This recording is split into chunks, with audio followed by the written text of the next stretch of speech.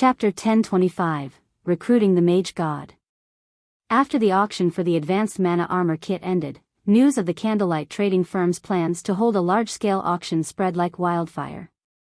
It quickly became the hot topic throughout Star Moon Kingdom. Zero Wing is so amazing. I never thought that it would even sell bronze mounts. I have to collect enough money to join the auction myself. Stop dreaming. Those are bronze mounts we are talking about. Even large guilds only have a few. If Zero Wing really intends to sell them, independent players like us won't be able to afford their price. Even if I can't afford it, visiting the auction is still be a good idea. I heard that, aside from the bronze mounts, they'll be selling rare items. The majority of the players eagerly anticipated the candlelight auction in 4 days. Even if they could not buy themselves a bronze mount, they would be more than satisfied with a good weapon or piece of equipment. As the public disregarded this as just another normal auction, God's Domain's various large guilds immediately took action, secretly gathering funds. To ordinary players, the most attractive item up for auction was the bronze mount. To large guilds, however, the entrance slots to the Holy City of Titan and the Advanced Mana Armor Kits were far more important. The entrance slots were particularly valuable to super guilds. After all, they had the master lifestyle players that other guilds did not. Only, these lifestyle players had yet to familiarize themselves with God's Domain's lifestyle system. As long as these players had enough resources, they would easily become true master lifestyle players. With Super Guild's expansive network of connections, they could easily earn a ton of coins with these master lifestyle players' advanced products. Hence, when the various super guilds and super first-rate guilds heard the news of Zero Wing selling the Holy City's entrance slots, they immediately began to gather funds. As I expected of the number 1 guild of Star Moon Kingdom, to think Zero Wing still had such a move. Singular Burial could not help but laugh when he read the report his subordinate had sent. Others might only see Zero Wing holding a simple auction, but he knew the true value of the Holy City's entrance slots. Those slots would attract a large number of super first-rate guilds and super guilds. There was also the Advanced Mana Armor Kit to consider. A 10% increase to one's basic attributes was no trifling matter. If one could equip a 100-man expert team with the Advanced Mana Armor Kits, raiding large-scale team dungeons would be much easier. This was especially true for level 50 large-scale team dungeons. As the saying went, once ahead, always ahead. Level 50 was a major turning point for God's Domain's players. If a guild compiled a stock of level 50 top-tier equipment ahead of its competition, when the time came, the guild's experts could complete their Tier 2 class changes ahead of others as well. Guild leader, what should we do? If we let Zero Wing move unhindered, by the time the auction is over, they will resolve their funding problem. It doesn't matter. We'll proceed as planned. Fog and her group should finish constructing the magic array in less than 4 days. Even if Zero Wing collects enough coins, it will be powerless to change the situation. Collect some money for the auction. We need to join in on the fun as well. Singular Burial was not worried about Zero Wing making a comeback with the candlelight auction. Heaven's Burial and Blackwater had already prepared to take down Stone Forest Town. No matter how hard Zero Wing struggled, nothing would change. Inside the candlelight trading firm's VIP guest room. The 7-story candlelight trading firm was at least the equivalent of a 10-story building in the real world. On the top floor, one could see the beauty of White River City past the French windows and the ant-sized players wandering through the streets. In White River City, aside from the candlelight trading firm's 3-star shop, no building offered such scenery. Most of the high-class restaurants throughout the city were at most 3 stories tall. Even NPC and other player-owned shops were not as tall. Alluring Summer, who currently sat by the French windows, glanced at the city before turning back to Aqua Rose and saying enviously, "Aqua, you really are getting by a lot better than I am. After not seeing each other for some time, your strength has improved so much. What have you been doing recently? You couldn't be training deep in the mountains, right?" Aqua Rose had hidden her level during the scuffle on the street. After entering the VIP lounge, however, she had no reason to. Level 44. When Alluring Summer saw this, her eyes nearly fell out of their sockets. She had barely reached level 41 after encountering several miracles and spending most of her time cooped up in her home playing God's Domain, yet Aqua Rose, who was busy as Zero Wing's vice guild leader, had managed to reach level 44. It was truly inconceivable. Alluring Summer could clearly remember that, when Aqua Rose had resided in the Storm Empire and one of Twilight Echo's honorary elders, the woman's level and equipment had been on par with hers. If she had lost to her friend only in levels and equipment, she wouldn't have minded. The biggest issue was that Aqua Rose had also improved her combat techniques. Coupled with the woman's equipment, she was not confident that she could defeat Aqua Rose right now. What are you talking about? Aqua Rose covered her mouth and grinned. She had known Alluring Summer since she was young as their families were friends. However, Alluring Summer was a far more talented gamer than herself. Due to that, this woman had always bullied her.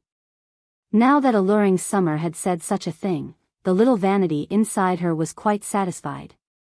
She felt even happier than when she had defeated the Star Alliance. Who do you think you're trying to fool? Look at that smile on your face. Alluring Summer rolled her eyes at her friend. Eagerly, she asked, "Speak. What have you been doing recently? How did you improve so quickly?" All right. I'll talk." Aqua Rose nodded. "To be honest, I've asked you here for a reason. I'm sure that you have heard about Zero Wing, even in the Storm Empire. I invited you here today to ask you to join Zero Wing." "Join a guild?" Alluring Summer shook her head straightforwardly and said, "Forget it. I'm used to moving alone. I hate being bound by guild's restrictions more than anything. Don't even try to persuade me. I refuse to join any guild." "Don't you want to improve your combat techniques?" Aqua Rose had predicted this reply. Smiling, she said, "Hasn't that always been your goal? If you are always alone, I'm afraid that you'll never catch up to that person. I've heard that that person is getting by pretty well in God's Domain. His strength has already reached an unimaginable realm."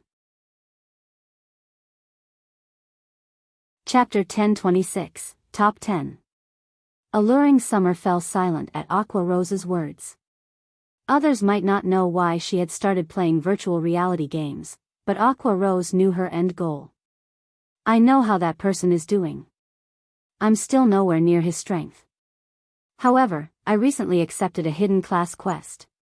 If I can complete the quest and obtain a hidden class, I might have a chance of catching up in the future," Alluring Summer said seriously. "I believe that you are familiar with his standards. Can you say with certainty that I can surpass that person by joining Zero Wing?" Before she arrived in Star Moon Kingdom, she had researched Aqua Rose's guild thoroughly. She had to admit that it was miraculous that a small, unknown guild had grown to become Star Moon Kingdom's #1 guild in such a short time. However, Star Moon Kingdom wasn't much when compared to the whole of God's Domain. There were hundreds of kingdoms. Star Moon Kingdom was only slightly above average kingdom. Meanwhile, empires stood far above kingdoms. Based on what she knew, there were other small, unknown guilds that had taken control of entire kingdoms. There was even a third-rate guild that dominated an empire, though said third-rate guild possessed an extraordinary background. On the other hand, Zero Wing had yet to take control over Star Moon Kingdom fully. Among the many rising small guilds in the game, it merely ranked among the top. It did not rank #1. Furthermore, the recently established Blackwater Guild was an extremely tough opponent for Zero Wing. In the real world, the Blackwater Corporation had begun to gather all sorts of resources. It was clear that the corporation planned a major move in God's Domain to seize some of the shares in God's Domain's market. As an international corporation, the amount of resources the Blackwater Corporation wielded was beyond imagination. Even without any tricks, it could easily defeat first-rate guilds. To put it bluntly, Zero Wing was having a hard time staying afloat right now. How could the guild possibly help her improve?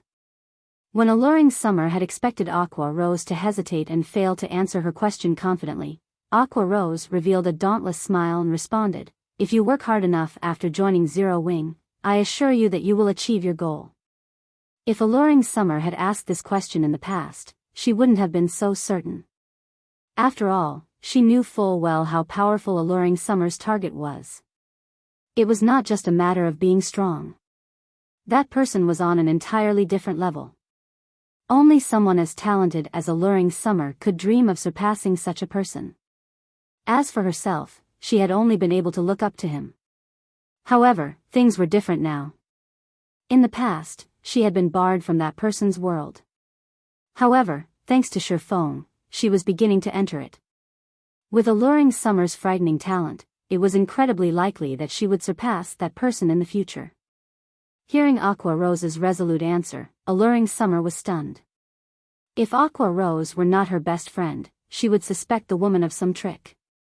Seeing Alluring Summer's hesitation, Aqua Rose took a deep breath and said, "I understand your thoughts. How about this? Join Zero Wing. If you think remaining in Zero Wing won't help you reach your goal, I'll ask the guild leader to let you go personally. How about it?" In reality, she had not asked Alluring Summer here only because she wanted to add her strength to Zero Wing, but also because she wanted to help her friend realize her dream. Firstly, she planned to recruit Alluring Summer as a Zero Wing core member and expose her to the guild's training. This was the greatest concession she could offer right now. After all, Zero Wing was not hers. She could not selfishly offer the guild's resources to an outsider. Really? Alluring Summer asked warily. She knew that as players were given access to more resources in a large guild, they would be bound by more restrictions. It was impossible to up and leave for no reason. Take Aqua Rose for example.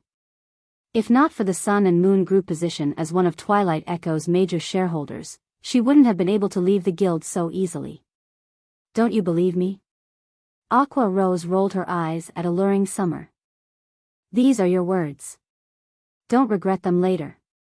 If I sense that there is no point to remaining in Zero Wing, I won't hesitate to walk away, Alluring Summer stated seriously. That's fine, Aqua Rose said, smiling bitterly. If you don't have any other issues, sign this contract. Once you sign it, you'll be one of Zero Wing's core members and can enjoy all of the benefits that come with the position.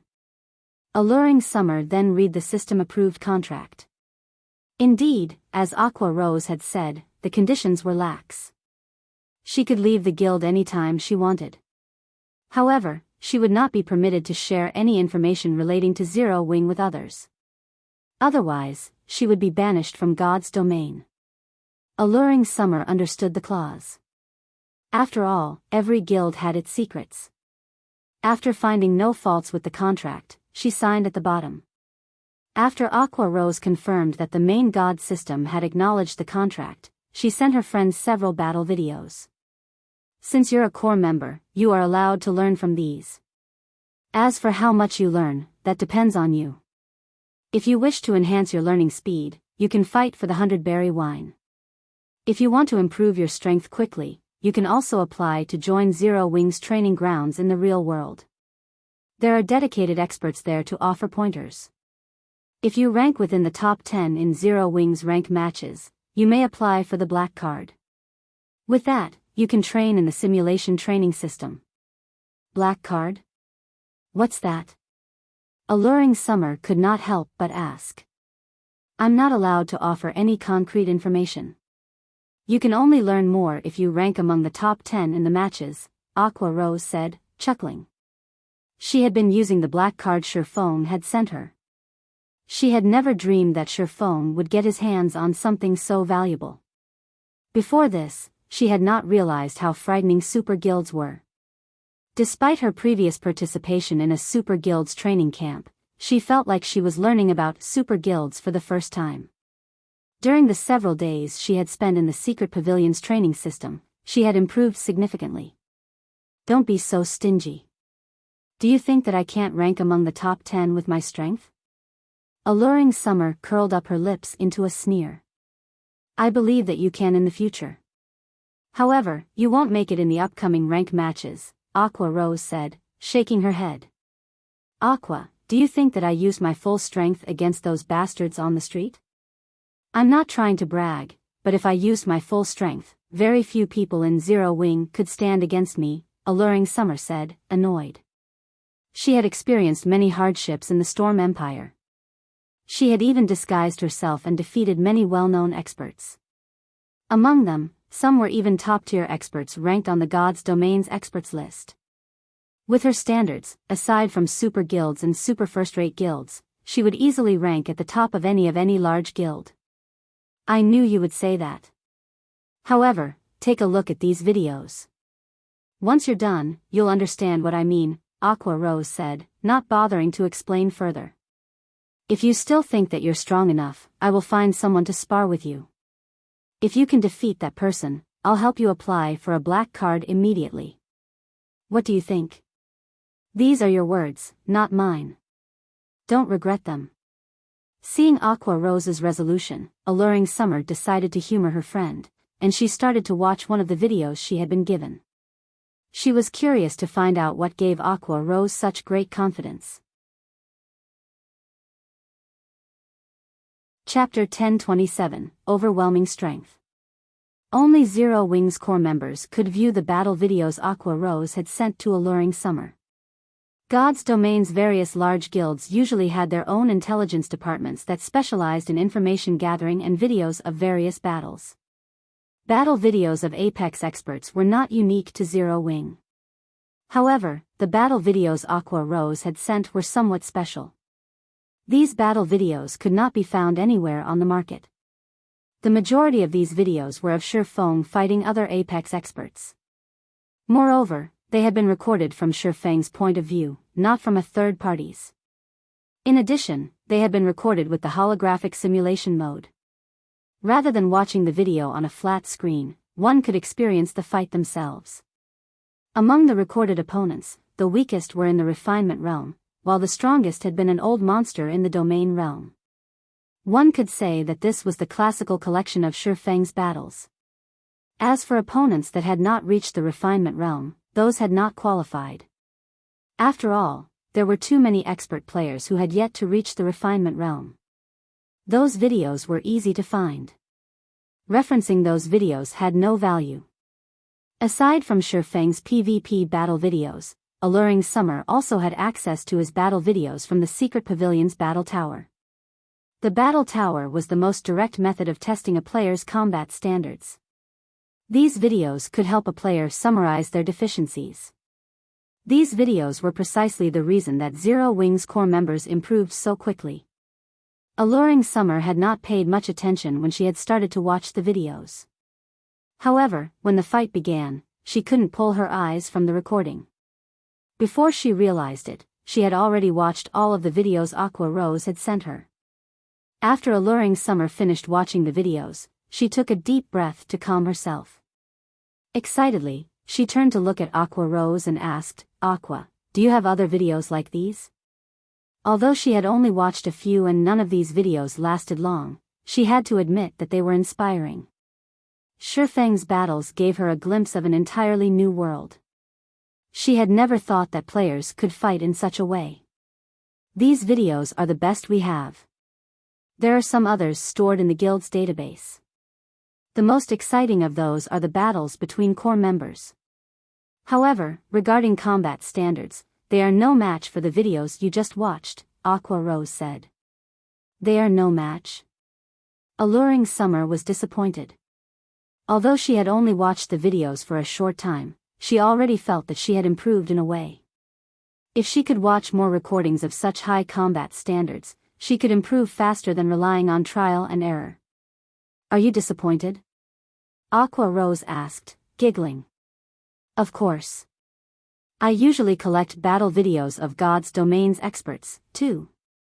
However, compared what you have given me, those experts are no more than children playing house. At this moment, Alluring Summer still couldn't get enough of those videos. To be honest, you don't need to feel so disappointed. If you fight your way into the top 10 in the rank matches and obtain a black card, you'll develop even faster. Aqua Rose chuckled. One could fight all sorts of experts in the simulation training system. Experience would help one grow stronger much faster than watching videos. Really? Alluring Summer's excitement was immediate. Didn't you say that, if I defeat a particular person, I can apply for a black card immediately? Call them here. I want to find out what this black card is. After watching the battle videos, while she admitted that she was absolutely no match for Shifeng, she did not believe that, with her current strength, she could lose to anyone else in Zero Wing. After all, she had secretly defeated the 766th ranked expert on the God's Domains experts list. Furthermore, although she acknowledged that Aqua Rose had grown stronger after watching her friend fight, she believed that she had roughly a 40% chance of defeating the Vice Guild leader. Alright, then. I'll contact them, Aqua Rose said, smiling helplessly. She knew full well how confident Alluring Summer was of her own strength. She also knew that Alluring Summer was a capable expert. Had Alluring Summer visited a few days earlier, with her current strength and techniques, she likely would have ranked among the top 10. In addition to her status as Vice Guild leader, it shouldn't be hard to get Alluring Summer a black card. Now, however, things had changed. Some time ago, Gentle Snow joined Zero Wing with a bunch of Ouroboros's top players, increasing Zero Wing's strength significantly. Right now, she was not certain of how well Alluring Summer would fare in Zero Wing. After all, she was not particularly familiar with the strength of Gentle Snow's people. However, since her friend was eager to fight, she might as well accommodate the woman. She could use this opportunity to determine how much her friend had improved while they had been apart. Following which, Aqua Rose contacted Violet Cloud and led Alluring Summer to the Divine Colosseum. Aqua, you're kidding me, right? You're having me fight a cleric? Aren't you underestimating me a little too much? Alluring Summer frowned at the young Violet Cloud before her. Before arriving, she had thought Aqua Rose would find some middle-aged uncle to face her. She never thought that her opponent would be such a young girl. It was common knowledge that improving one's techniques in virtual reality games was not as easy or convenient as improving one's weapons and equipment. One needed to invest a lot of time to accumulate combat experience. Aside from those extremely talented youths, very few youths became experts.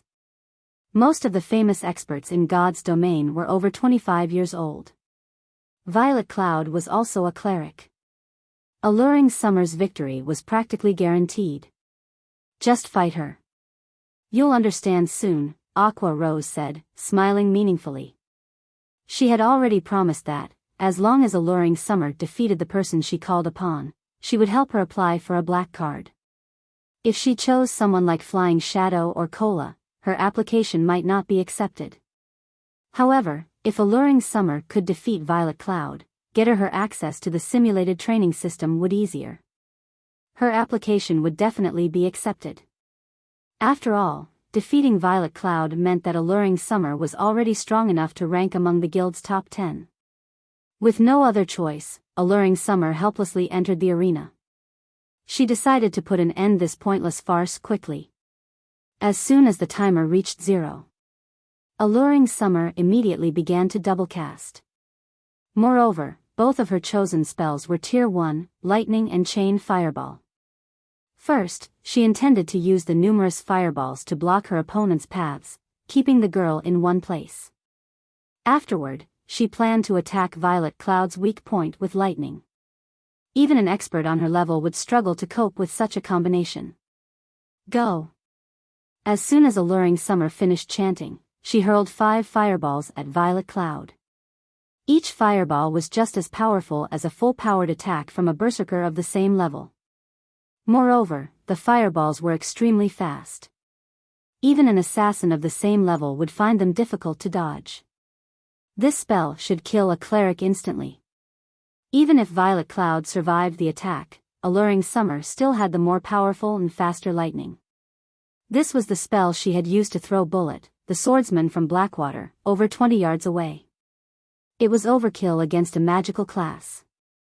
However, just as Alluring Summer thought that the battle was over, dozens of mana balls appeared around Violet Cloud. Under Violet Cloud's control, these mana balls transformed into a beam of black light that struck the 5 fireballs. How? Alluring Summer was stunned. The instant the 5 fireballs encountered those mana balls, not only had they been destroyed, but over a dozen more mana balls continued towards Alluring Summer.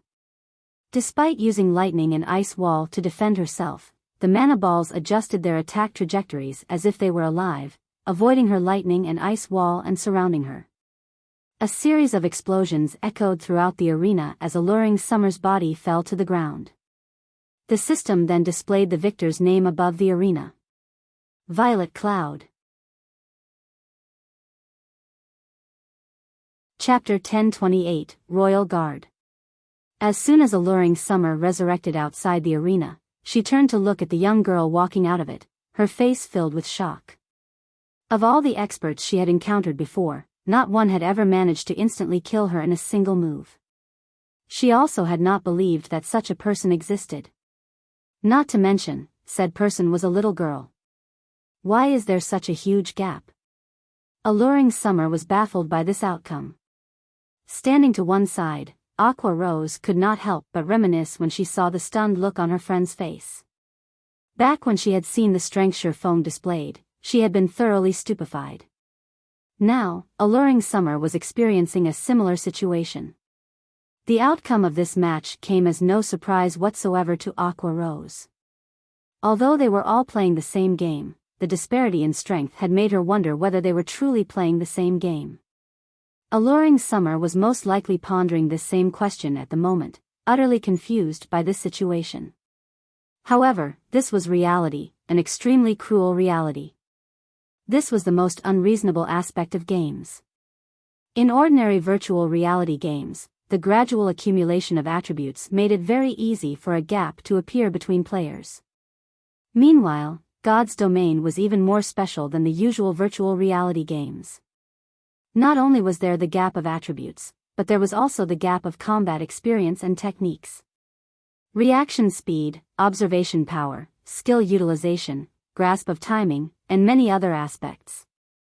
If one was just a tad stronger than their opponent in all these aspects, in a situation where both fighters possessed the same attributes, there would still be a massive difference in the combat power displayed. This battle was undoubtedly the best proof. In terms of attributes, Violet Cloud, who was currently level 44, completely surpassed Alluring Summer. In terms of combat techniques, Violet Cloud, who had already entered the refinement realm, was also superior to Alluring Summer, who was only at the half-step refinement realm. The result of this combination of advantages was a one-hit KO.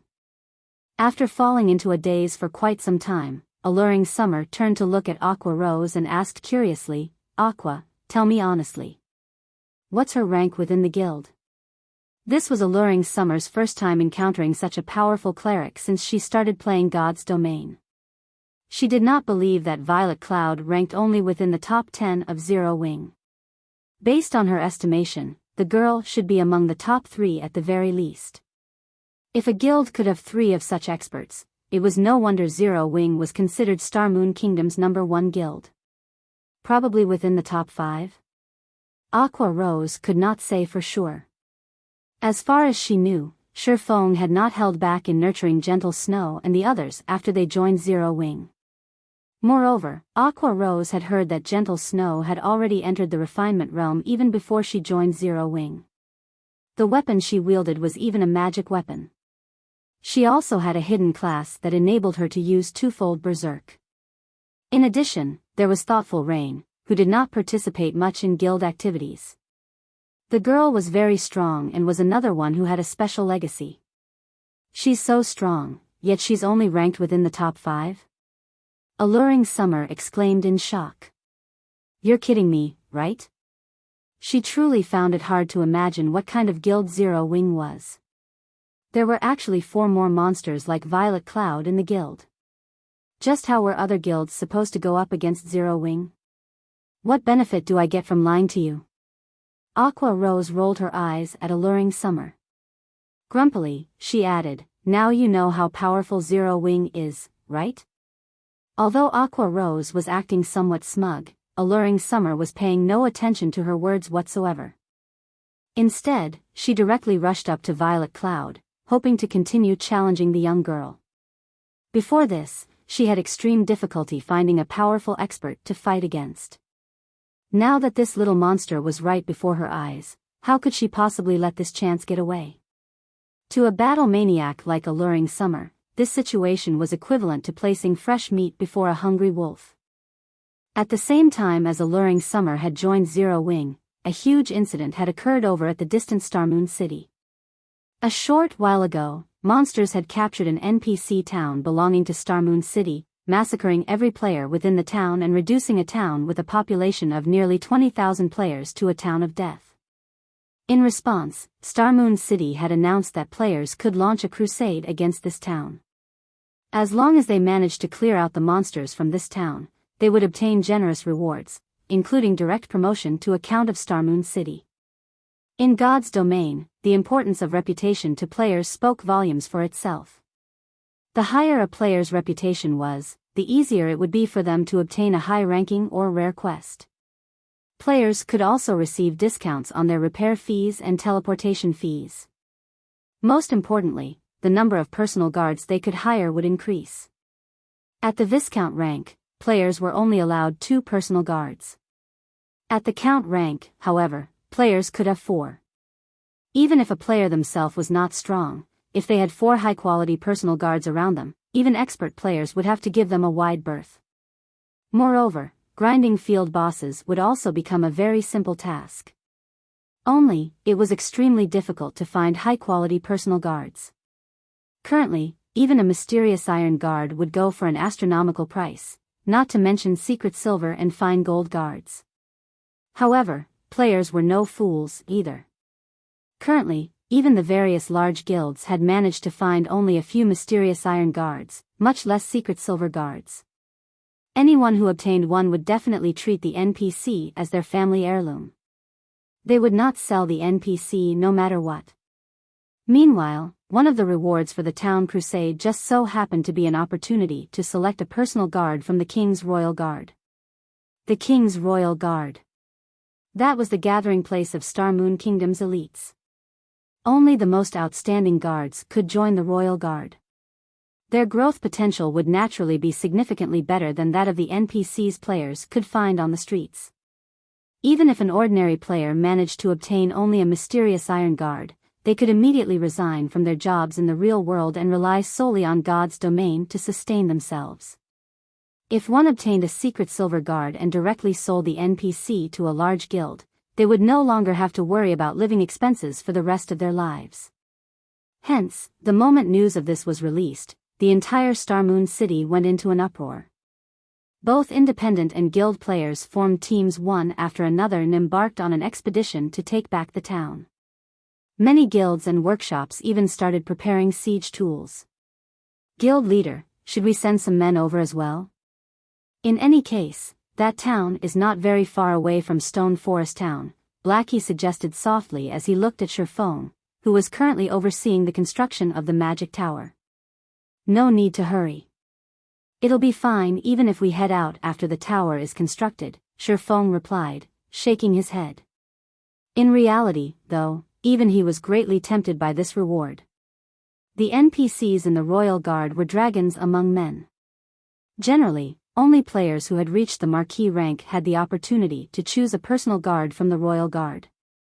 Even then, they would be required to complete a quest whose difficulty was no less than an epic quest's. Extremely few players were capable of completing it. Fortunately, this quest belonged to the category of pure reward quests, so players would not incur any punishment even if they failed. At most, they would lose their opportunity to recruit a royal guard. Yet, now, players only needed to capture a town in order to receive such a reward.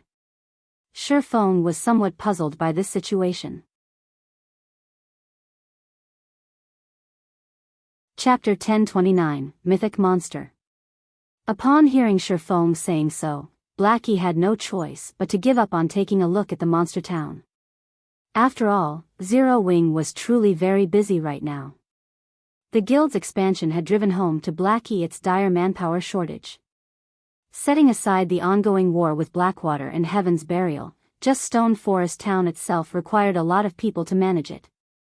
In the past, as he had not been responsible for managing Stone Forest Town, he had not thought that the job was particularly difficult. Recently, however, Shifeng had handed him some of the responsibility for the town, which finally made him realize how wrong he was. While the town had still been in its protection period, the task of maintaining the town's security could be left fully to the NPC guards to handle. After the protection period was over, however, problems started cropping up one after another. The first headache was the matter of patrolling the town, a daily task in player towns. Zero Wing needed to arrange for some players to patrol Stone Forest Town and maintain its security. However, this need was not because of players but NPCs. Ever since Stone Forest Town's protection period ended, a constant flow of NPC visitors from other towns had started trickling in. Among them included merchants, adventurers, and various other kinds of NPCs. This situation triggered the true development of the town's economy, which was the root of the second headache. A town's promotion relied mainly on its economy and degree of prosperity. Meanwhile, these two factors depended on the number of resident players and NPCs. In terms of players, Stone Forest Town had long since exceeded the target requirement and was already qualified for promotion to a medium-sized town. In terms of NPCs, however, Stone Forest Town was not even close to reaching the required number of 10,000 NPCs. Moreover, this number did not include the NPC guards brought over or hired by the guild. Meanwhile, the town's security was critical to attracting more NPCs to a town. Hence, guilds needed to dispatch players every day to maintain the security within their town and inspect the NPCs in town to prevent the spies of dark forces from creating local mischief. In addition, guilds had to dispatch a lot of members to maintain the security of the trade routes between towns, which faced threats from players, as well as from hostile NPCs and monsters. If the security of a town's trade routes was not maintained, then merchant NPCs would not dare to visit said town to develop at all. Hence, managing a town was not as easy as Blackie had imagined it to be. Fortunately, these security tasks were considered guild quests, which also provided relatively good rewards, so quite a number of guild members were fighting over these quests every day. Only, these quests were a little costly to the guild. While the system supplied the EXP rewards these quests provided, the monetary rewards came from the guild itself. Moreover, the longer the trade route that needed coverage, the more players that had to be dispatched, which would, in turn, raise the expenditures. Just a single day's maintenance fees already cost the guild 300 gold. Moreover, this was only the beginning. As the protection period of the town had just recently ended, there was only a single trade route leading to Stone Forest Town right now. Once the number of trade routes increased, the guild's expenditures would rise significantly. Guild leader, is it true that we really won't have to patrol any trade route near the town after we construct this magic tower? Blackie asked curiously as he looked at Shifeng, who was continuously manipulating magical runes at the moment. Of course. Otherwise, why would I pay such a huge price to build this tower? Shifeng rolled his eyes at Blackie. The magic tower was the mainstream defensive building used in the later stages of God's domain. Just the cost of construction already exceeded 7,000 gold. If one included the many materials wasted due to production errors, the total cost could exceed 10,000 gold. Reducing wastage was also the reason why guilds would usually have master lifestyle players construct the magic tower. With the rarity of the design for the magic tower and the sheer expense of actually constructing one, if the magic tower only had great destructive power, it would never have become the mainstream defensive building of God's domain. The key point that made the magic tower valuable was its defensive range. The tower had a detection range of 10,000 yards. Hence, after constructing a magic tower in the town, there would be no need to worry about hostile NPCs intruding upon the trade routes within 10,000 yards of the tower, as these NPCs would know that they would be discovered very quickly. The construction of a second magic tower would extend the defensive range of the towers by an additional 5,000 yards. This range was extendable to a maximum of 30,000 yards. In other words, the magic towers would reach maximum efficiency when there were 5 of them in a town or city. However, Stone Forest Town was not a commercial town. It would not have many trade routes that needed guarding. Hence, having a single magic tower was sufficient. Any more would just be a waste of resources. After all, its construction design was available in limited quantities. If he weren't limited by the designs, though, Shifeng would not mind building a few more towers and turning Stone Forest Town into an iron fortress. The current Stone Forest Town was no longer the same as it was in the past when the majority of its residents were guild players. On the contrary, independent players currently outnumbered the guild players within the town.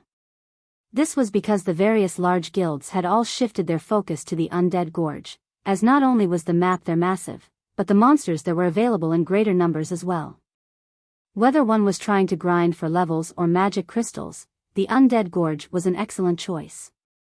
Most importantly, guilds wouldn't have to submit to Zero Wings exploitation by grinding at the Undead Gorge. If they grinded at the Stoneclaw Mountains, they would have to contribute a significant share of the magic crystals they earned to the repair fees and accommodation fees at Stone Forest Town. However, there would be no need to do so if they grinded at the Undead Gorge. Although it took more time to travel to the Undead Gorge, as mounts became more commonplace, going from the nearest NPC town to the Undead Gorge would get whittled down to only around 2 hours. Hence, the various large guilds had placed all their focus on the Undead Gorge. However, independent players were different. Firstly, their levels were not comparable to those of elite members of guilds. Secondly, they would suffer at the hands of the guilds grinding at the Undead Gorge. Hence, the Stoneclaw Mountains had become the best option for them. Currently, if one looked at the streets of Stone Forest Town, one would find that nearly 70% of the players there were independent players. The town was even more prosperous than it was in the past. During the time Shifeng was completing the runes for the Magic Tower, news regarding the various large guilds' crusade against the monster town had spread all over the official forums. A level 60 mythic monster had actually appeared in Black Ridge Town. All guilds participating in the crusade were defeated. What? Aren't mythic monsters tier 4 monsters? If only you had seen how powerful that monster was for yourself. With just a single move, it instantly annihilated over 10,000 of the players that had gone to recapture the town. Nobody could defend against that monster's attack. Even magic barriers were useless against it. That's only the tip of the iceberg. I've heard that the monsters in that town all possess extremely high combat standards. Even ordinary players might not be able to defeat the common monsters there in a one-on-one. Most importantly, I've heard that players killed by those monsters aren't able to log into God's domain for some time. Moreover, those monsters would also grow in strength after killing players. How are we supposed to recapture that town, then? The more people that go there, the stronger those monsters become. Plus, there's even a tier 4 boss guarding the town, that's as strong as the strongest NPCs in major NPC cities. Who could possibly do anything about those monsters? I've heard that the monsters inside the town have already begun spreading out into the surroundings. They aren't just staying in Black Ridge Town. They've even ambushed many players grinding in that map. Now, no player dares to approach that map anymore. It's no wonder the system is offering such generous rewards. The difficulty of this quest is simply ridiculous. Luckily, I didn't go there. Do you think those monsters will continue taking over the nearby towns? That might actually be possible. I think Stone Forest Town is in one of the maps closest to Black Ridge Town. If those monsters head over to Stone Forest Town, we'll have an interesting show to watch. Many players were merrily discussing the monster town on the forums. At the same time, the various large guilds also suddenly realized that something joyous was going to happen. If those monsters really continued extending their reach into the vicinity, it was only a matter of time before Stone Forest Town encountered trouble. Chapter 1030, Magic Tower completed. The news of the Monster Crusade failure spread rapidly throughout the entire Star Moon Kingdom. Immediately after, the safety of Stone Forest Town also became a topic of discussion. Many players were delighted at this situation, particularly the members of Blackwater and Heaven's Burial.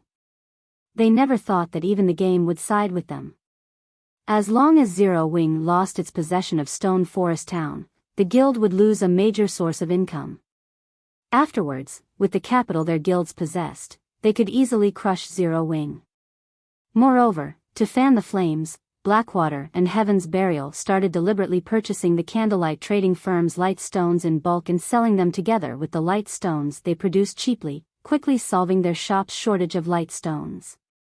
Although this would increase the Candlelight trading firm's income in the short term as well as incur losses for their own guilds, doing so would encourage Candlelight's customers to gradually transition to shopping at the Heavenly Trading Firm and Blackwater Trading Firm in the long run.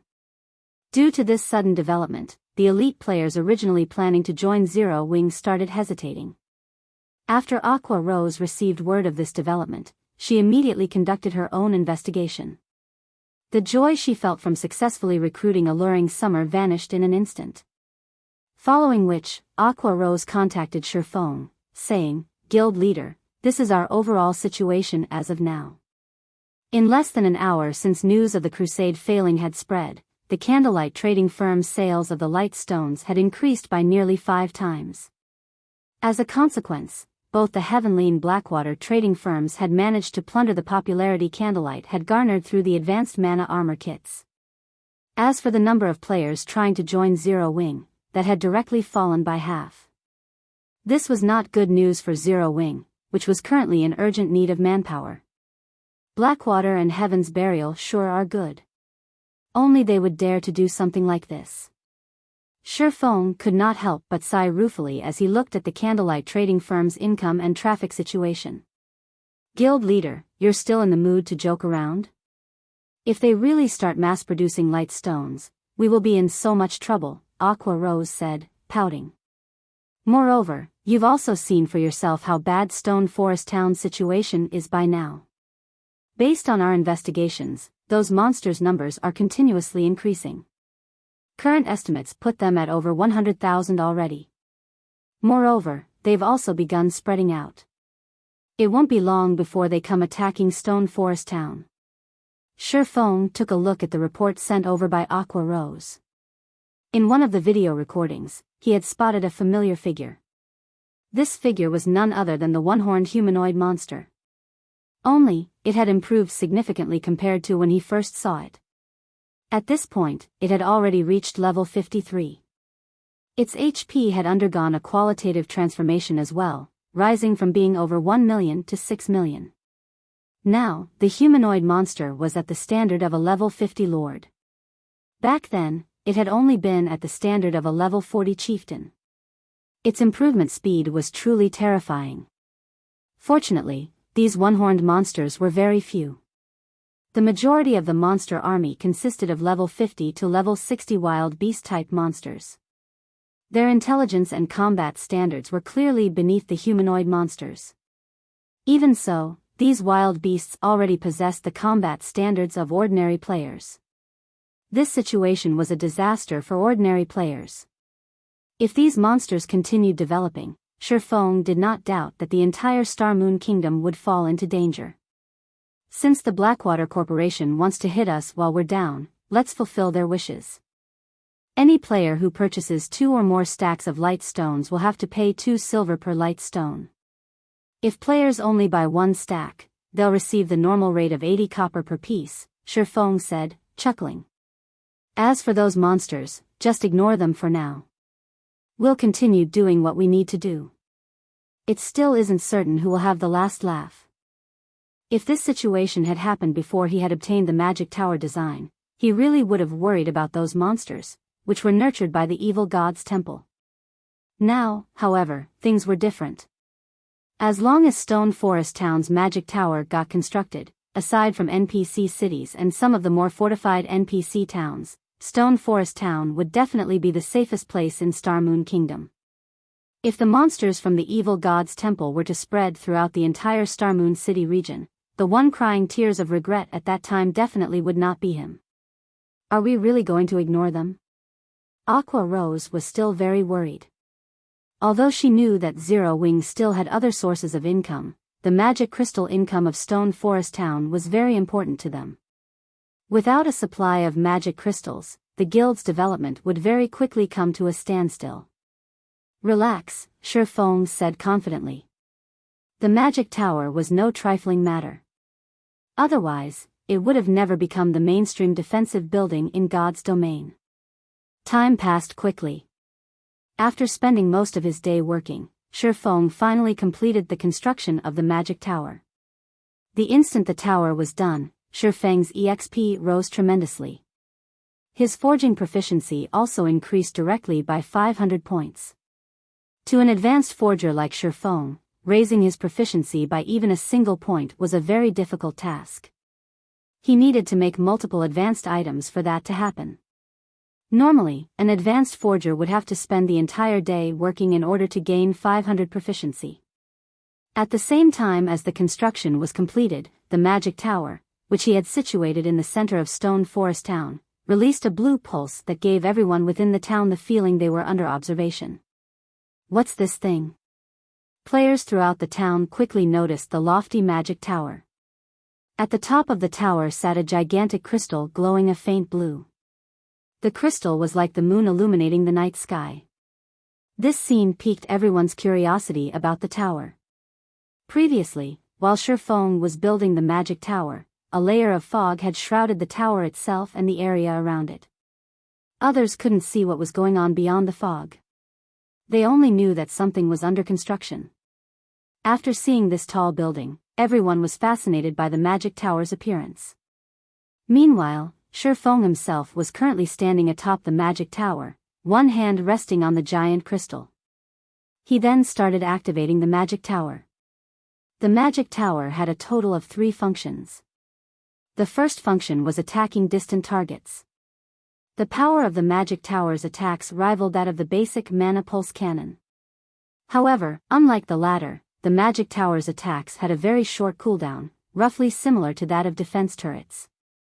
The second function was reconnaissance.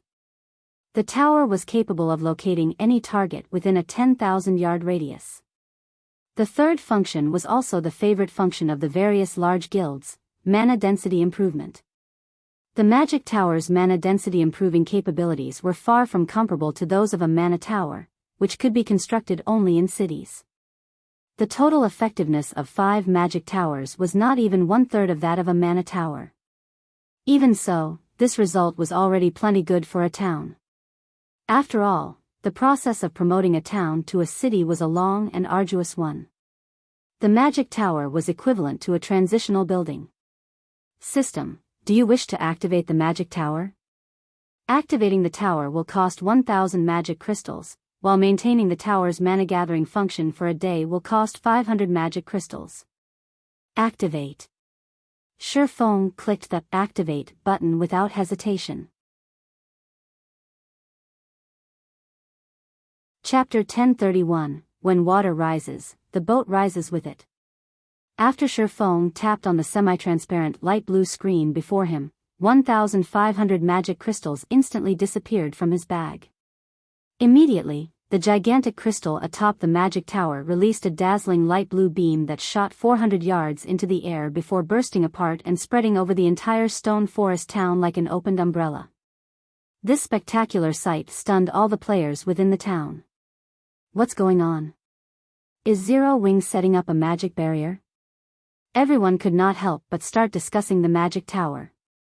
However, while most people were chatting, a few expert players with sharp senses suddenly discovered that the density of the ambient mana was actually rising gradually. Are you guys feeling it? The mana density in the town seems to be rising. Yeah, now that you mention it, my mind does feel a lot clearer than before. Wait, take a look at your status windows. There's an extra buff in mine. As experts voiced their findings in surprise one after another, more and more players also noticed the changes that had occurred to the town. When someone mentioned the appearance of a buff in their status window, everyone promptly called out their status windows as well. Ample mana state stamina and concentration recovery improved significantly. Player will be able to maintain a clear state of mind at all times while in this state. This buff is too amazing. Hooray, Zero Wing. Ha ha ha. This is too awesome. My current recovery rate already rivals the recovery rate inside a hotel. With this, I won't have to rest in a hotel anymore. What a fool. I just came out from a hotel. Resting in one is way better. Not only is the recovery rate there faster, but as long as you rest for 5 hours, once you exit from the ample mana state, your EXP acquisition rate will be 30% higher for 2 hours. If you rest for 10 hours, you get 4 hours worth of 30% bonus EXP. What? That amazing? You'll know once you go test it out. I have to work during the day, so I'll definitely have to rest over 10 hours in a hotel. With this, I won't have to worry about falling behind in levels. After the players in the town realized the effects of the magic tower, many of them couldn't hold back their excitement and started cheering loudly in the streets. The majority of the players in Stone Forest Town were independent players. Unlike guild players, who had guild residences, they did not have the opportunity to accumulate the double EXP buff. Hence, independent players generally lagged behind guild players in levels. However, as many independent players disliked the restrictive rules of guilds, they would rather level up at a slower pace than join a guild. That way, they could enjoy a free and comfortable lifestyle as well as the exciting adventures God's domain had to offer. However, now that they could also enjoy an EXP increase buff by resting in hotels, how could they not get excited? With this, they could have their freedom and level up quickly at the same time. The originally bustling hotels suddenly became jammed with players. Every independent player in town had rushed to the nearest hotel in the hopes of renting a room for themselves. Previously, everyone had angrily cursed at the hotel rates of Stone Forest Town were daylight robbery, as the town was charging nearly triple that of other places, and only by paying with magic crystals would they receive the normal rate. Now, however, everyone thought nothing of it. Instead, they felt that this price was a bargain. After all, after resting for 10 hours, one would have a 30% increased EXP acquisition rate for 4 hours. Crap, this is a scam. I'm already using magic crystals to pay, so why are the rates still triple the normal hotel rates? If you can't afford it, get lost. Can't you see that there's still a bunch of people waiting to rent a room? Ha ha ha. Luckily, I was smart enough to rent a room for 10 days before this situation happened. I've saved a fortune this time. Currently, every hotel within Stone Forest Town was packed with independent players. Although many were disgruntled at the price markup, the 30% EXP buff was just too important. Hence, they had no choice but to grit their teeth and rent a room. Moreover, every player would rent for at least 10 days. Otherwise, when demand for the hotel rooms skyrocketed in the future, they might not get an opportunity to rent one. Guild leader, this magic tower is simply amazing. It's only been a few minutes, but every hotel in Stone Forest Town is already at capacity. Right now, many players are even complaining that there are too few hotels in town and are demanding that we build more, Blackie reported, smiling. Originally, renting a room for a day in one of Stone Forest Town's hotels cost only 50 copper. Now, even after jacking up the price to 1 silver, 50 copper, the many hotels in town still could not keep up with demand. Moreover, this price was for transactions in magic crystals. If players were using coins, they would have to pay 3 silver per day. Ignore the matters regarding the hotels for now. Prioritize constructing a battle arena. That's where the money will really come from, Shifeng said, shaking his head. Although hotels seem to be very profitable, in reality, these establishments did not earn a lot of money. Hotels simply took up too much space. Moreover, Zero Wing would only gross a maximum of 1 silver, 50 copper per day from each player. After deducting the cost of hiring NPCs to manage the hotels, the guild was earning roughly 1 silver, 20 copper from each player. Currently, the hotels in Stone Forest Town could accommodate a maximum of 20,000 people only.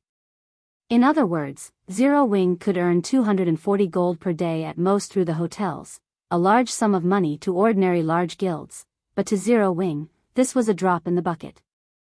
Moreover, 20,000 players were not even 1/10 of Stone Forest Town's population. Even so, the current number of hotels occupied over half of the town's lands. Originally, the reason why Shifeng had constructed so many cheap hotels was to earn magic crystals. However, now that he had the magic tower, there was another building that could earn him even more money, the battle arena. The battle arena was a place where players could fight against each other. Due to the magic tower, the mana density in the entire town had increased. This situation would be of great assistance to players, just like in the trial tower of the Divine Colosseum. Under the effects of Stone Forest Town's environment, players could maintain a very clear state of mind. Fighting under such a state would be of great help in improving their strength. However, inside a player-constructed town, PvP was prohibited. The only place players could fight against each other in a town was at a battle arena. When the time came, the 200,000 or so players residing in Stone Forest Town would definitely head to the battle arena to improve themselves through PvP. At that time, the money Zero Wing could earn through the battle arena would no doubt far surpass the income they were currently making from the hotels. I'll get it done right away. Blackie's eyes glowed when he heard Shifeng's explanation. At the same time, the matter regarding Stone Forest Town gradually spread throughout the entire Star Moon Kingdom. As a result, independent players who were tempted to head to the Undead Gorge started having second thoughts. Getting 4 hours of 30% increased EXP acquisition rate was no laughing matter, particularly for independent elite and expert players. This was a rare opportunity to level up quicker. If utilized properly, even if they could not completely catch up to guild players, at the very least, they wouldn't be left too far behind. Star Moon City, Blackwater's residence. Damn it. To think Zero Wing would still have such a move. Abandoned Wave's expression turned very ugly when he received the news regarding Stone Forest Town. At this rate, the more time they wasted, the more troublesome Zero Wing would become. At the same time, his heart was also filled with sheer envy, and he grew even more impatient to obtain Stone Forest Town. Following which, he looked at the subordinates standing beside him and commanded, "Immediately notify Singular Burial's side. Tell them that there's a change of plans. We're going to take action ahead of time." Chapter 1032, Independent Players' Holy Land. The several upper echelons inside Blackwater's guild leader's office were shocked and they heard Abandoned Wave's command. Though, they could understand Abandoned Wave's train of thought. Stone Forest Town's latest transformation made it all the more tempting. Stone Forest Town had been, at most, a tool that Blackwater could use to defeat Zero Wing, but now, the town was a mountain of gold and silver that could massively help Blackwater's establishment in God's domain. To current guilds, magic crystals were incredibly important. If a guild wanted to nurture and improve its members' techniques quickly, sending them to the Divine Colosseum's trial tower was undoubtedly the fastest way. In order to do so, they needed magic crystals. Unfortunately, magic crystals were too difficult to procure. Even with the massive wealth and connections the Blackwater Corporation possessed, they could only procure a limited amount. In the end, the guild could only supply its experts and a small number of elite members with magic crystals. In Blackwater, there was no lack of talented players. As long as they had enough magic crystals, they could nurture large groups of experts as they wished. Now that Stone Forest Town's mana density had increased and players could acquire a 30% EXP buff from the town's hotels, the town would attract swarms of independent players. Unlike when these players' choices of leveling areas had been limited, now, they could go to Stone Forest Town if they wanted to level quickly. The sooner Blackwater took control of Stone Forest Town, the sooner it could officially start its conquest of God's domain. Boss Wave, we still have a lot of preparation. If we take action now, it might be difficult to take down Stone Forest Town, Laughing Drunkard advised. Moreover, Big Sis Ling has set out to negotiate with Pantheon. If Pantheon agrees to lend us their experts, it will be easy to take the town. We don't need to be in such a hurry. You're right. I was a little impatient, Abandoned Wave admitted as he took in a deep breath. He then laughed and said, I was still angry about Zero Wing's actions. Now, however, it would seem that I should thank them. They've even gone ahead and sent me a gift in their final moments. Let's give them another 2 days to live, then. However, you should head to Stone Forest Town and investigate the new building. The town's sudden transformation is definitely related to that tower. I want to know how we can construct one for ourselves as soon as possible. He had been somewhat impatient.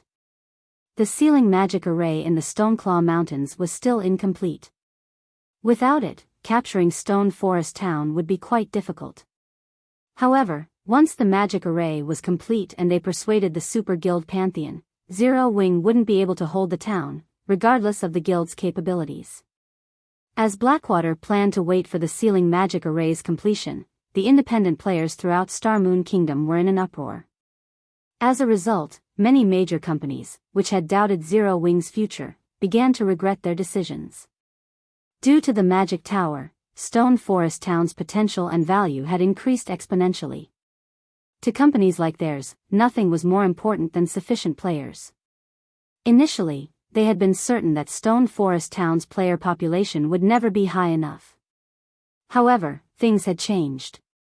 With the town's favorable environment, it was only a matter of time before its population multiplied by several times. If they set up a virtual store in Stone Forest Town, their businesses would definitely gain a following. If their companies could occupy a portion of the virtual market ahead of their competition, they would have a brighter future in God's domain. Suddenly, Aqua Rose contacted Shifeng. Happily, she said, "Guild leader, some of the companies that were hesitating have contacted me stating that they want to discuss cooperation with you." Previously, she had worried that Shifeng had been too arrogant and that none of the companies would be willing to work with them. Now, however, over 20 companies had contacted her. Moreover, every one of these companies was far more powerful than the few that had tried to take advantage of their predicament. Oh. They sure are quick to decide. Unfortunately, there are still matters that demand my attention. Arrange a meeting with them for 4 hours from now in White River City's Candlelight Trading Firm, Shifeng instructed her after some thought. It had been quite some time since Blackwater had annexed Ouroboros. This should be the best time to purchase the guild's training center. If he waited any longer, something unexpected might happen. Previously, he had learned a lot about the training center from Gentle Snow. He had to admit that Ouroboros was indeed a veteran first-rate guild. The fact that the guild had dominated multiple virtual reality games over the years was not without reason. Its training center alone was impressive. Not only was the training center fully equipped with everything a guild needed to nurture expert players, but it was also larger than the Big Dipper Training Center. Moreover, the training center had been built in the downtown area of a first-tier city with an extremely large population. Every inch of that real estate was probably worth its weight in gold. If not for Gentle Snow holding a considerable amount of the training center's shares, which allowed her to mark down the price, he wouldn't have been able to get his hands on it, even if he paid double. Ah, right. Guild leader, one more thing. It seems Phoenix Rain has gotten wind of this and wishes to join the discussion as well. Should we invite her? Aqua Rose asked. Phoenix Rain? Shifeng was slightly surprised. He then said, "All right, call her." Phoenix Rain was a pavilion master in the Dragon Phoenix Pavilion. She should have considerable status in the real world, too. The fact that Phoenix Rain had qualified to send a battle team into the Dark Arena showed that the power backing her was extraordinary. She clearly had her own, abundant wealth. Her interest in these negotiations was nothing but good news for Shifeng. Elsewhere, a 50-man team fought a pack of level 45 grassland ice wolves in a grassy field.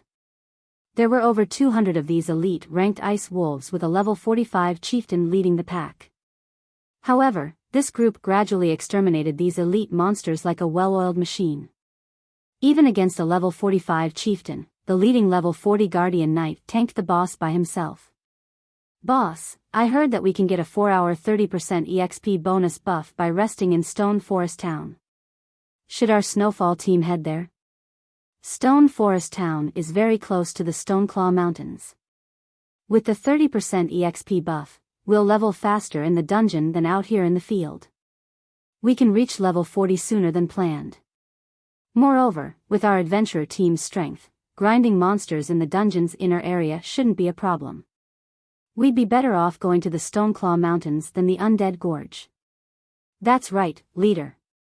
Snowfall is one of Star Moon Kingdom's top adventurer teams. If we let the newer adventurer teams catch up to us, we'll become a laughingstock. Alright, Snowfall will continue our development in Stone Forest Town, then. After the news about Stone Forest Town spread, the various powerful adventurer teams across Star Moon Kingdom began to make their way towards the Stoneclaw Mountains. For a time, Stone Forest Town became a hub of the various adventurer teams. As the various adventurer teams and independent players headed towards Stone Forest Town, Shifeng finished the town's battle arena in the center of town. The building already took up as much space as Zero Wing's residence, its 5-story height casting a shadow over the residence. One could say that it was the most majestic building in Stone Forest Town. Chapter 1033, Rise of Stone Forest Town. Shifeng was satisfied with the finished battle arena. The battle arena had a total of 5 floors. This was Stone Forest Town's current limit. If he wished to construct it higher, it would have to occupy a larger area. However, Stone Forest Town was only a small town. There wasn't much room. Even so, the 5-story battle arena had been considerably costly to build.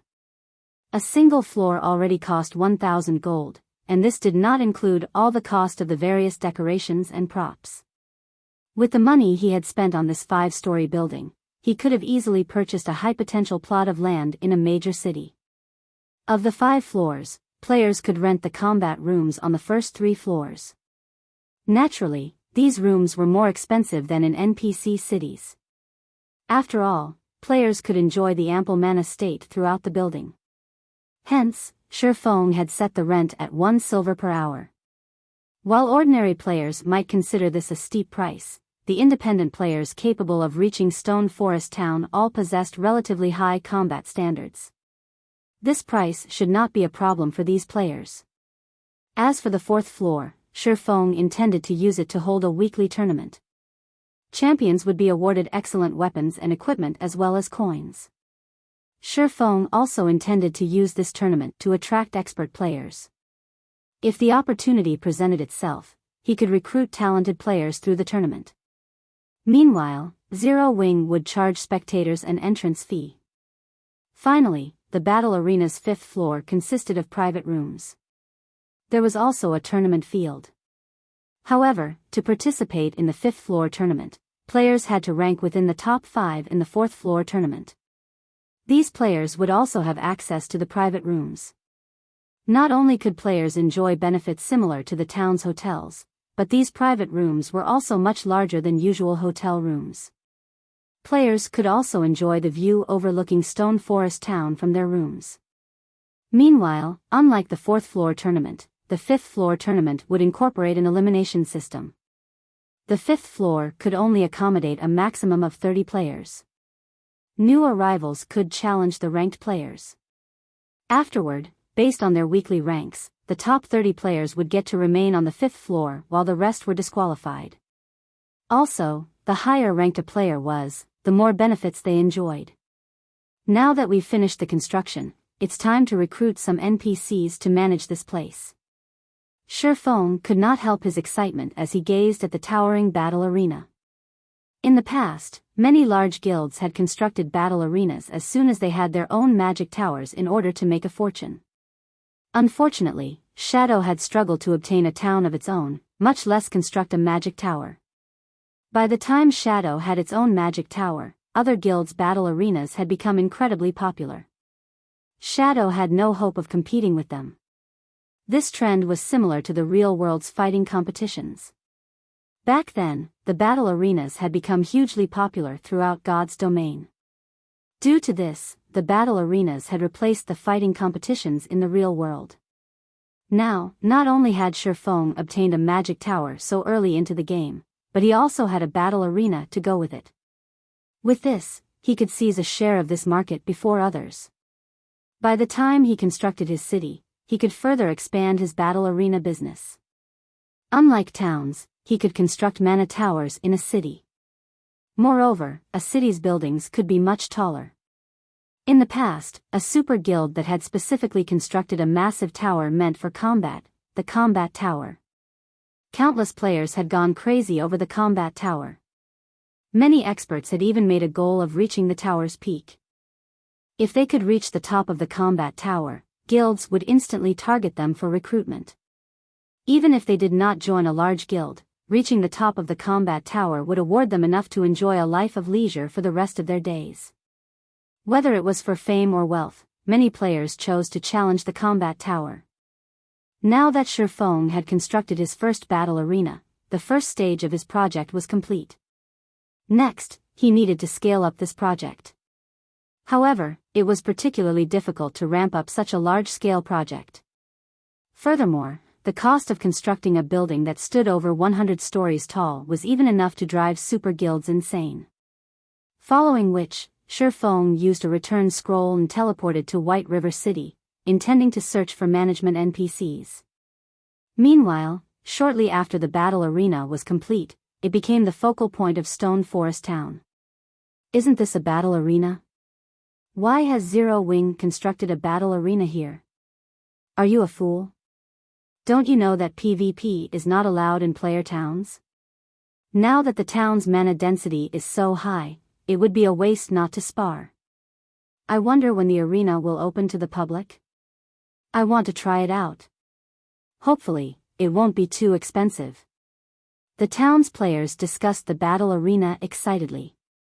To players who had experienced the trial tower, they knew that the denser the environmental mana was, the stronger they would be in a fight.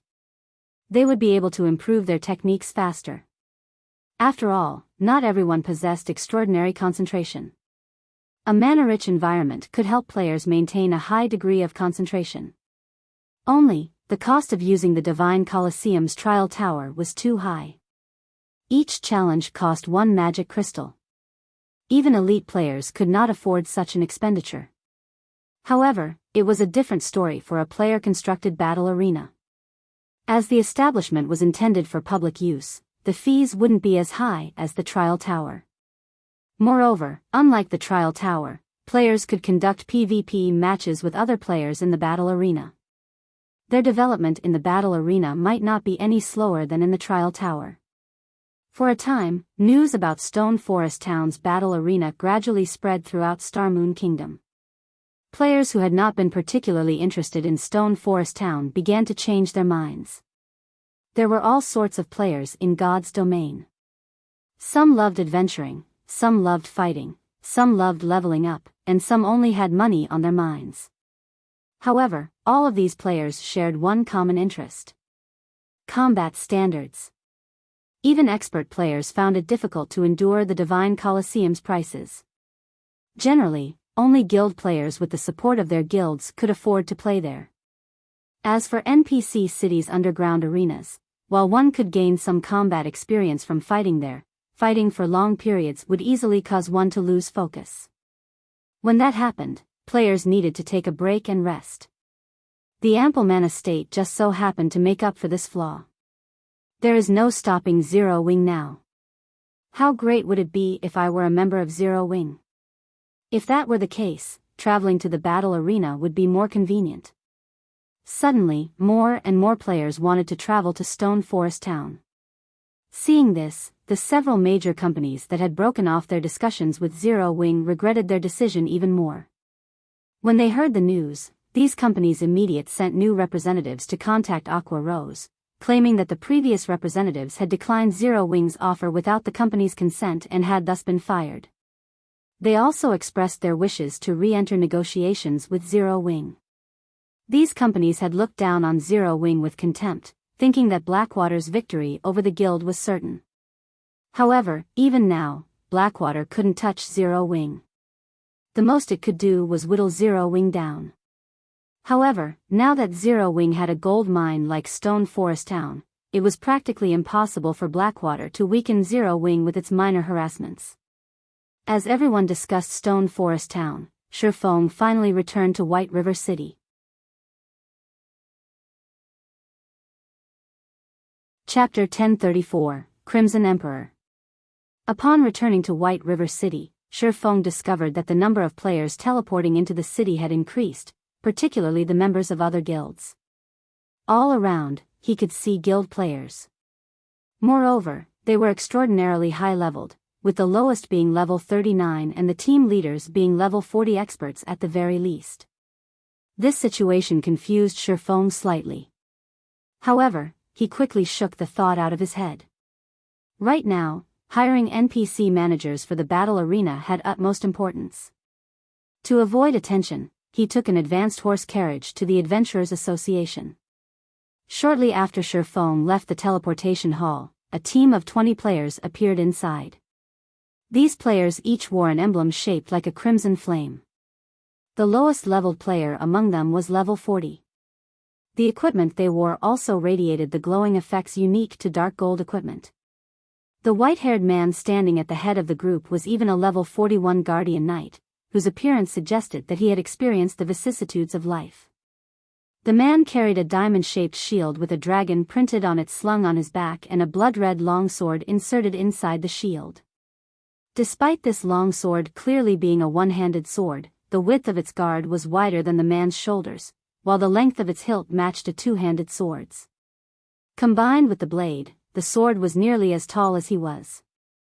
Seen from afar, the man appeared to wield a bloody cross.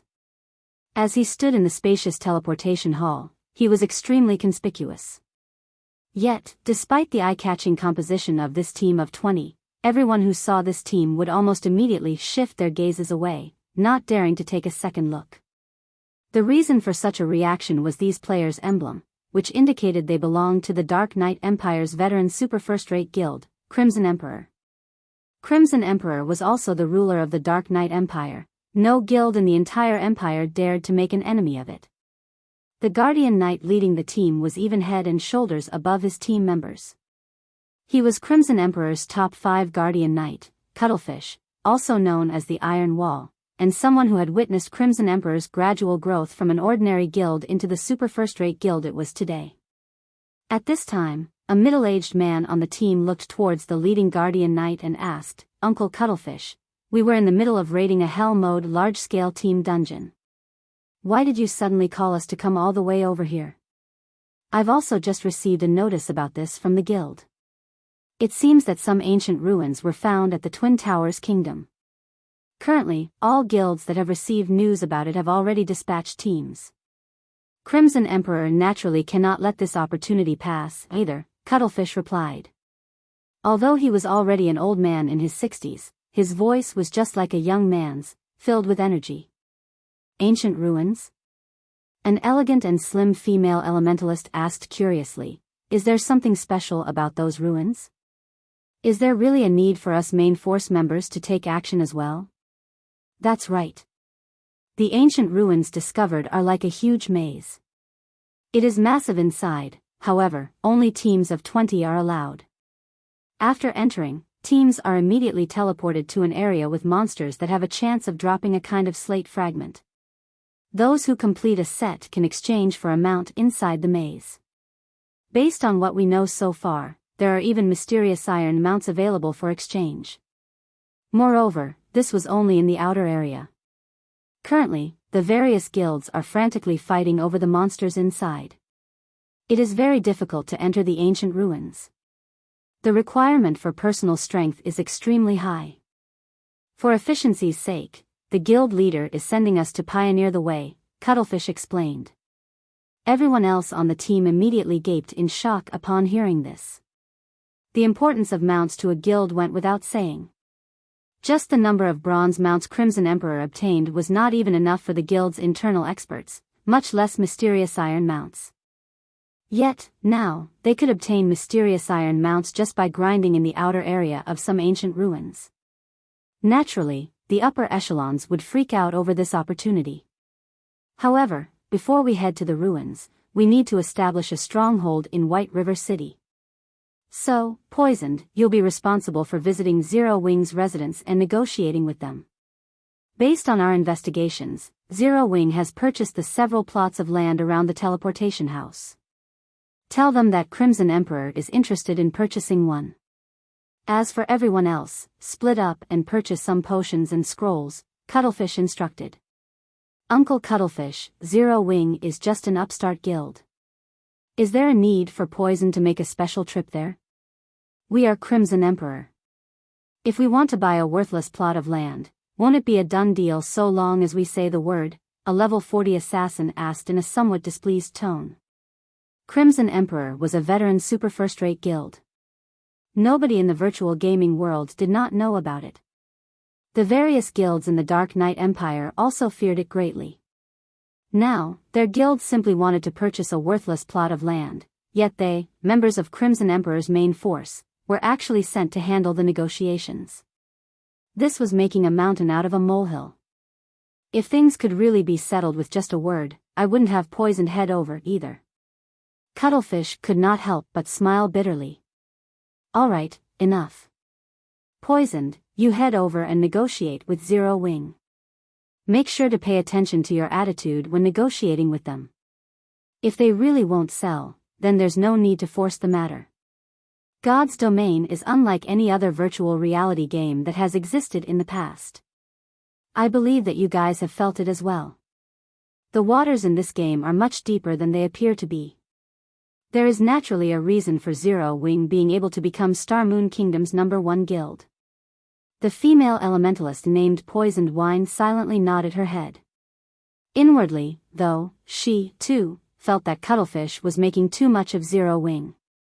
Inside the Adventurers Association, Shifeng directly switched to his Spirit Slayer title and walked up to the front counter. Upon seeing Shifeng, the blonde receptionist with green eyes immediately received him with great respect. Lord Spirit Slayer, how may I be of service to you today? The NPC receptionist asked respectfully. I wish to hire some advanced managers, Shifeng replied. Alright, then. Please follow me to the VIP room on the 2nd floor. We'll bring the related documents over to you right away. The NPC receptionist bowed before leading Shifeng up to the 2nd floor.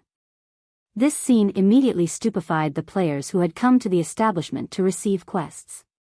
Who is that person? He actually got the receptionist beauty to escort him. Even a viscount of the city doesn't get to enjoy such treatment. That person is surely a top-tier expert. It would be great if I could get to know him. The players inside the main hall watched Shifeng enviously as he walked upstairs. Shortly after Shifeng arrived at the VIP room on the 2nd floor, the NPC receptionist handed a file to him. The 4-star treatment really is fantastic. After taking just a glance at the first page of the file, Shifeng was shocked. In God's Domain, players who wanted to hire advanced NPCs could do so only through the Adventurers Association. However, there were differences between advanced NPCs, with some possessing higher intelligence and some lower. The higher the intelligence an NPC possessed, the more human-like they would be. NPC managers with higher intelligence would be able to manage their tasks more effectively. Some NPCs even possessed management skills that were superior to players. They were also more professional. Take Anna for example. Her intelligence was truly extreme. She could easily manage the entire Starstreak trading firm all by herself. However, NPC managers on Anna's level could be encountered only with luck. Shifeng had chanced upon Anna due entirely to a quest. Normally, encountering such an NPC was impossible. Generally, NPCs with more than 50 wisdom could already serve as considerably good managers, while NPCs whose wisdom reached 60 points were quite remarkable already. As for NPCs with 70 wisdom, only Tier 2 mages could achieve that standard. In the past, among the managers Shifeng had met, even the one with the highest wisdom had only 73 points in the attribute. Moreover, that NPC had already been considerably advanced in age. Even so, Shifeng had been quite excited when he found that old man. Back then, the old man had been able to manage an auction house single-handedly with perfect order. Now, however, among the 30 NPCs listed on the first page, Shifeng could see more than 10 with over 60 wisdom. Among them, there was even one with 71 wisdom, and this was only the first page. The file the NPC receptionist had handed him had over 100 pages.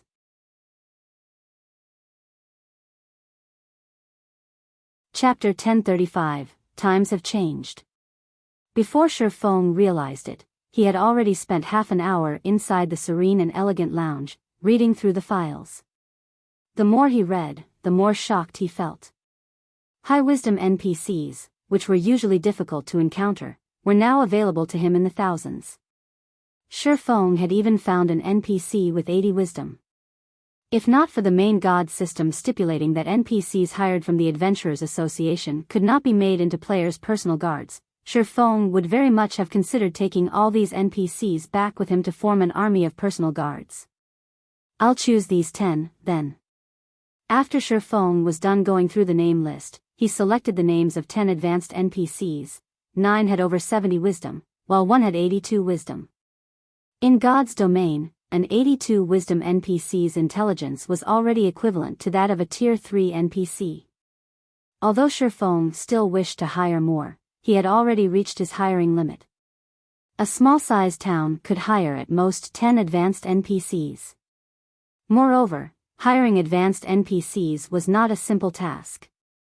Unlike ordinary NPCs, which could be hired without limit and would only cost 2 gold coins a month in wages, one had to satisfy not only the salary demanded by these NPCs but also their conditions. Just the conditions of the 82 wisdom NPC Shi Feng had pointed out could choke an ordinary guild to death. This was because said NPC actually demanded a salary of 10 gold coins per day. Shi Feng also needed to pay a 1-month deposit in advance. In addition, the shop the NPC managed had to have at least 500 other workers. To an ordinary shop, having around 20 NPCs managing it would already be more than enough. One could run more than a dozen shops with 500 NPCs, fulfilling this condition would be impossible for a single, ordinary shop. Fortunately, Shi Feng was running a large-scale battle arena. He needed to hire a lot of ordinary NPCs to run the establishment. Otherwise, there would be no way to cope with the large number of players visiting the arena every day. After Shi Feng confirmed his choices, the NPC beauty beside him happily tallied the bill and very quickly provided him with a figure, saying, "Lord Spirit Slayer, you have chosen to hire 10 advanced managers and 500 normal managers. You will need to pay a 1-month deposit for all of them. The total is 4,000 gold. Once you complete the payment, we will have them sent to Stone Forest Town within an hour. May I know if Lord Spirit Slayer has any other requests?" "That will be all." Shi Feng nodded. He then paid the 4,000 gold deposit, his heart feeling a slight sting. The average level of players had risen considerably by now, and the money they could earn was much higher than before. However, copper coins still possessed quite a significant purchasing power, not to mention gold coins. Most likely, there was not a single guild in the entire God's domain that was as generous as himself, directly spending 4,000 gold to hire NPCs to manage just a single establishment. However, Shi Feng knew that this was a necessary expenditure. It was simply impossible for players to keep up with the management of a battle arena. After Shi Feng was done hiring the NPCs, he checked the time. Seeing as there was not much time left before his meeting with the representatives of those major companies, he promptly left the Adventurers Association and took an advanced horse carriage to the Candlelight Trading Firm. Inside the VIP room on the Candlelight Trading Firm's 7th floor, the representatives of the various major companies had already been waiting here for quite some time now. However, none of them showed any signs of indignation. On the contrary, expressions of shock filled their faces. At this point, White River City was the most populous city in Star Moon Kingdom. Meanwhile, the Candlelight Trading Firm was situated in the central business district of White River City. Aside from NPC-run establishments, the Candlelight Trading Firm's building was the tallest one in this area. From the top floor of the building, their view of the city streets was unobstructed. They felt as if they were kings overlooking the entire city. However, this unique scenery was still only secondary when compared to the report they had just received. During this period, the number of players residing in Stone Forest Town had already hit the 500,000 mark. In the future, that number was sure to double. A player population of 1 million was equivalent to the population of a major NPC city. If they could set up a virtual store in this bustling town, said store would definitely have no lack of customers. The only problem was that Stone Forest Town was too small. If the town were a medium-sized town, then that would be perfect. However, Stone Forest Town's protection period had ended just recently. The town was only beginning to attract NPCs. It would still take a considerable amount of time to get promoted. Furthermore, Zero Wing was simply asking for too much money. With 1 billion credits, these major companies could establish a large guild of their own or invest into a second-rate guild. With the latter option, they could even obtain a considerable number of shares. By cooperating with Zero Wing, however, they would only get priority in investing into a town. They would only receive a guarantee that they could directly rent a golden land in one of the towns Zero Wing captured. The rent of these lands would be gradually deducted from this 1 billion deposit. This condition was truly a little outrageous. Of course, after they signed the agreement, if they did not wish to continue renting land from Zero Wing, they could get back their remaining deposit after half a year. However, the representatives of the various major companies still intended to negotiate this price. After all, the current situation in Star Moon Kingdom was not particularly stable. There was also the Blackwater Guild persistently plotting against Zero Wing. Hence, they intended to use this opportunity to reduce the price. Just as everyone was pondering how they should go about negotiating with Zero Wing, the doors to the lounge suddenly opened. A woman with an extraordinary figure walked into the room. Although she had hidden her face with a black cloak, judging from her graceful figure, her countenance was no doubt heavenly as well. Could this beauty be trying to cooperate with Zero Wing as well? Everyone in the room immediately started quietly discussing this beauty's identity among themselves. However, they very quickly discovered that this woman's seat was right next to the seat of honor. One could just imagine how much importance Zero Wing placed on this peerless beauty. Meanwhile, this peerless beauty was none other than Phoenix Rain. When Phoenix Rain entered the room, she, too, was momentarily surprised. She had never imagined that there would be so many companies interested in cooperating with Zero Wing. Moreover, these companies all possessed extraordinary backgrounds that rivaled even Aqua Rose's Sun and Moon group. After she entered, she also discovered that Aqua Rose had become significantly stronger. Although the Cursemancer had hidden her level, the aura she radiated was indubitable. In addition, Violet Cloud, who stood beside Aqua Rose, was even more amazing. Phoenix Rain herself felt a significant amount of danger coming from the young lady. As for Alluring Summer, on the other side of Aqua Rose, she, too, was relatively powerful. A level 41 elementalist could easily rank at the top of any guild. Moreover, Alluring Summer looked to be rather young, so she should still have great potential for growth. Is this really the Zero Wing I know? After Phoenix Rain observed Violet Cloud further, she suddenly noticed that the young lady's every motion looked very natural, and this discovery shocked her greatly. She had seen Violet Cloud fighting at the Dark Arena before. Although the young lady had not moved much at that time, Phoenix Rain could still tell that Violet Cloud had yet to reach the refinement realm. Nevertheless, after just a short time, Violet Cloud had gone directly from the half-step refinement realm into the refinement realm. Violet Cloud was clearly only a teenager, yet she had actually managed to reach the refinement realm at such a young age. If she were in the Dragon Phoenix Pavilion, she would definitely be considered one of the pavilion's top geniuses and nurtured heavily.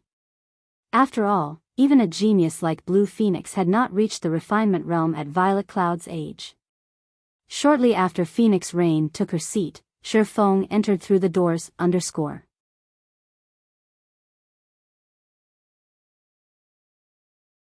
Chapter 1036, Zero Wing's Foundations.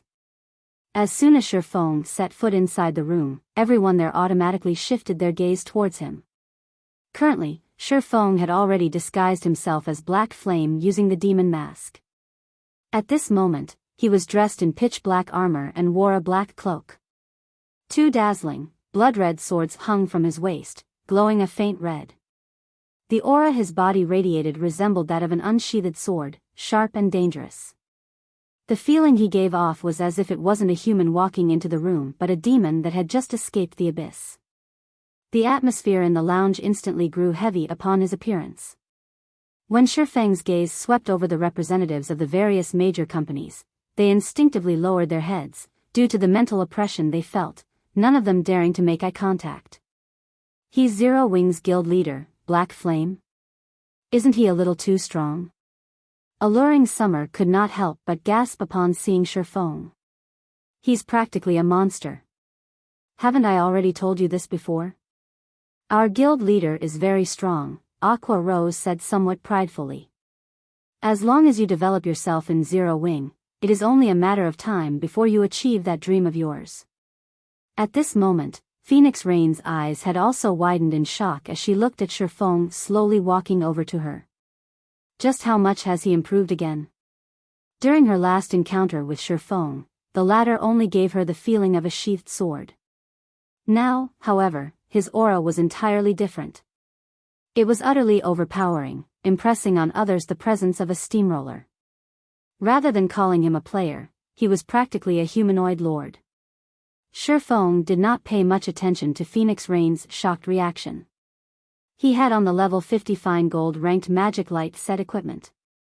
His basic attributes were far superior to those using level 40 or level 45 dark gold equipment. After all, level 50 equipment was meant for tier 2 players.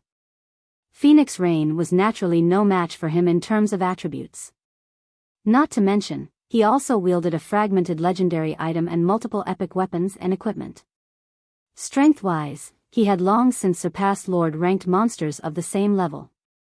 Hence, it was only normal for Phoenix Rain to feel a massive sense of oppression when he did not suppress his aura. However, Shifeng's grandiose entrance had made the various company representatives lose their composure. Now, they were no longer as confident as before. After taking his seat, Shifeng took another look at everyone present before saying straightforwardly, "Since you all wish to cooperate with Zero Wing, I believe you should have already read the agreement given to you, correct? If you have any problems, ask away. However, take note that Zero Wing will not make any changes to the conditions of cooperation, no matter what." Guild leader Black Flame, although Stone Forest Town indeed has excellent prospects, the conditions you require are simply excessive. You could even say that they are far above Stone Forest Town's potential value. Moreover, 1 billion is no small number. If we invest that kind of money into a second-rate guild, we can take control of a significant portion of said guild's shares. Hence, after a discussion among ourselves, we believe that 100 million credits should be a more suitable amount. This way, we'll have a much better time cooperating with each other in the future. After all, the current Stone Forest Town is only that big. Its value is extremely limited. There won't be a single company that will agree to your price of 1 billion. We hope that guild leader Black Flame can reconsider this matter. Our companies are sincerely trying to cooperate with Zero Wing. The representatives of the 20 major companies all expressed their reluctance to pay such a high deposit. Moreover, they also firmly believed that no company would foolishly agree to this condition. However, in order to get a head start in occupying the virtual market, their companies were still willing to pay a certain price. It seems you all are operating under a misconception. Zero Wing's offer of a 1 billion deposit is only the threshold for cooperation. In addition, Zero Wing is providing only 10 slots. This doesn't mean that anyone with 1 billion credits will qualify for this offer. Shifeng then chuckled and added, "If you are dissatisfied with this offer, Zero Wing won't try to force you into accepting it." Before everyone could refute his words, Shifeng took out an old book from his bag and placed it on the table. Staring at the book on the table, everyone was greatly confused at Shifeng's intentions. They then clicked to check the book's information. Magic Tower Design. Could this be? Phoenix Rain immediately thought of the tower in Stone Forest Town upon seeing the name of this book. That's right. Just like you've surmised, the tower constructed in Stone Forest Town is indeed a magic tower. It is also the cause of Stone Forest Town's mana density increase, Shifeng explained, smiling. I believe you all should have already seen for yourselves the effects of the magic tower, correct?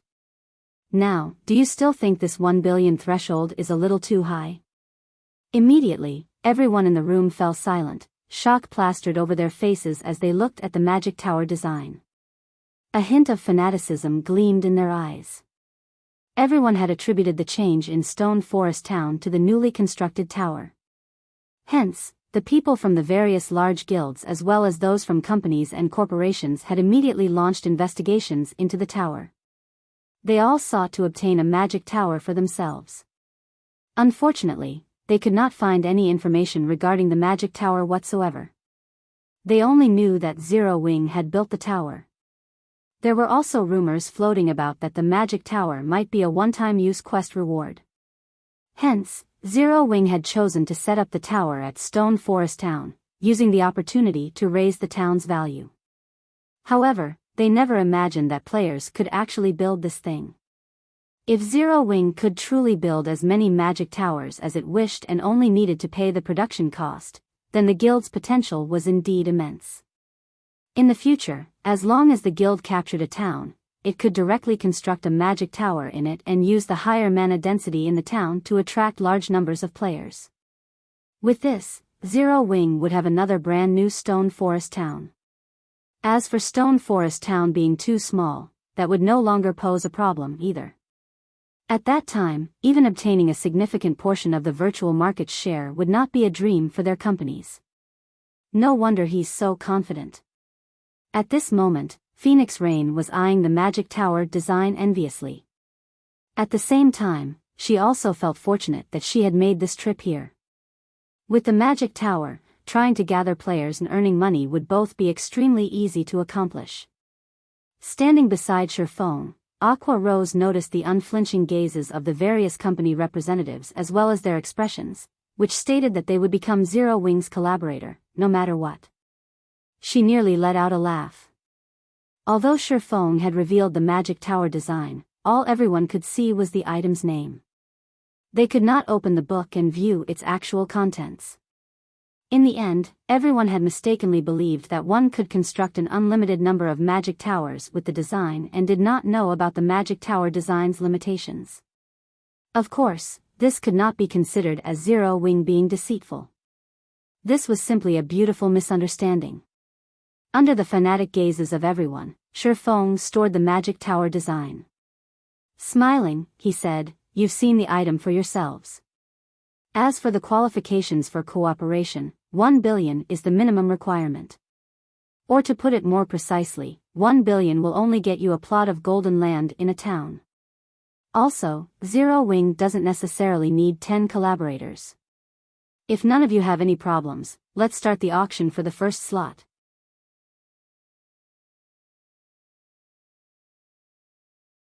Chapter 1037, Insane Woman. Shifeng's words caused another commotion in the room. None of the representatives had expected him to have such intentions from the very beginning. This sudden announcement truly caught them by surprise. The various company representatives, who were originally sitting close together, immediately started eyeing the people next to them, a wary expression appearing on their faces. At the same time, they were also secretly contacting the directors of their companies, hoping to get a quick reply from them. Nobody present was a fool. They knew just how much was at stake here. Just the value of a single town with a magic tower could practically rival that of 8 player-owned towns. Moreover, capturing 8 towns was easier said than done. Even if one managed to seize so many towns, the investments needed to develop these towns were not something an ordinary large guild could support. Most likely, only entities like super guilds would be able to operate 8 towns simultaneously at this stage of the game. However, buying a plot of land in the towns owned by super guilds was nigh impossible for their companies. That was no longer a problem that could be solved with enough money. Super guilds operated differently from ordinary large guilds. They were playing virtual reality games with the intention of monopolizing a large share of the virtual industry and were more than capable of doing so. Hence, why would they want to split their profits with someone else? On the other hand, Zero Wing only needed to capture 1 town to gain the economic benefits of 8 towns. If their companies could gain priority in investing in Zero Wings towns, they might be able to establish themselves in God's domain's virtual industry. How could they possibly let this opportunity get away? Seeing Shifeng remaining silent for some time after his announcement, Aqua Rose could not help but ask softly, "Guild leader, are you still not going to start the auction?" "Wait a little. There's no need to rush this matter. We'll let them digest this information first. When the time comes, they'll compete with even greater ferocity," Shifeng replied, smiling as he looked at the company representatives busy contacting their superiors. Originally, this matter of cooperation had been relatively urgent. He had even made plans to risk exposing the city building order just to gather enough funds to purchase Ouroboros's training center. The existence of a training center was simply too important to a guild. This relevance was akin to that of the current dojos. The experts nurtured in dojos would go on to participate in all sorts of competitions. Training centers were similar in this respect, where the experts nurtured in training centers would go on to participate in all sorts of virtual competitions. The only difference was that virtual competitions possessed much greater influence and competitiveness. Moreover, if Shifeng had his own training center, he could do things much more conveniently. He would have less to worry about in other matters. Most importantly, he could recruit and nurture members en masse rather than in limited numbers. He could also attract many more people to Zero Wing. This was also one of the reasons why super guilds would never have a lack of recruits each year. After all, nobody would wish to spend their entire life fighting for a half-dead guild that did not even have a proper workplace in the real world. Due to this reason, second- and third-rate guilds would often be a flash in the pan in the virtual gaming world, while first-rate guilds and above remained as steady as a mountain in the industry. After Shifeng waited for a short while, the various company representatives finally completed their tasks. They then turned to look at Shifeng, their eyes filled with appreciation for his patience. "It seems you all have prepared yourselves already. Let's begin, then," Shifeng said after getting silent confirmation from everyone present. The starting bid for the first cooperation spot is priced at 1 billion credits. Every increment must be no less than 10 million. 1 billion, 20 million. 1 billion, 30 million. 1 billion, 40 million. At this moment, the various company representatives no longer hesitated as they began frantically calling out bids one after another. There were only 10 slots available. Even in the best-case scenario, only 10 companies could cooperate with Zero Wing. Meanwhile, there were 20 companies present. If some companies were slightly greedy and were willing to pay the price and gamble on Zero Wing's future, a single company might purchase 2, or even 3, slots. After all, however small a town was, there should still be no problem if it had 2 or 3 of the same virtual stores. The stores should not affect each other too greatly. Most importantly, the money they invested could still be taken back. They were merely placing a deposit for renting lands right now. Moreover, judging by the popularity of God's domain, they could already tell what the future of the virtual industry would look like. Most likely, it would be even more profitable than the real estate industry. Hence, the various companies intended to obtain as many cooperation slots as they could right now. Very quickly, the first cooperation slot's price had risen to 1,200 million. Moreover, the bidders still showed no signs of stopping. "Aqua, your guild leader is simply too good at doing business. He's practically robbing them at this point," Alluring Summer said, smacking her lips. This was not her first time seeing such large transactions taking place. After all, just the construction of a single 5-star hotel in the real world cost nearly 10 billion credits. It was even more expensive for 6- and 7-star hotels. However, this was definitely her first time seeing a virtual store selling for such a high price. "This is nothing. Those who want to cooperate with us in the future will have to pay an even higher price," Aqua Rose said, unfazed by this situation. Although the towns in God's domain were good, they were a far cry from being comparable to a city, particularly the first player-owned city in God's domain. If not for the fact that they could not publicize the matter of the city building order yet, these companies wouldn't even have the qualifications to negotiate with Zero Wing. During the brief moment Aqua Rose was chatting with Alluring Summer, the price for the cooperation slot had hit 1,300,000,000. However, as the bids continued increasing and were approaching 1,500,000,000, the number of people calling out offers started dwindling. At this moment, a clear voice resounded throughout the lounge. 2 billion. Everyone instantly turned to look at the bidder in shock. This person was none other than Phoenix Rain. This woman has lost her mind. She actually bid 2 billion. Who is she? Everyone was stunned by Phoenix Rain's bid. Although they also had that kind of money, the more they could save, the better. Is there anyone willing to place a higher bid? Shifeng asked for confirmation as he swept a glance at everyone present. He was not particularly surprised by Phoenix Rain's bid. After all, she was someone capable of obtaining a battle team slot for the Dark Arena. How could her origins be ordinary? After Shifeng sought confirmation 3 times, he sent the first official contract to Phoenix Rain. Afterwards, she simply needed to place her signature on it. When all the representatives present laid eyes on the contract, envy surfaced on their faces. They then made preparations to bid for the second contract. However, as soon as Shifeng announced the bid for the second contract, Phoenix Rain again said softly, 2 billion. Silence fell once more. The representatives all felt hatred and frustration towards Phoenix Rain's actions. What the hell is with this woman? She is simply insane. There are 10 slots available. I refuse to believe she can take down a third one. Everyone initially thought that Phoenix Rain would hit her limit after purchasing a single slot for 2 billion. They never imagined that she would repeat her feat. However, in their opinion, Phoenix Rain should have run through the funds she had on hand after spending 4 billion. She should no longer be a threat in the following bids. Unfortunately, reality proved to be far crueler than these representatives thought.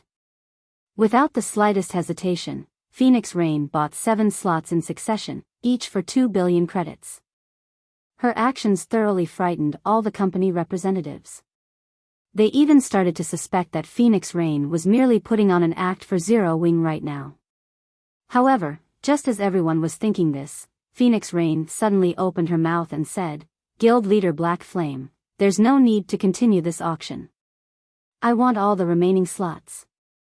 I hope that the two of us can sit down and discuss the matter of cooperation further instead of continuing to waste time here."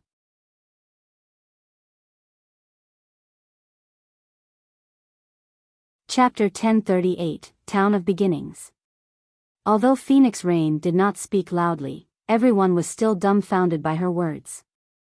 As for the matter of Phoenix Rain being Zero Wing's puppet, they had long since flung that idea out of their minds. Is this the background of a super first-rate guild?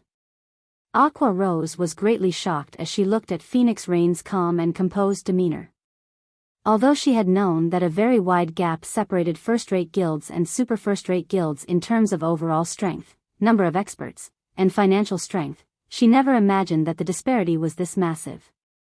Phoenix Rain was actually capable of purchasing all 10 slots as if she was shopping for vegetables at the market.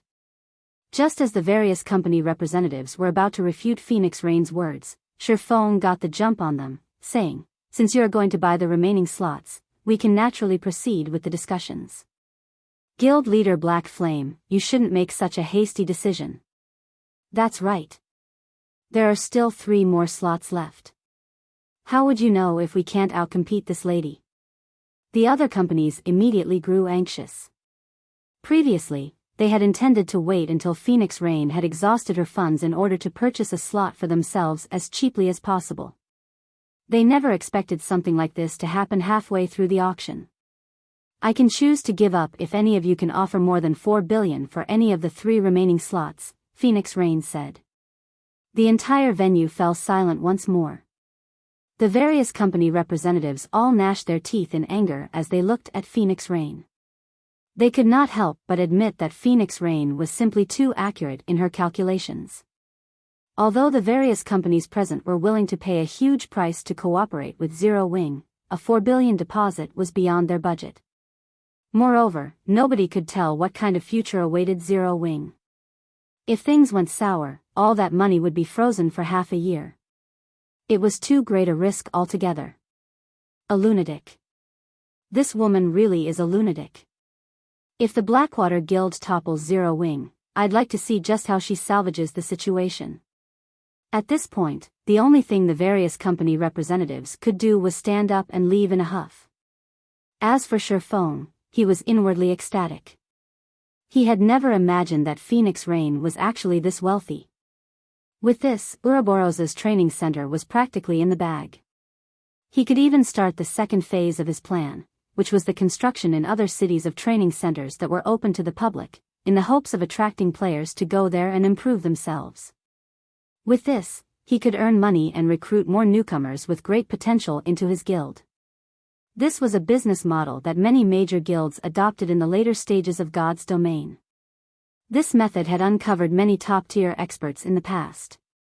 Among them, the most famous one would be the Tier 6 Berserker god, Half Madness.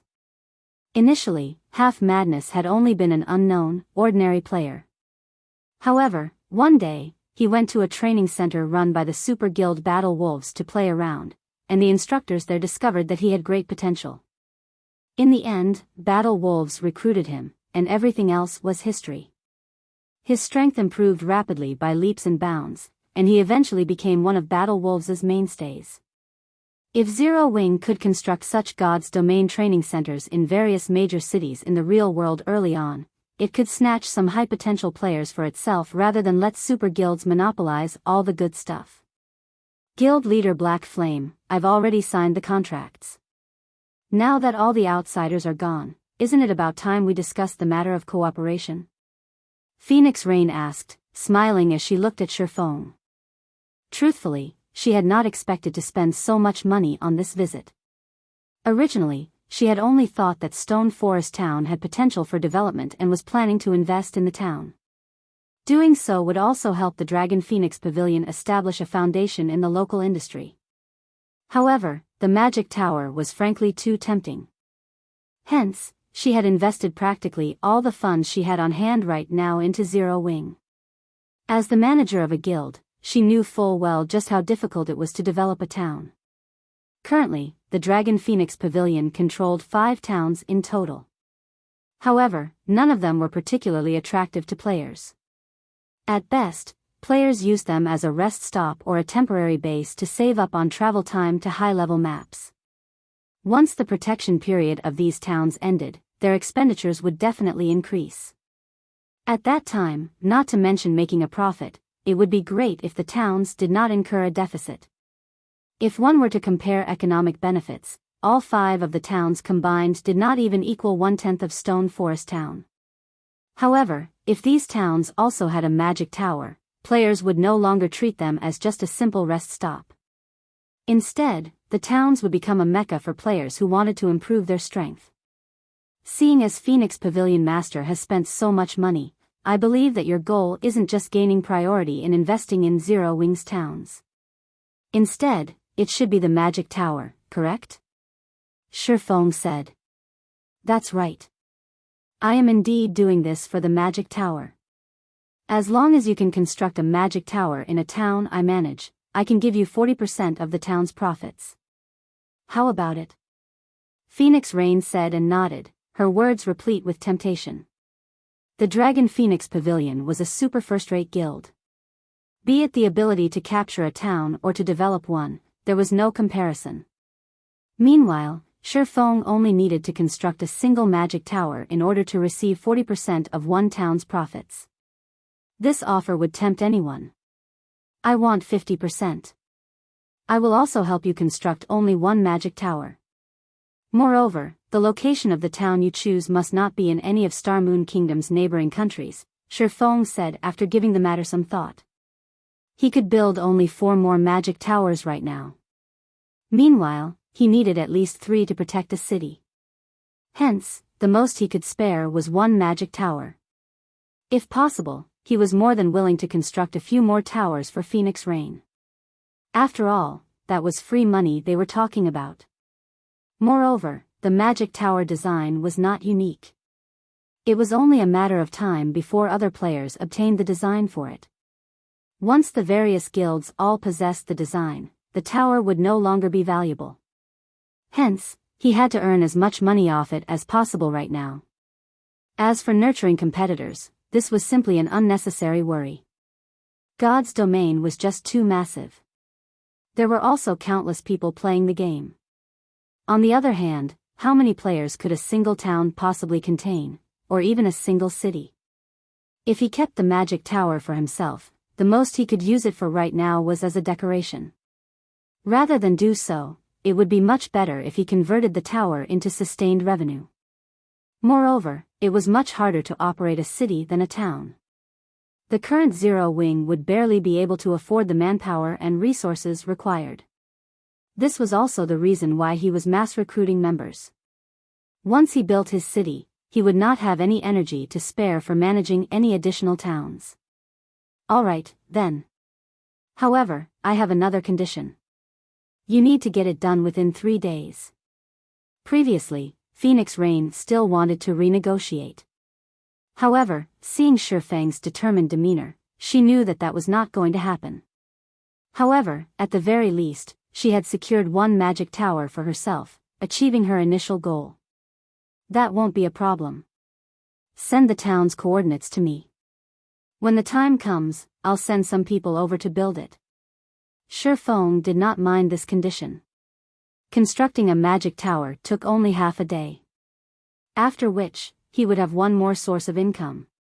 Then, he also would not have to worry about the construction fees for his city. After the two of them signed a contract reflecting their agreement, Phoenix Rain sent a set of coordinates to Shifeng. Savage Wildland, Town of Beginnings. What? You've actually discovered the Savage Wildland?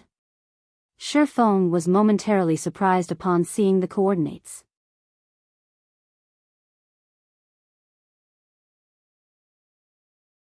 Chapter 1039, Humanity's Origins.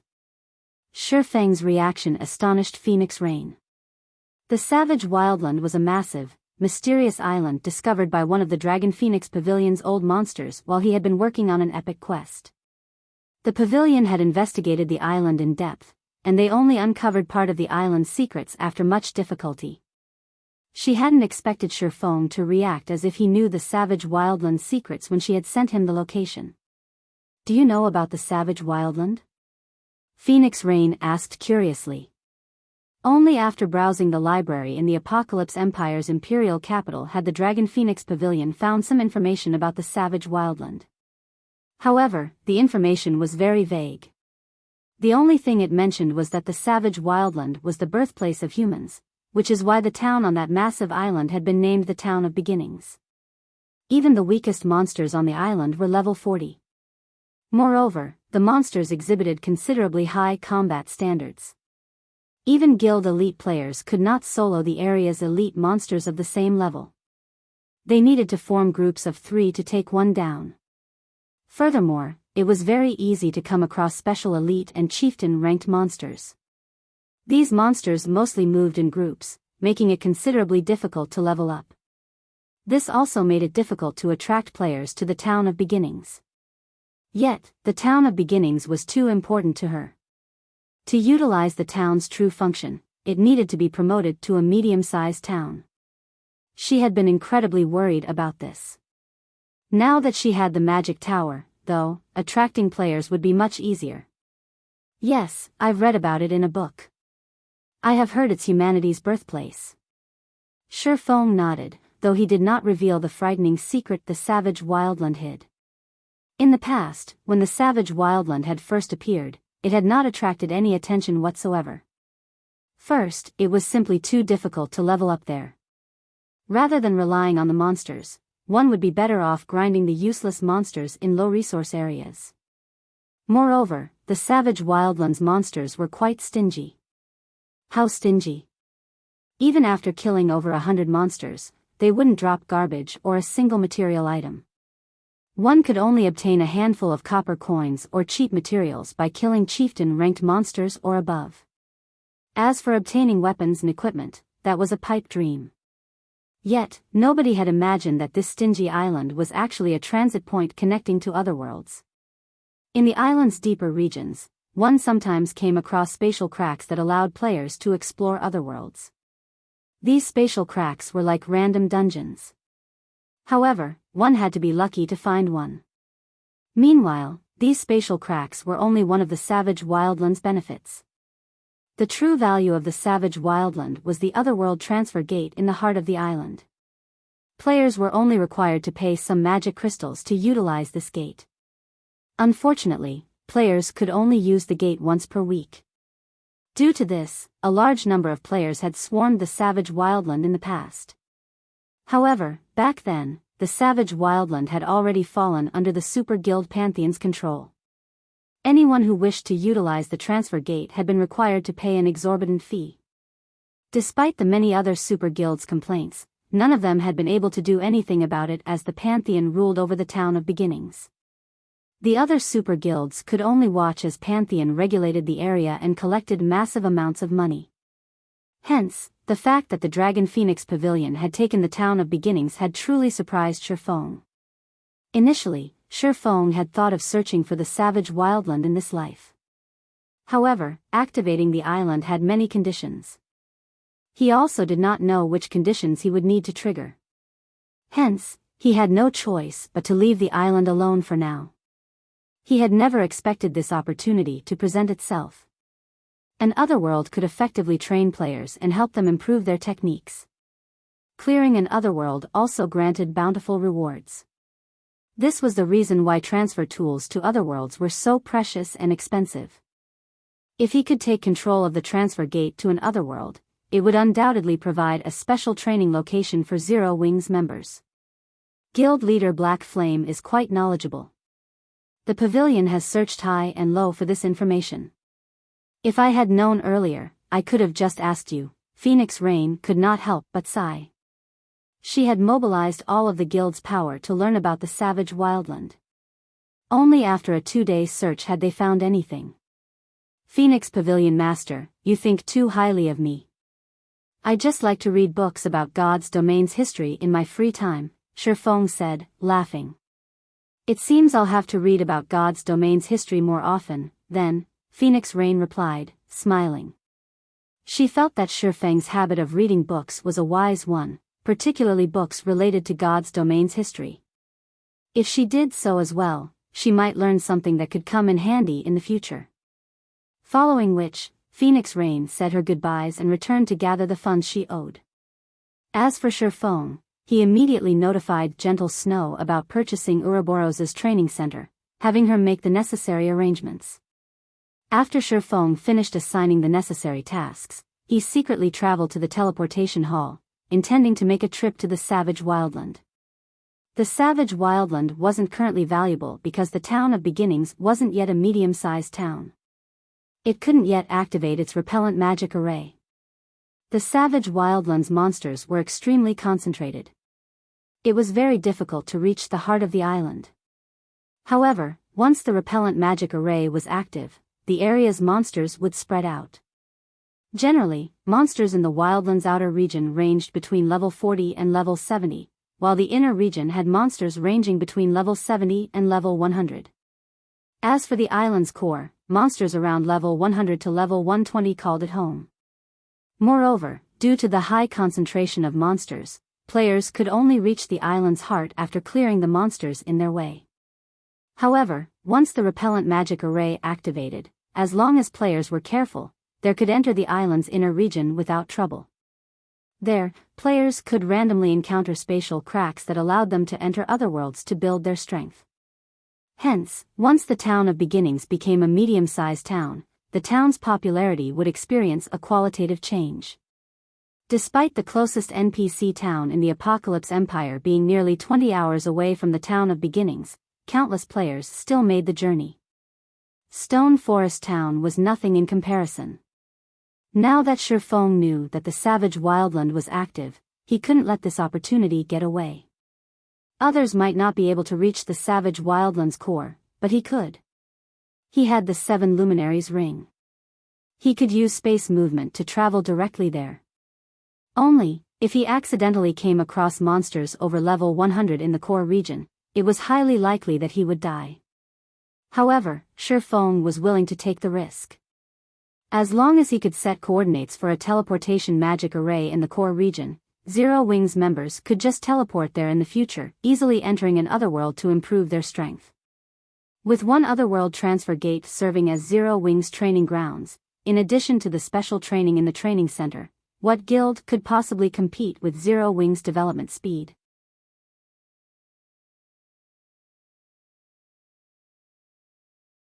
Chapter 1040, Maritime Business. Starmoon City, Blackwater's guild residence. Currently, 3 people, 2 men and 1 woman, sat inside the guild leader's luxurious office. Among them, 1 man was Blackwater's guild leader, Abandoned Wave, while the woman was Qin Muyun, who had been tasked with managing Blackwater's affairs in the Black Dragon Empire. However, these 2 VIPs of the Blackwater Guild had their eyes locked on the man before them. The man wore a black cloak and had tightly wrapped bandages around most of his face, preventing others from seeing his appearance or level. Moreover, he felt as if he were an illusion, as if the man would vanish if one did not pay him careful attention. You're saying that Zero Wing can construct as many of those magic tower as they want? Abandoned Wave asked, his brows raised in suspicion. He found this information somewhat hard to believe. Everyone throughout Starmoon Kingdom had likely discovered how powerful the magic tower's effects were in Stone Forest Town. The magic tower was precisely the reason that players had overcrowded the town. When Abandoned Wave saw the number of players traveling to and from Stone Forest Town, he could not help his jealousy. After all these players were walking sacks of coins. Although the Blackwater Corporation was wealthy, its coin income was very limited. With just the income of Stone Forest Town, it was impossible for Blackwater to wear down Zero Wing.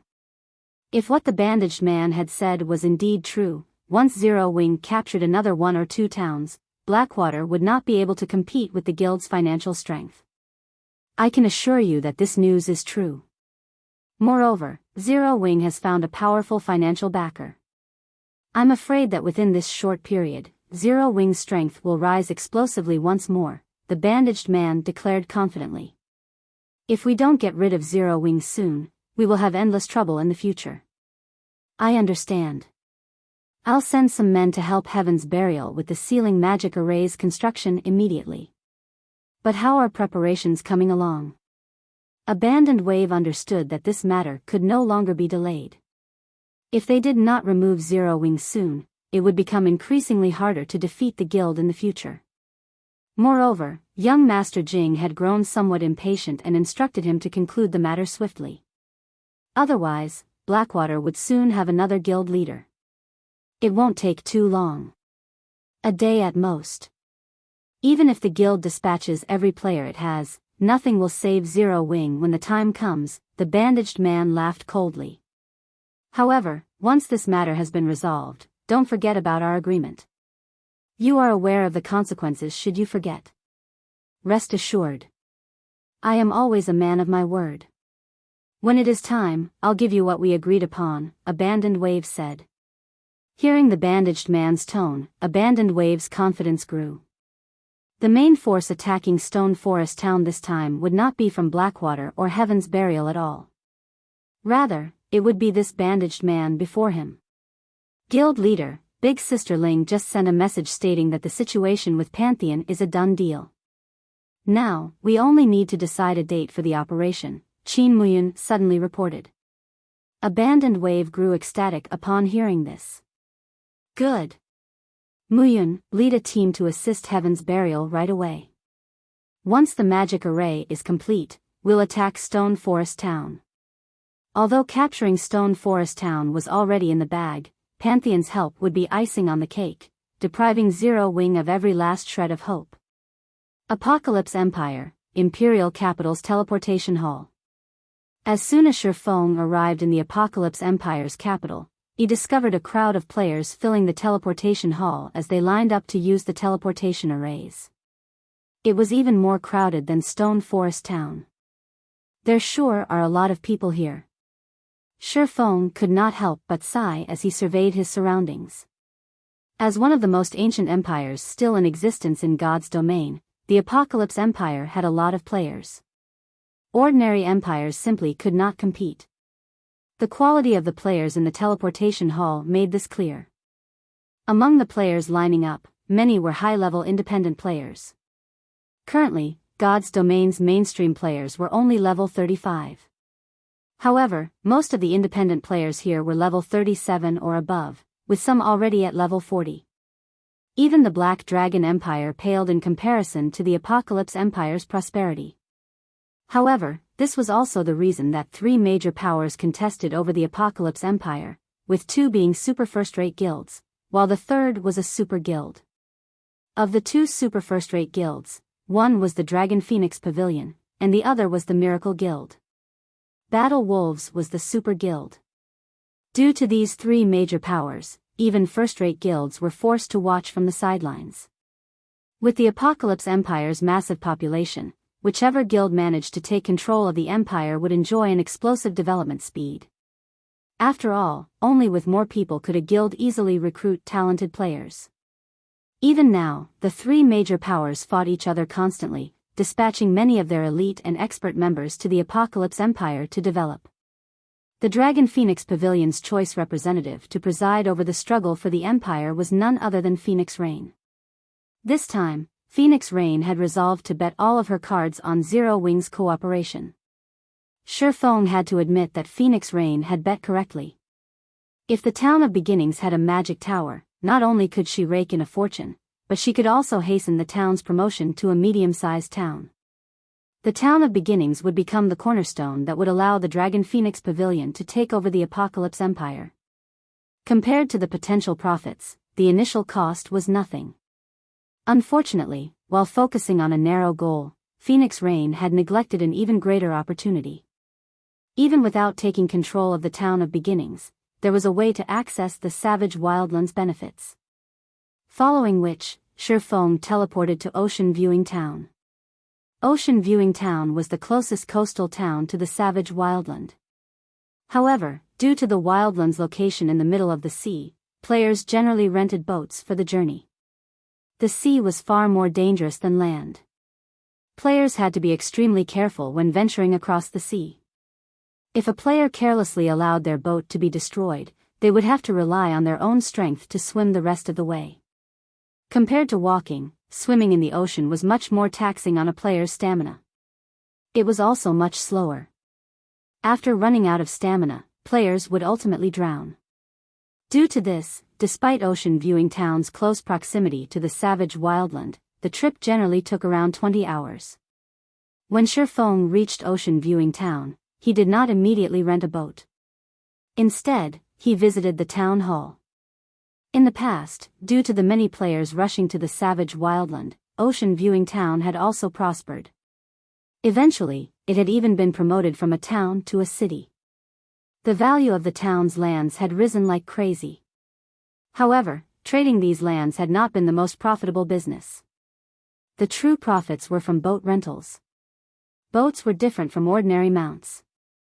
Although they were another mode of transportation and engineering players could construct them, their designs were exceedingly rare. Generally, players who wanted a boat of their own would use the designs that came with a shipyard. A shipyard also increased the speed of crafting boats. There were a total of 5 shipyards for sale in Ocean Viewing Town. In the past, those who had purchased these shipyards early had made a fortune when the Savage Wildland became popular.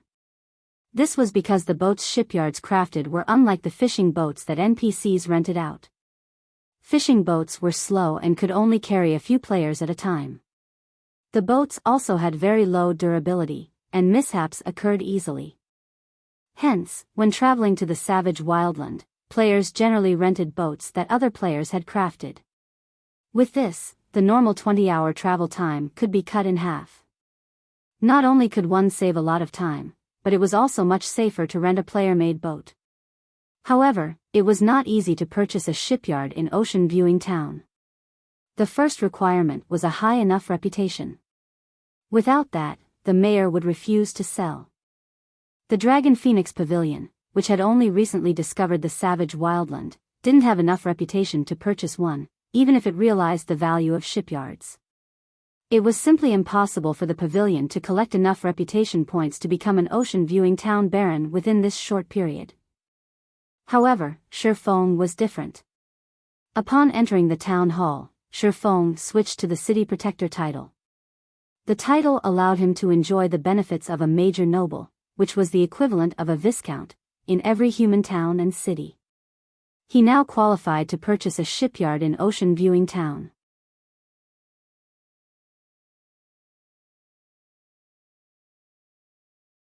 Chapter 1041, Medium Shipyard. When Shifeng entered the town hall, there were only a few other players in the building. They were all independent players, not guild players. The lands in God's Domain's NPC cities were very expensive. Generally, only guilds could afford them. It was practically impossible to find a lone player who could afford these lands as well. However, it was a different story for NPC towns. The lands here were many times cheaper. Take Ocean Viewing Town for example. Its normal lands only cost 200 to 300 gold, while the lands around the town center cost 500 to 600 gold. Even the most expensive land, which had an excellent view of the ocean, cost around 900 gold. Generally, expert players of considerable skill could afford these lands after their Tier 2 promotion. In the past, many players who could not afford houses in NPC cities would build their houses on lands in towns with a good view or in prosperous towns. As a port town, even without access to the savage wildland, ocean-viewing towns' lands were a valuable investment. After all, as players reached higher levels, players would unlock more in-game systems in God's Domain. For example, the Maritime merchant system.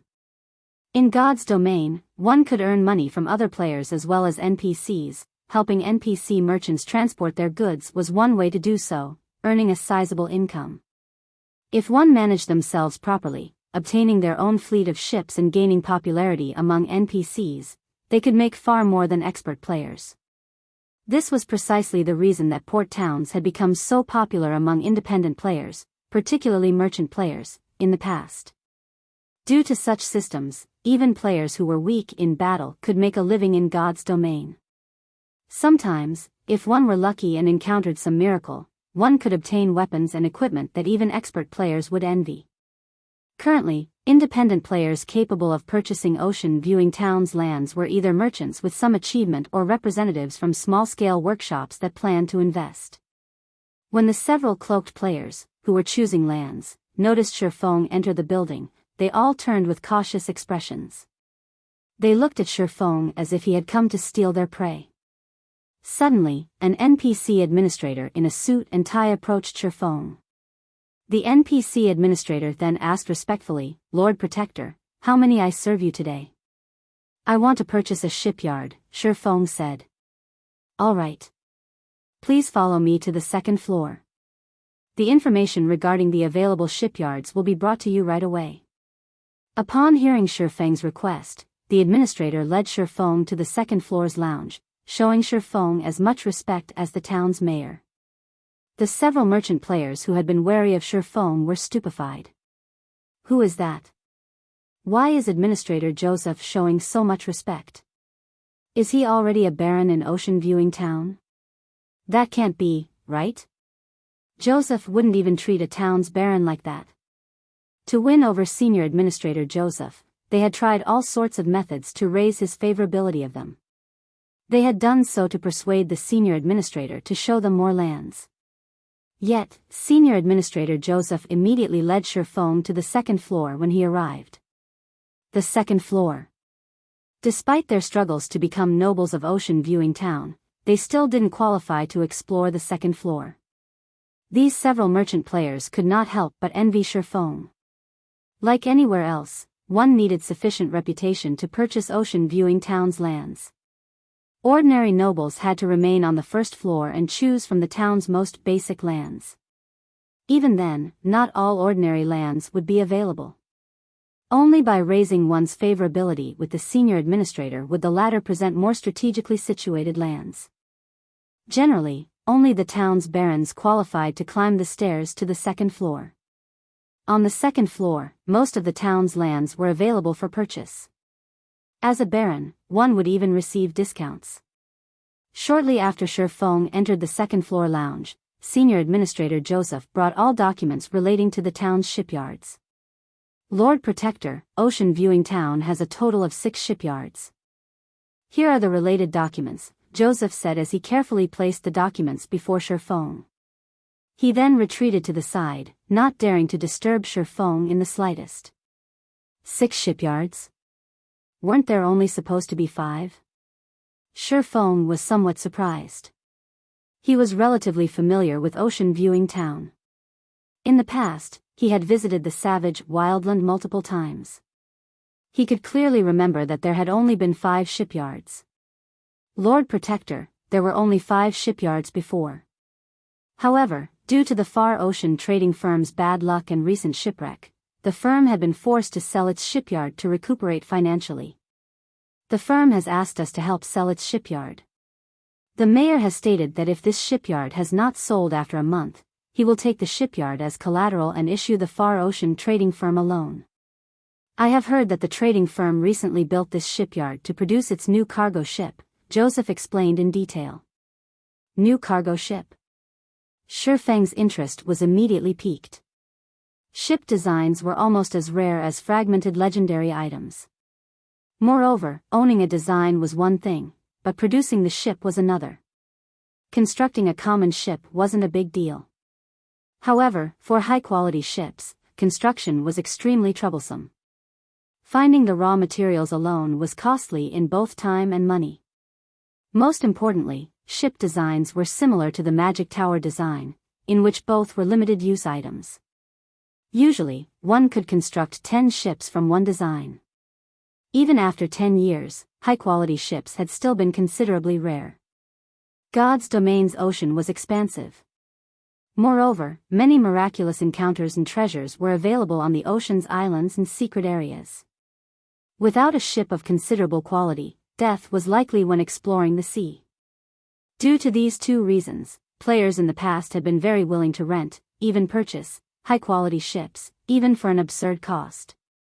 Following which, Shifeng began to browse the documents. Shifeng took 10 minutes to look through all of the information. As Joseph had said, the Far Ocean trading firm had researched a new cargo ship. Although the ship was only common rank, it was 15% faster than the other 5 shipyards' cargo ships. Moreover, its carrying capacity and durability were 20% higher. Aside from bronze or higher-ranked cargo ships, this was the best choice for merchant players. The only problem was the price.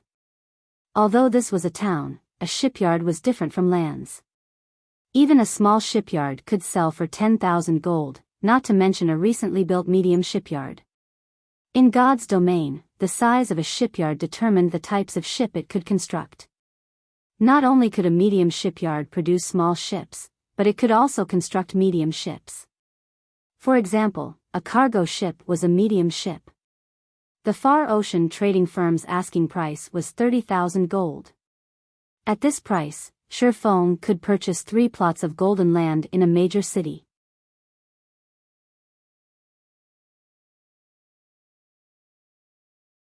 Chapter 1042, Bronze Speedboat. Shifeng had to admit that the Far Ocean trading firm's price was quite high. Normally, medium shipyards only went for 20,000 gold. He could purchase another small shipyard with the additional 10,000 gold. 30,000 gold was almost everything Shifeng had on him. Previously, he had spent quite a bit to deal with the Dark Guilds. Afterward, he had constructed the Magic Tower, the large-scale battle arena, and hired hundreds of NPC managers. The money he earned in the past several days had vanished in an instant. Shifeng had only planned to spend 20,000 gold to buy a medium shipyard while leaving the remaining 10,000 gold to start the Magic Tower's construction in the Town of Beginnings. Now, his plans had been disrupted. However, even if the price were high, Shifeng steeled himself to make the purchase. He had encountered a golden opportunity this time. Shifeng could clearly remember that in the past, Ocean Viewing Town only had 5 shipyards. A 6th hadn't existed. Moreover, based on Joseph's explanation, this shipyard would be available for 1 month. If a player did not purchase it within the month, this new shipyard would no longer be up for sale. In the past, players had likely missed out on this opportunity. As for the Far Ocean trading firm's recent shipwreck, in Shifeng's opinion, it was very likely due to the activation of the Savage Wildland. After the Savage Wildland activated, the nearby water became far more dangerous. If Shifeng missed this opportunity, he would not have the chance to buy it again. In the past, among the 5 shipyards available, 1 had been a medium shipyard, while the other 4 had been small shipyards. A smart guild would purchase the medium shipyard as soon as possible. This way, not only could it be used to craft small boats, which were a general means of transportation for players, but it could also craft cargo ships to do merchant work. Medium shipyards had far better facilities than their smaller brethren. The production speed medium shipyards was also 30% faster than small shipyards. Moreover, medium shipyards had a higher success rate when manufacturing small ships. With control of Ocean Viewing Town's medium shipyard, one would have control of nearly half of the town's maritime income, much less the Far Ocean trading firm's shipyard, which could produce a new kind of cargo ship. With that shipyard, Shifeng might be able to snag a share of the nearby town's market in addition to Ocean Viewing Towns. "I'll buy the new shipyard, then," Shifeng said softly after suppressing the excitement in his heart. Hearing this, Joseph quickly and carefully responded, "Lord Protector, as we do not own this shipyard and it has only been consigned to us, the most we can offer is a 5% discount. You will have to pay a total of 28,500 gold. A city protector's status was the equivalent of a major noble's. Even Ocean Viewing Town's mayor had to address Shifeng carefully. Shifeng was not someone a town administrator could afford to provoke. "All right, here's the money." Shifeng was not particularly surprised as he handed over the stated amount. A shipyard was not a land.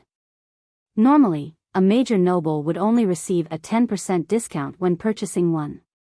He was lucky to receive a 5% discount for a time-sensitive event like this. At the very least, he saved 1,500 gold. That was the equivalent of a poorly attributed epic item. However, he was now broke. He had less than 3,000 gold on his person. Shifeng suddenly felt as if he were drifting further and further away from his 150,000 gold target. A moment later, Senior Administrator Joseph brought Shifeng the deed to the Far Ocean shipyard. After Shifeng verified the information, he rushed to the town's port. He decided to set aside the Far Ocean shipyard's operations until Melancholic Smiles Group returned. Unlike producing weapons and equipment, which only required 1 player, the construction of even a small speedboat required 10 engineers. Medium ships required 30 to 40 engineers. Moreover, the engineers could be no lower than intermediate rank. Otherwise, the success rate would be too low and would result in losses. It was not easy to operate a shipyard. It was not a problem that could be solved with enough money. One needed a small army of engineers. Moreover, apprentice engineers were utterly useless for this task. To run a medium shipyard smoothly, one needed at least 100 intermediate engineers. If one wanted higher production success rates, it would be best to have at least 10 advanced engineers producing the ship's core components. As for the new cargo ship the Far Ocean shipyard had researched, it required even more than usual. The one ship required 50 intermediate engineers. In addition, the ship's core required 5 advanced engineers. Intermediate engineers did not qualify to touch the core component. Only after fulfilling these requirements could they manufacture this new cargo ship at the standard speed. Hence, Shifeng planned to wait until Melancholic Smiles Group returned. He needed 5 advanced engineers at the very least to begin the ship's construction. Otherwise, he would have to rely on small speedboats to earn money, wasting away the advantage of the new cargo ship. When he reached Ocean Viewing Town's port, Shifeng discovered many small fishing boats tied to the docks. Players could rent or purchase these boats. Only, they were somewhat expensive to purchase outright. Ordinary players couldn't afford them. Even the crappiest fishing boat, which could only accommodate a maximum of 4 people at a time, sold for 3 gold. A fishing boat that could hold up to 6 players cost 5 gold. As for fishing boats with a small sail, their prices were even more absurd, with the most common selling for 10 gold. However, one had to admit that it was worth every coin. Fishing boats with sails were 10% faster than those without. Moreover, they possessed the passive skill, sail along the wind. Players could increase their speed by another 20% with the wind in their sails. This way, players could escape sea monsters easily, avoiding the risk of losing both their lives and their ship. Renting a boat was far cheaper than purchasing one. One was only required to pay a deposit of half the value of the boat's selling price and a 5% rental fee of once every 3 days. If the boat were damaged, players were only required to cover the repair fees. In the event that the boat was destroyed completely, however, one was required to compensate the owner in full within a fixed time. If one failed to do so, the owner would place a bounty on their head. Moreover, the bounty contract would not expire, only letting the player rest once it was fulfilled. Hence, players were extremely careful with their rentals. At the same time, if they had the money, they would just buy one. Shifeng could already see quite a few small fishing boats sailing across the ocean. These boats all carried a party of players. With a full party, players had a higher chance of surviving while they explored the islands. Players rarely explored the islands by themselves. In God's domain, small islands were like party dungeons. However, there were both good and bad small islands. If players encountered a good island, they might find a treasure chest, instantly making a fortune. If players encountered a bad island, however, they might leave with nothing. Generally, the treasure chests on a small island could range from common to dark gold rank. Though, the higher-ranked treasure chests had lower probabilities of appearing. Generally, players only found common and bronze treasure chests on small islands. Even so, players could still profit off of them. They were even more profitable than raiding party dungeons or questing. That was why so many independent players were willing to brave the sea. After reaching the port, Shifeng did not choose to visit the boat chartering association to rent a boat. Instead, he walked towards the market beside the port. The market offered many items. NPC merchants from many countries had gathered here, offering more than those in typical NPC towns. After multiple twists and turns through the market, Shifeng finally stood before a 2-story building called Doll's Workshop. Hopefully, nobody has triggered the hidden quest yet. Shifeng inwardly prayed as he stepped into Doll's Workshop. In the past, the most famous quest in Ocean Viewing Town had been the chain quest that awarded a bronze speedboat. Back then, when the player had completed that quest series and received the reward, he had instantly become a target of envy. After all, most players at that time had still been renting fishing boats from NPCs. Even after guilds had purchased a small shipyard, the small ships they produced were only common rank. They could not produce bronze speedboats. After that player obtained the bronze speedboat, he had generously announced the method of triggering and completing said quest on the forums. Unfortunately, that quest was unique. After its completion, no other player could trigger the quest, much less obtain that particular reward. This quest could be triggered in Doll's Workshop.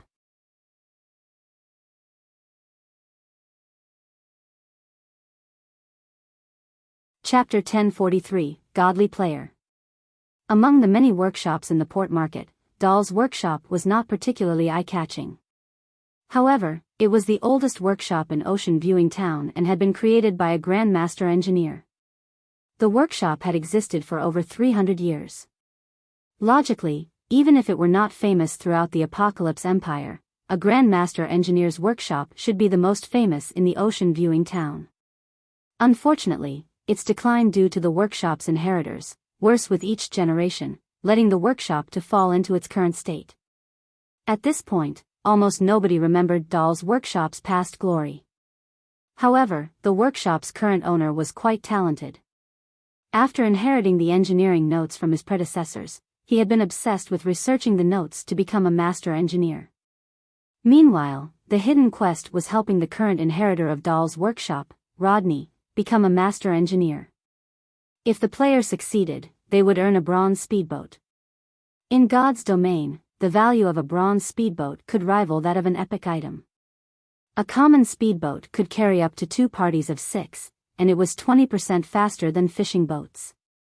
Moreover, it came with the accelerate skill and braving the winds and waves passive skill. Both were necessary for adventuring on the open ocean. A bronze speedboat could hold a team of 20, and its speed and durability were 15% higher than a common speedboat. A bronze speedboat also possessed offensive capabilities. In terms of life-saving capabilities, the bronze speedboat was multiple times stronger than the common speedboat. The player that had obtained the bronze speedboat had formed a relatively good maritime adventurer group and had ventured into dangerous waters that other players had not dared to explore, becoming quite famous in the Apocalypse Empire. Upon entering Dahl's workshop, Shifeng discovered several other players waiting in the basketball court-sized workshop as well. When Shifeng entered the building, these players turned to him with hostile glares. Sure enough, others have discovered it. Shifeng could not help but sigh. However, after giving it some thought, he found this outcome to be reasonable. Ocean Viewing Town might not be particularly big, but there were quite a few players who traveled here to level. Among them, there was no lack of experts. It wasn't surprising that someone had discovered the hidden quest. The independent players inside the workshop were such experts. There were a total of 5 of them, and the lowest leveled among them was level 39, while the highest was a level 40 expert. These 5 people were clearly divided into 2 groups, with a level 40 ranger leading the group of 3, while a level 39 oracle traveled with 1 companion. These players all wore considerably good equipment. Despite being independent players, their equipment was all level 35 secret silver rank or above, with the majority being level 35 fine gold equipment. Their equipment could rank at the peak among independent players. Although 2 expert parties had already accepted the quest, Shifeng paid them no mind. Instead, he approached the level 70 male shopkeeper directly. "Hello, I wish to meet with your shop owner," Shifeng said, smiling. Any player could accept this hidden quest. However, only the player who helped Rodney become a master engineer would receive the final reward. The first step of the quest was to meet with Rodney. However, when Shifeng mentioned his request, the level 40 ranger snorted with amusement. Trying to meet the shop owner from the get-go was a dream. Ordinary people would assume that the male shopkeeper was an ordinary shopkeeper. In reality, however, the shopkeeper was Rodney's apprentice. If players could not get past this apprentice, they would not be allowed to meet Rodney. To meet with Rodney, they had spent 4 days gradually raising their favorability with the apprentice. Only then would the apprentice introduce them to Rodney to help fulfill the latter's wish. The moment the male shopkeeper's eyes touched upon the cloak Shifeng, he immediately stood up and responded respectfully, "Lord Protector, I'll notify my master right away. Please wait here for a moment." The major noble of a city. Even a true master engineer had to treat someone of such stature with some form of respect, much less an advanced engineer like his master, Rodney. What? How can he meet Rodney so easily? The 5 waiting players' jaws dropped. Before they could react, hasty footsteps echoed from the 2nd floor.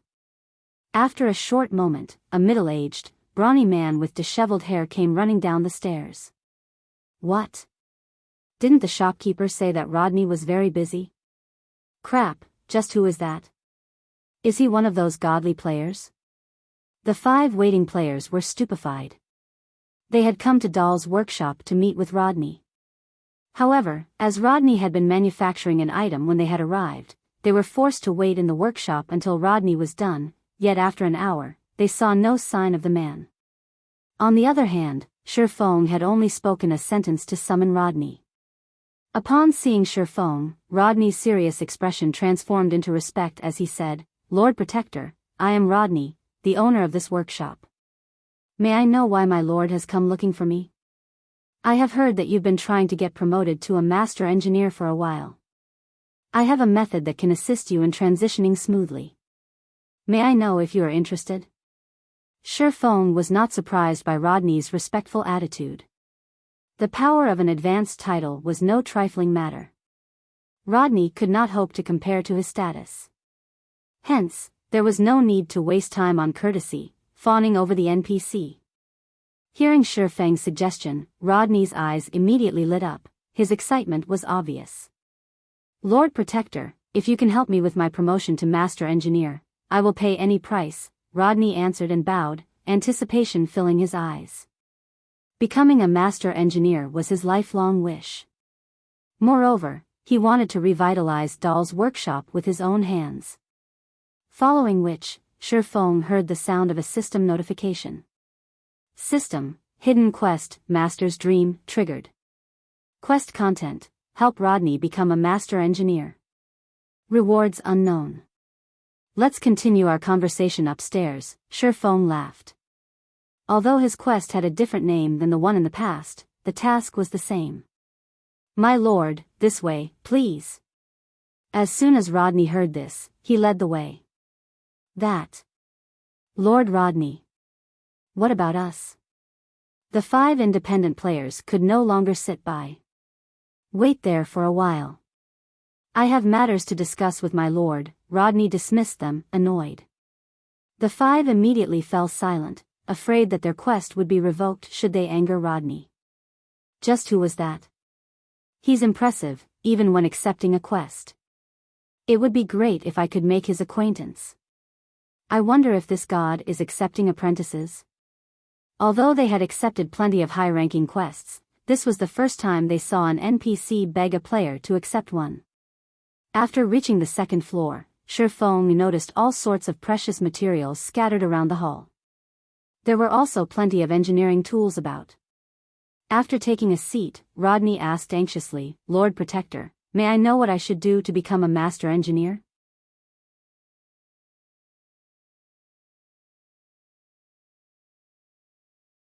Chapter 1044, Promotion Condition.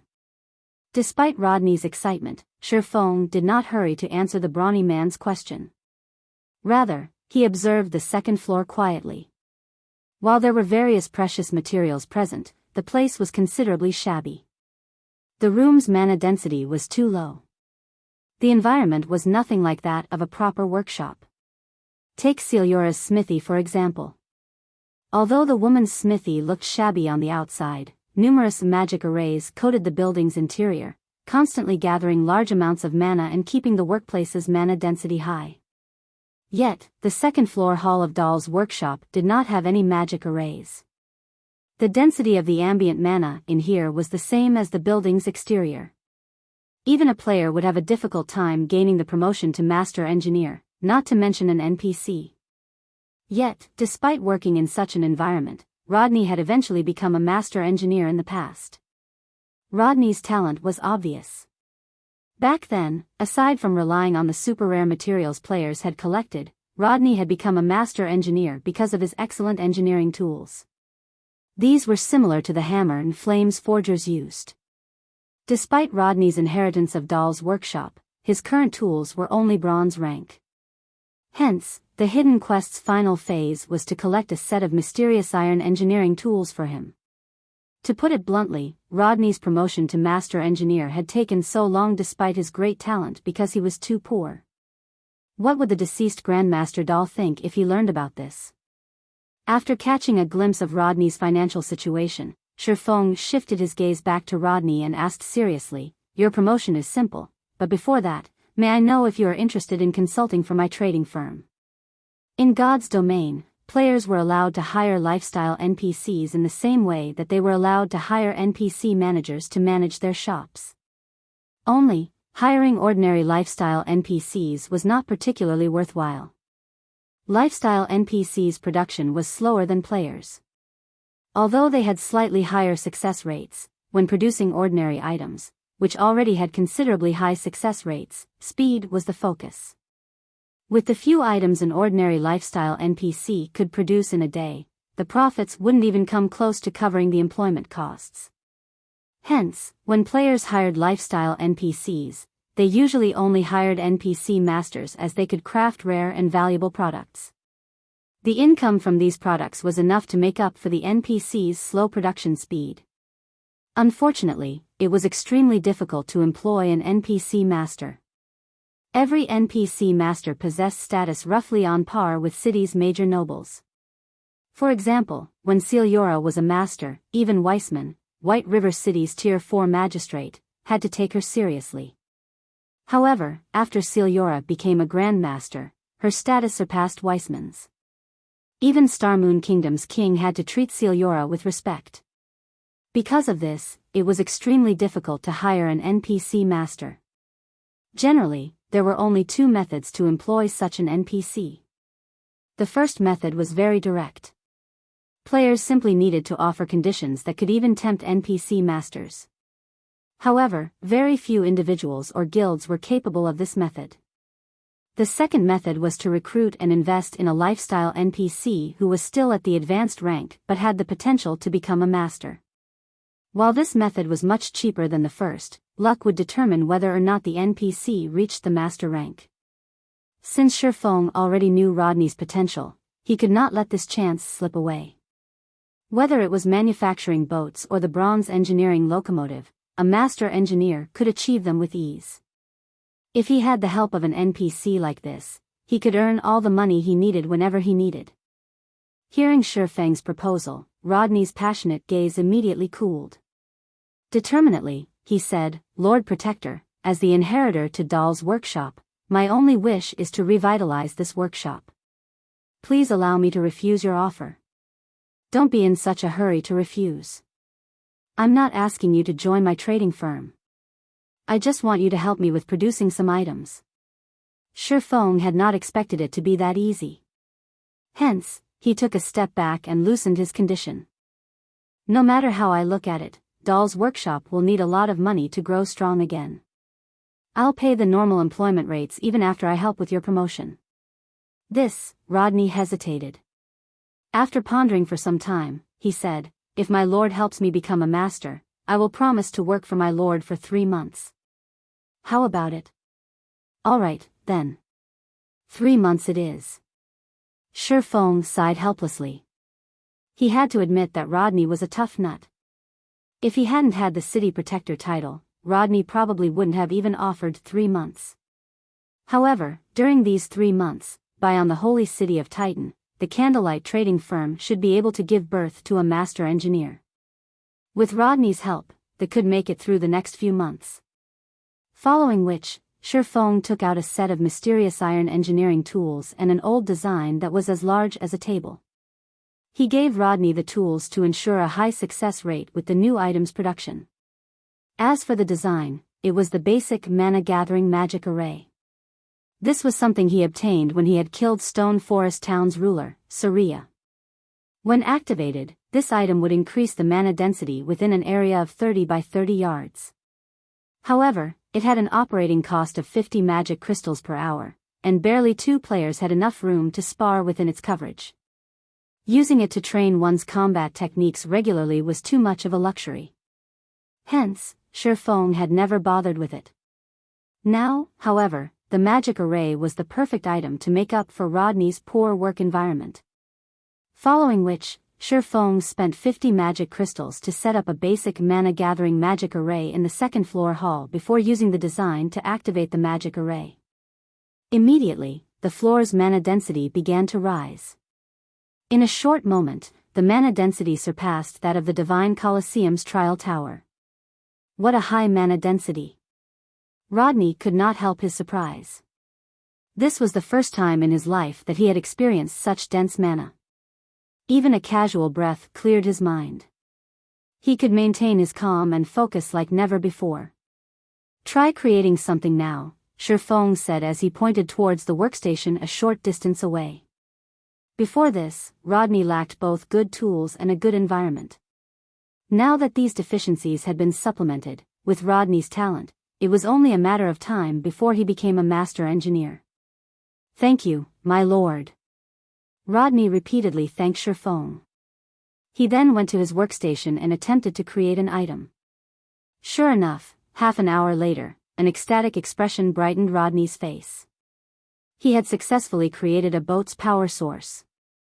When Shifeng looked at Rodney's details again, the latter's introduction text had changed from being an advanced engineer to a master engineer. Suddenly, the sound of the quest completion notification reached Shifeng's ears.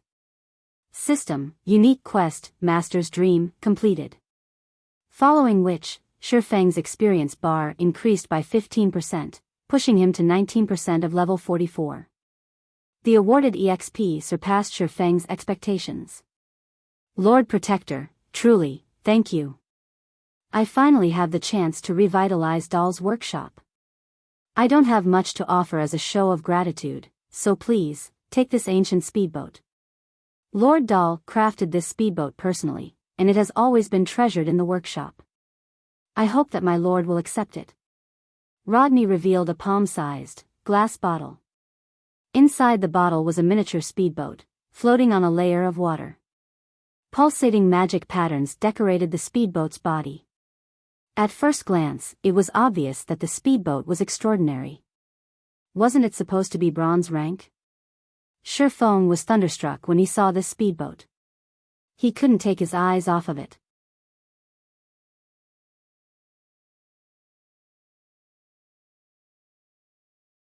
Chapter 1045, Tyrant of the Seas. What rank is it? Shifeng had seen the awarded bronze speedboat in the past. The speedboat back then had not possessed any magic patterns, yet this one did. In Shifeng's memories, any ship that possessed magic patterns had been at least mysterious iron rank. Following which, Shifeng accepted the glass bottle and checked the speedboat's attributes. Swift Dragon Speedboat, Secret Silver rank, an item created by a Grandmaster engineer. Maximum capacity, 30 people. Durability 500/500. Additional active skill 1, Dragon Cannon, range 1000 yards. Deals a devastating blow to a radius of 15 yards. Cooldown, 15 seconds. Additional active skill 2, Energy Pulse, paralyzes all enemies within a 50 yards. Cooldown, 1 minute. Additional active skill 3, Accelerate, instantly increases movement speed by 100% for 20 seconds. Cooldown, 2 minutes. Additional active skill 4, Magic Barrier, envelopes the ship in a magic barrier, granting immunity to all spells and reduces physical damage received by 60% for 10 seconds. Cooldown, 30 minutes. Additional passive skill, Braving the Winds and Waves, when sailing with the wind, movement speed increased by 50%. When sailing against the wind, movement speed is unaffected. As expected of a Grandmaster's creation. Shifeng was shocked. He had seen many high-ranking speedboats before. He had even seen fine gold speedboats. However, speedboats of such rank were impossible for ordinary guilds to obtain.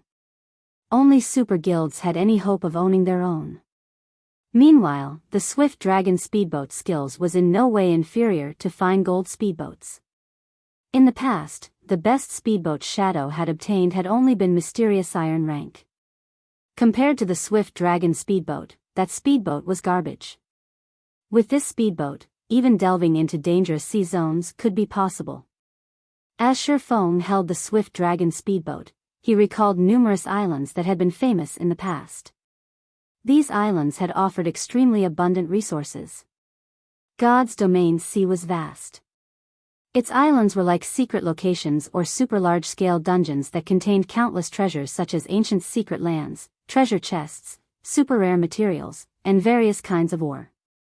Hence, maritime exploration was no less important to the various large guilds than land exploration. However, maritime exploration was different from land exploration. Not only did maritime exploration test players' strength, but it also had stringent hardware requirements. If a player's hardware did not meet those requirements, they would not be qualified to explore dangerous waters. This was because sea monsters were different from the common monsters on land. They were not easy to defeat. Even the weakest sea monster was the equivalent of a chieftain on land. As for their HP, it was multiple times higher than land chieftains. In addition, the water greatly enhanced these sea monsters' combat power. On the other hand, players were restricted and couldn't use their full strength. As a result, even a full party of players had to flee if they encountered a common sea monster of the same level. Fortunately, there were very few sea monsters in normal sea zones. Those players weren't nearly as dangerous. In the more dangerous sea zones, sea monsters were far more common.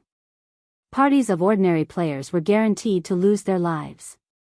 At the very least, one needed a bronze speedboat to approach dangerous sea zones. This was also why he had come to Dahl's workshop. Based on Shifeng's knowledge, there was a small island hidden in a dangerous sea zone. The island contained a manatite vein. Moreover, it was a slightly rich vein. When the vein had been discovered, it had caused a commotion throughout the Apocalypse Empire, inciting a war between the Empire's various large guilds. The war then had sent tremors throughout God's domain. After all, magic crystals were important, regardless of the era. Over 50 guilds had participated in the contest for the manatite vein, with the weakest being third-rate guilds. The war had been between three factions led by Battle Wolves, Dragon Phoenix Pavilion, and Miracle. The Maritime battle had incurred tremendous losses for all three, with the death toll reaching the millions. Moreover, these were not the deaths of ordinary players, but guild elites. Currently, God's domain had only launched a short time ago. It was still impossible for current players to reach that island. Hence, before completing the hidden quest, Shifeng had planned to try traveling there. If he succeeded and claimed the manatite vein, the development issues that would plague his future city would vanish. One could not complete a city by simply constructing an empty shell. The money and resources involved in a city's operation were astronomical. Even super guilds could barely afford to run a city, much less the current Zero Wing. The most important resource, of course, was the mana crystal. Unlike the magic tower, whose daily operation only cost 500 magic crystals, the mana tower cost 4,000 magic crystals each day. There were also many other establishments that required magic crystals as a power source. Now that the town's safety had been dealt with, he had to deal with the city's construction and developmental problems. He needed to claim a manatite vein. Originally, Shifeng had not been particularly confident of reaching the island. Now that he had the swift dragon speedboat, however, his confidence grew. Following which, Shifeng signed a contract with Rodney, stipulating that Rodney would work for Shifeng for 3 months. The first task he assigned the master engineer was to construct the power source of his shipyard's new cargo ship. After settling his affairs with Rodney, Shifeng left Dahl's workshop and prepared to make a trip to the savage wildland. As soon as Shifeng reached the docks, he discovered many players shouting to form parties. "For waiting for two. We already have a boat ready. The route is guaranteed to be safe. We'll set off once we have 2 powerful level 39 DPS. Requesting companions to rent a boat together. Level 37 cleric looking for a party. Level 39 powerful MT looking for a strong party." Hundreds of players were trying to form parties. The scene was quite lively. Moreover, their requirements were high. This was nothing like White River City's party-forming area. Most of these parties were looking for players level 39 or above. Moreover, members must have secret silver rank equipment or above. "Fellow brother, are you looking to sail? Since you are alone, why don't you join our party? Once we reach an island, we'll split the items equally." As Shifeng was walking towards the sea, a level 40 male elementalist suddenly approached and sent him an invitation. Although Shifeng wore a black cloak, he had used the demon mask to adjust his appearance and displayed himself as a level 40 swordsman. Even among this crowd, players who had reached this level were rare. Originally, Shifeng had thought of rejecting the invitation. However, when his eyes landed upon this male elementalist's name, a surprised expression briefly appeared on his face. Hovering Feather. In the past, everyone in the Apocalypse Empire had known this name. He had been known as the Tyrant of the Seas. Although he had only been a Tier 5 Grand Wizard during his peak, even Tier 6 God-ranked players tried not to provoke him. It had all been due to this man's ownership of 2 legendary items. Tier 6 God-ranked players had been no match for him, particularly, out at sea.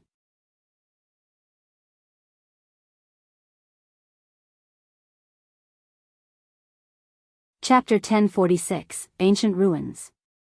Shi Feng had heard about many of Hovering Feather's miraculous deeds. During God's Domain's early stages, Hovering Feather had been an independent player. By relying on his extraordinary strength and luck, he formed a considerably powerful adventurer team.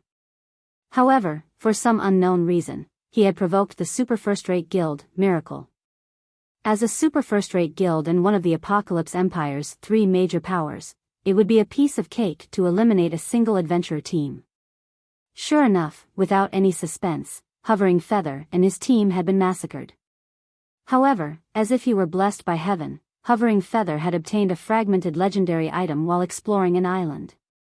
This boosted his strength. In addition to the fact that he was an independent player, making him very difficult to track, even Miracle's experts had not been able to do anything to the man. Despite the guild having dispatched its apex experts numerous times, not only had they allowed Hovering Feather to escape every time, but the latter had also caused some damage. As Hovering Feather had risen to prominence in the Apocalypse Empire, one of his fellow brothers had sold him out and given his coordinates to Miracle. In the end, he had been surrounded, and the guild's experts had killed him. Not only had he lost his fragmented legendary item, but he had also lost nearly half of his equipment, decreasing his strength sharply. He lost the strength to contend with Miracle. As for the brother that had betrayed him, he had joined Miracle officially and became one of its core members. On the other hand, Hovering Feather's life in God's Domain had hit rock bottom. Everyone had assumed that Hovering Feather had been finished. However, sometime later, the Elementalist had appeared in the public eye once again. Moreover, his strength had undergone an earth-shattering transformation as he managed to defeat over a dozen apex experts from Miracle in a row, instantly becoming famous throughout God's Domain. This incident had enraged Miracle. In response, the guild had dispatched a party led personally by an old monster to annihilate Hovering Feather. Yet, no one had expected Hovering Feather to survive and escape from the old monster's pursuit. However, this incident was precisely the reason that everyone had learned about Hovering Feather's secret. It turned out that, while the Elementalist had hidden from the public eye, he had come across a legendary item. It was this legendary item that had allowed Hovering Feather to escape the old monster. Afterward, Hovering Feather had learned how to play wisely. He would not ashore unless absolutely necessary, practically living out his time in God's Domain out at sea. The sea was both vast and extremely dangerous. Even Miracle could not reach the Elementalist. Sometime later, the Battle Wolves took a fancy on Hovering Feather's potential and extended an olive branch. To exact his revenge on Miracle, Hovering Feather agreed to join Battle Wolves and became one of the Super Guild's mainstays. In the end, he had harassed and caused Miracle plenty of trouble during the guild's maritime exploration.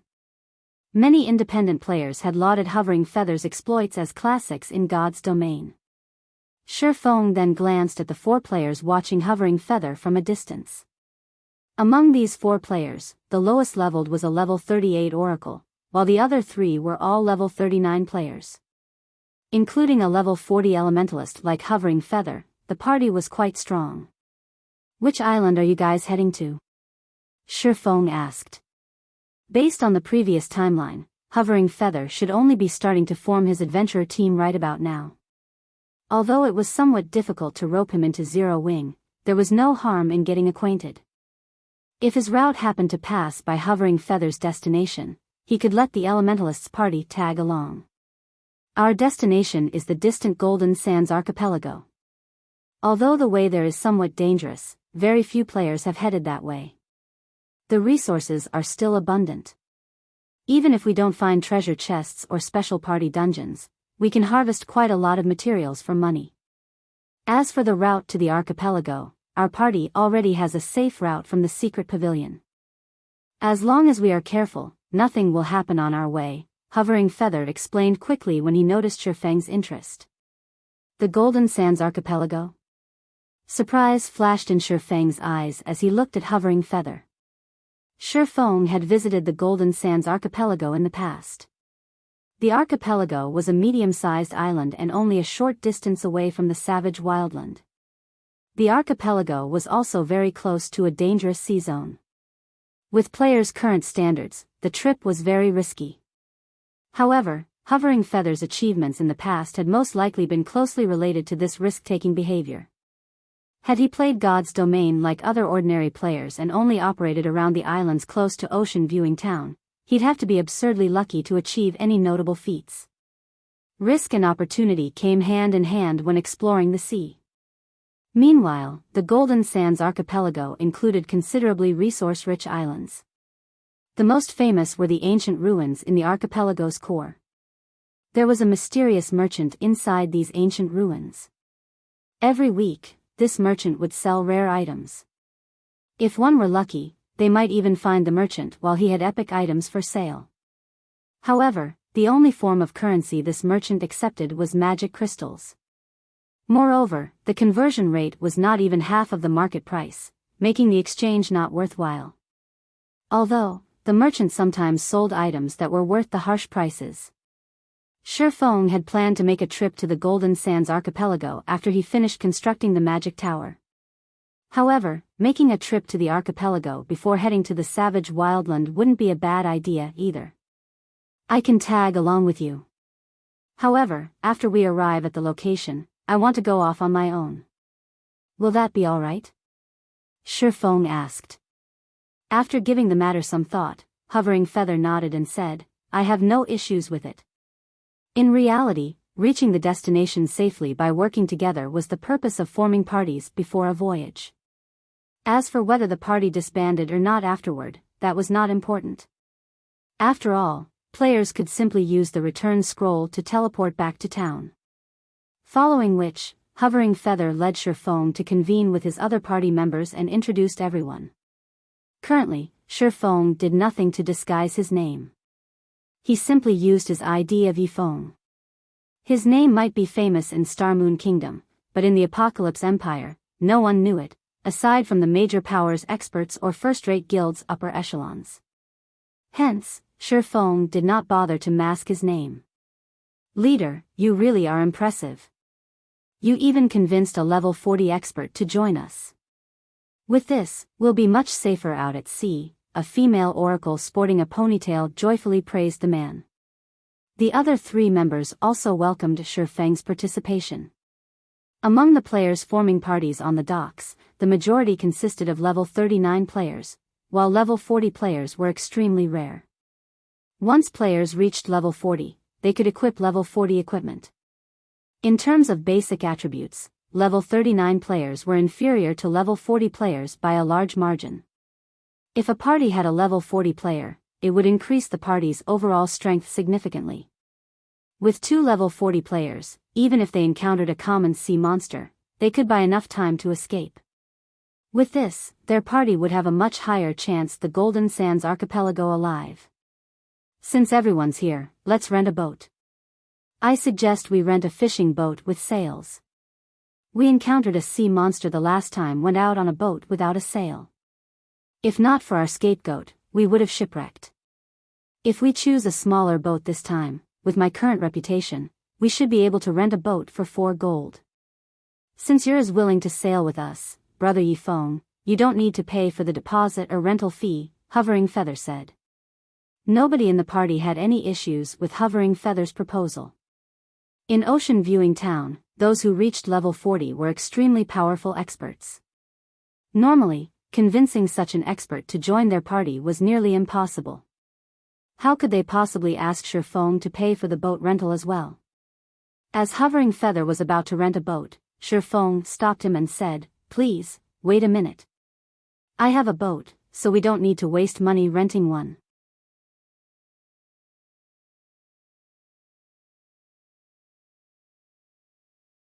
Chapter 1047, Empire's Focus. You have a boat? Hovering Feather asked, slightly surprised. Like mounts, boats were considered luxury items. Currently, an independent expert would be lucky if they had 1 or 2 gold coins on them. The better equipment an expert wore, the more costly their repair fees would be. Naturally, their expenditures were higher than other players as well. Moreover, there were concerns such as potions and scrolls. In the end, it wasn't easy to save a lot of money. Hence, in Ocean Viewing Town, despite some players having reached level 40, they could not afford to buy a common mount. Hovering Feather had wanted to form an adventurer team for a while now. He had also been quite lucky recently, having found several treasure chests in a row.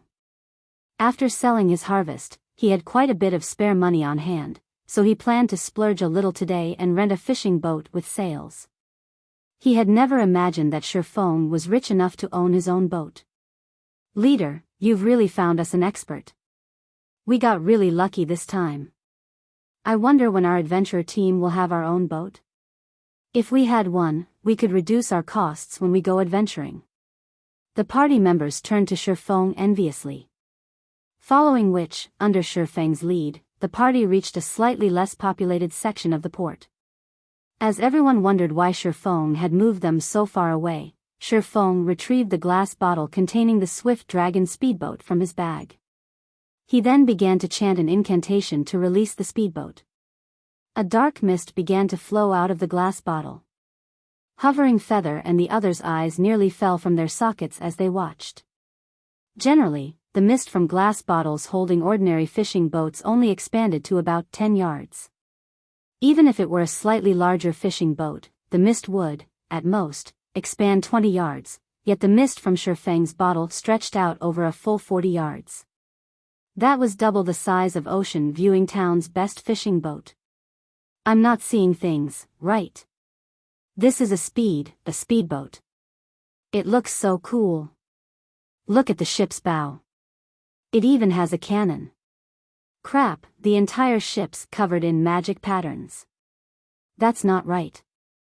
Even the high-ranking speedboats I saw NPCs use didn't have magic patterns." Hovering Feather and the others were captivated by the Swift Dragon speedboat's elegance. "Let's go." Shifeng was quite satisfied with his speedboat. The Swift Dragon speedboat had a streamlined appearance. Faint lights also circled its hull. It was the most elegant speedboat Shifeng had ever seen. Moreover, its engine was made of 2 parts. Without the engine, it relied on the wind in its sails. If he were not satisfied with the boat's speed, he could use magic crystals as a power source to gain more speed. However, this mode cost 1 magic crystal per 10 minutes, which was the equivalent of 25 silver every 10 minutes. That was practically a day's income for an ordinary expert. When Shifeng finished admiring his speedboat, he led the party to the boat's deck. As Shifeng released the Swift Dragon speedboat, the distant passers-by were stupefied. "What kind of boat is that? Could some Super Guild's expert team have come to our Ocean Viewing Town? That boat looks amazing. I wonder which Apex adventurer team that is. I have to join them." Swiftly, word of the Swift Dragon speedboat caused a commotion throughout Ocean Viewing Town. Upon hearing this news, members of the various adventurer teams and guilds began to ask around for information on the speedboat. When players began to approach to take a closer look, Shifeng activated the vessel. The magic patterns around the boat's hull emitted a light blue glow. As if a sharp sword had pierced the seawater, it parted away from the speedboat. Following which, the Swift Dragon speedboat began to move as a gust of wind blew by.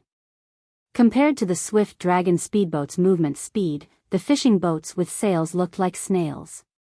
In the blink of an eye, the secret silver speedboat passed these fishing boats, no slower than bronze mounts on land. Rapidly, the Swift Dragon speedboat grew smaller in everyone's view before disappearing as if it had never graced Ocean Viewing Town. Isn't it a little too fast? My eyes aren't playing tricks on me, right? How can a boat be that fast? Don't tell me we've encountered the legendary ghost ship. That shouldn't be it. I saw a few players boarding the ship a moment ago. It must be a speedboat that some god-ranked experts own. I wish I had a speedboat. I'd buy one even if I had to go bankrupt. With your pocket change, you can't afford that boat's rudder, much less the entire thing. The players on the docks gaped as they watched the Swift Dragon speedboat disappear, shuddering with an indescribable excitement. At the same time, news of the swift dragon speedboat had spread to the ears of the various large guilds' upper echelons in the Apocalypse Empire. A high-ranking speedboat? Find a way to contact the owner immediately. Our guild must have that speedboat. Almost every upper echelon of the various guilds gave out the command to find the speedboat's owner. The resources on God's Domain's islands and sea were far more abundant on land. However, exploring the ocean was too difficult. This difficulty wasn't due to players' lack of strength, but their ships' lack of strength. Fishing boats couldn't contend with sea monsters. It was even more impossible to rely on fishing boats to plunder treasures in dangerous sea zones. However, it would be a different story if their guilds had a high-ranking speedboat. If they formed a team of experts to explore with said speedboat, their harvest could be even greater than raiding large-scale team dungeons. Unlike islands, large-scale team dungeons had a cooldown once they were raided. Moreover, players needed far more time to explore and raid large-scale team dungeons. Now that income from dungeons had hit a bottleneck, the Apocalypse Empire's various large guilds needed to transition their development towards the sea. Big Sis Rain, news just came in. It seems that a high-ranking speedboat has been sighted in Ocean Viewing Town. Moreover, it seems that the speedboat is of an even higher rank than NPCs. Upon receiving this news, Blue Phoenix contacted Phoenix Rain immediately. She also forwarded the images and videos of the swift dragon speedboat. Upon seeing the video, Phoenix Rain's expression turned serious. Due to the Dragon Phoenix Pavilion ownership of the Town of Beginnings, the pavilion had begun placing greater importance on maritime exploration. Phoenix Rain had seen plenty of speedboats on the ocean. However, those speedboats were nowhere near as fast as this. Blue, begin an investigation on that boat immediately. While you're at it, spread word that the pavilion is willing to purchase that speedboat for a high price. Phoenix Rain commanded. I'll get it done right away, Blue Phoenix nodded repeatedly. Interesting. If Miracle has this speedboat, we can complete our quest in that dangerous sea zone. Send someone to Ocean Viewing Town. Find a way to get that speedboat, use whatever means necessary, a man in his 50s growled. Although this man was already in his 50s and looked as if he had survived many of life's vicissitudes, his body radiated a frightening aura that caused the level 40 Apex experts around him to shudder involuntarily. These experts lowered their heads, not daring to make eye contact. Vice Guild Leader, please rest assured. We will complete this task, the several Apex experts declared. While Shifeng sailed towards the Golden Sands archipelago, without his knowledge, he had become a focus in the Apocalypse Empire. Practically every guild in the Empire discussed his swift dragon speedboat. The swift dragon speedboat really is fast. This should have been close to a 20-hour journey. Now, we can reach the archipelago in 5 hours. I wonder how fast this boat moves if I spend magic crystals. Shock filled Shifeng's heard as he watched the outline of the Golden Sands archipelago appear on the horizon.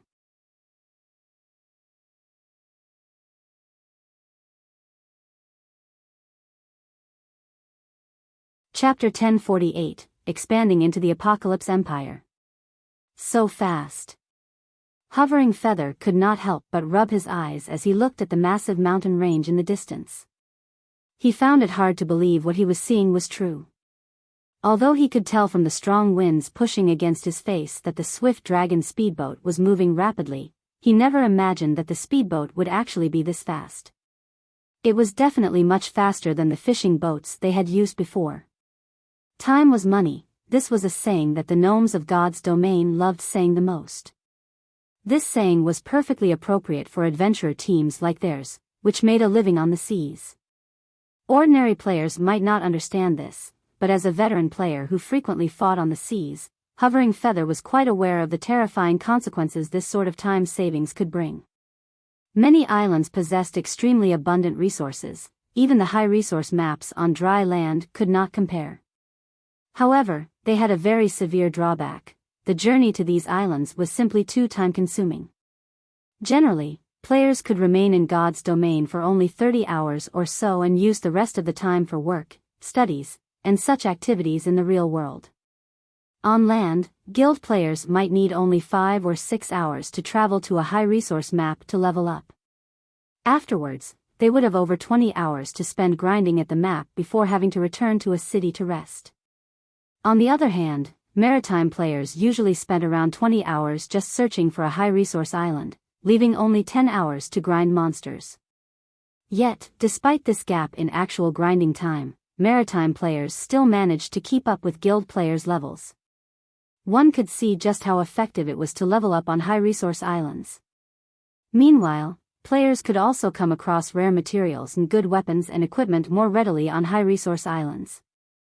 If one's travel time at sea got shortened to around 5 hours only, they could spend over 20 hours grinding on a high-resource island.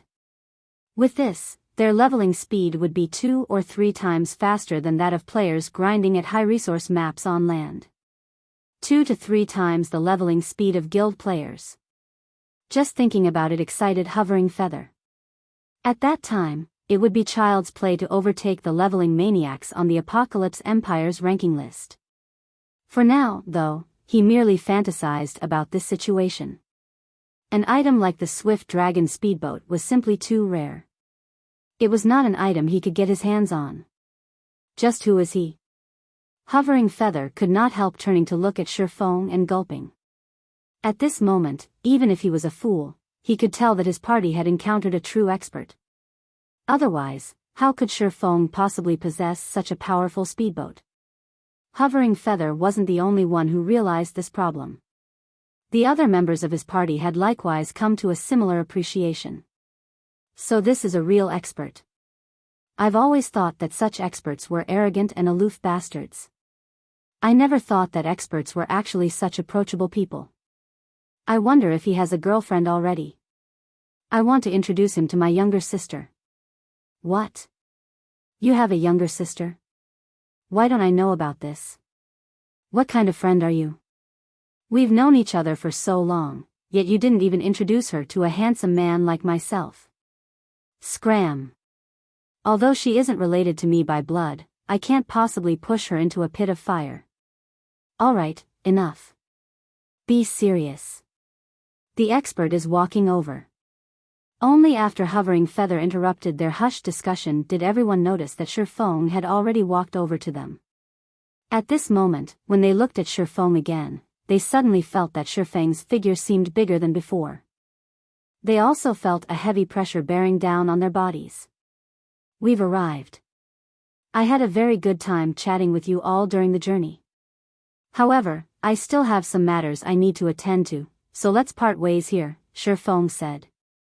He could not help but smile as he looked at everyone suddenly taking a cautious attitude towards him. On their way here, they had not encountered any danger. Even when they met with sea monsters, it took very little effort to shake off the monsters with the Swift Dragon Speedboat speed.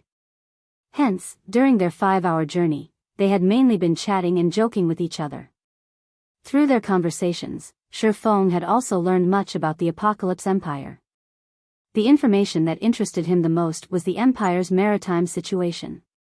In the past, as he mainly operated around Star Moon Kingdom, he did not know much about the Apocalypse Empire, particularly the Empire's current state of affairs. The Apocalypse Empire was a coastal country. Its development path was slightly different from Star Moon Kingdom's, which mainly focused on land. This divergence was considerably beneficial during the mid-late stage of God's domain.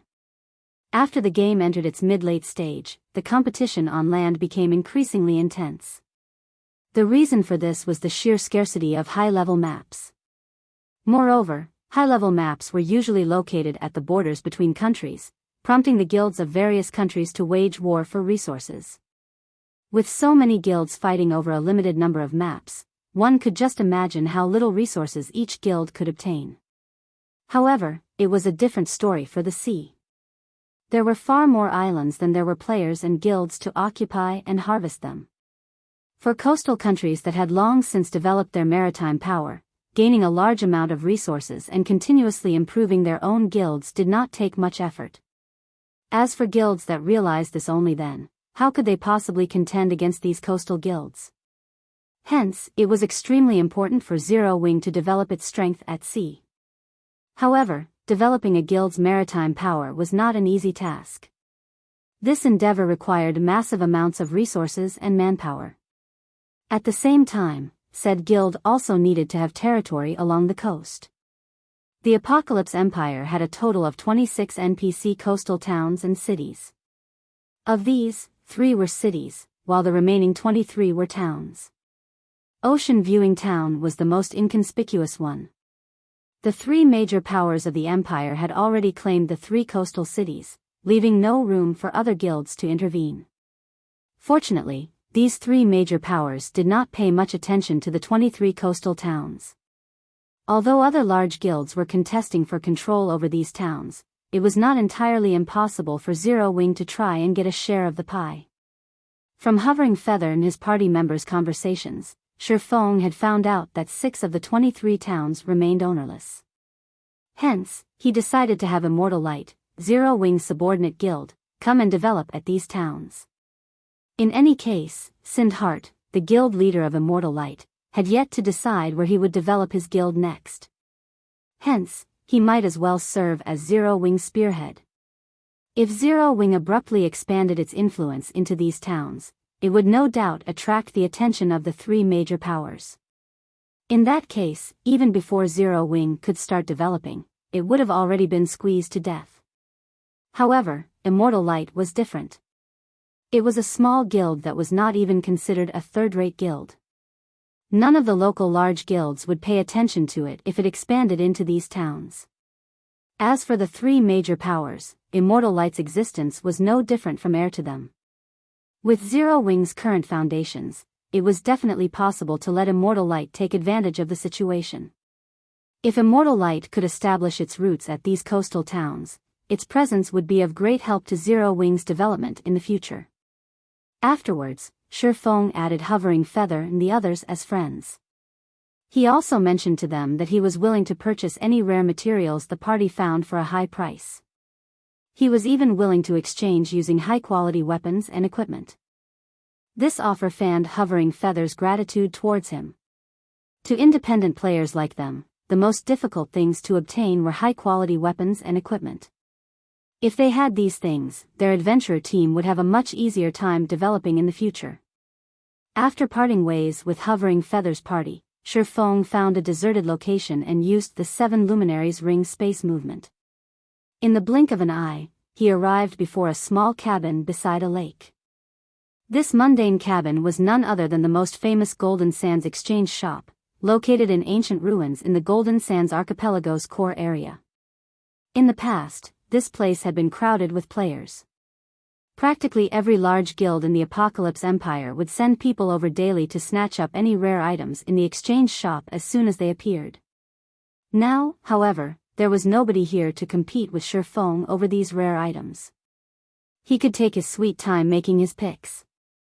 Just as Shifeng's hand grasped the handlebar and was about to push the cabin's door open, the sound of a system notification entered his ears. System, congratulations. You are the first person to have discovered the Golden Sands exchange shop. Do you wish to pay 10,000 magic crystals to become a member of the exchange shop?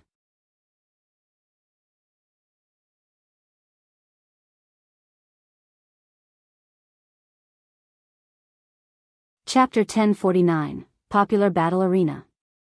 Become a member? Shifeng's eyes immediately lit up with joy when he received this notification. The exchange shop operated by its mysterious merchant had 2 modes of exchange. One mode was available to all players. The other mode was limited to members of the exchange shop. In the past, Shifeng had yearned to become a member of the shop. Unfortunately, obtaining membership was not that easy. Based on his understanding, there were 2 ways to become a member of the exchange shop. The first one was very normal, and that was to achieve a certain number of transactions and trade volume with the exchange shop. One needed to make 30 consecutive transactions with the shop as well as attain a total trade volume of 5 million magic crystals. The number of transactions was not calculated based on the number of exchanges made but on the number of times the Golden Sands exchange shop refreshed its stock. the exchange shop would only refresh its stock of rare items once a week. In other words, one needed to visit the shop for 30 weeks in a row and make a huge purchase every week. If one were to stop even once midway, their count would have to start all over again. However, the number of transactions was only secondary. The key point was that the required trade volume was ridiculous. In reality, even if a player visited the exchange shop 30 times in a row and purchased plenty of items on every visit, they would still have great difficulty achieving the required trade volume. This was true even when they encountered valuable items up for exchange.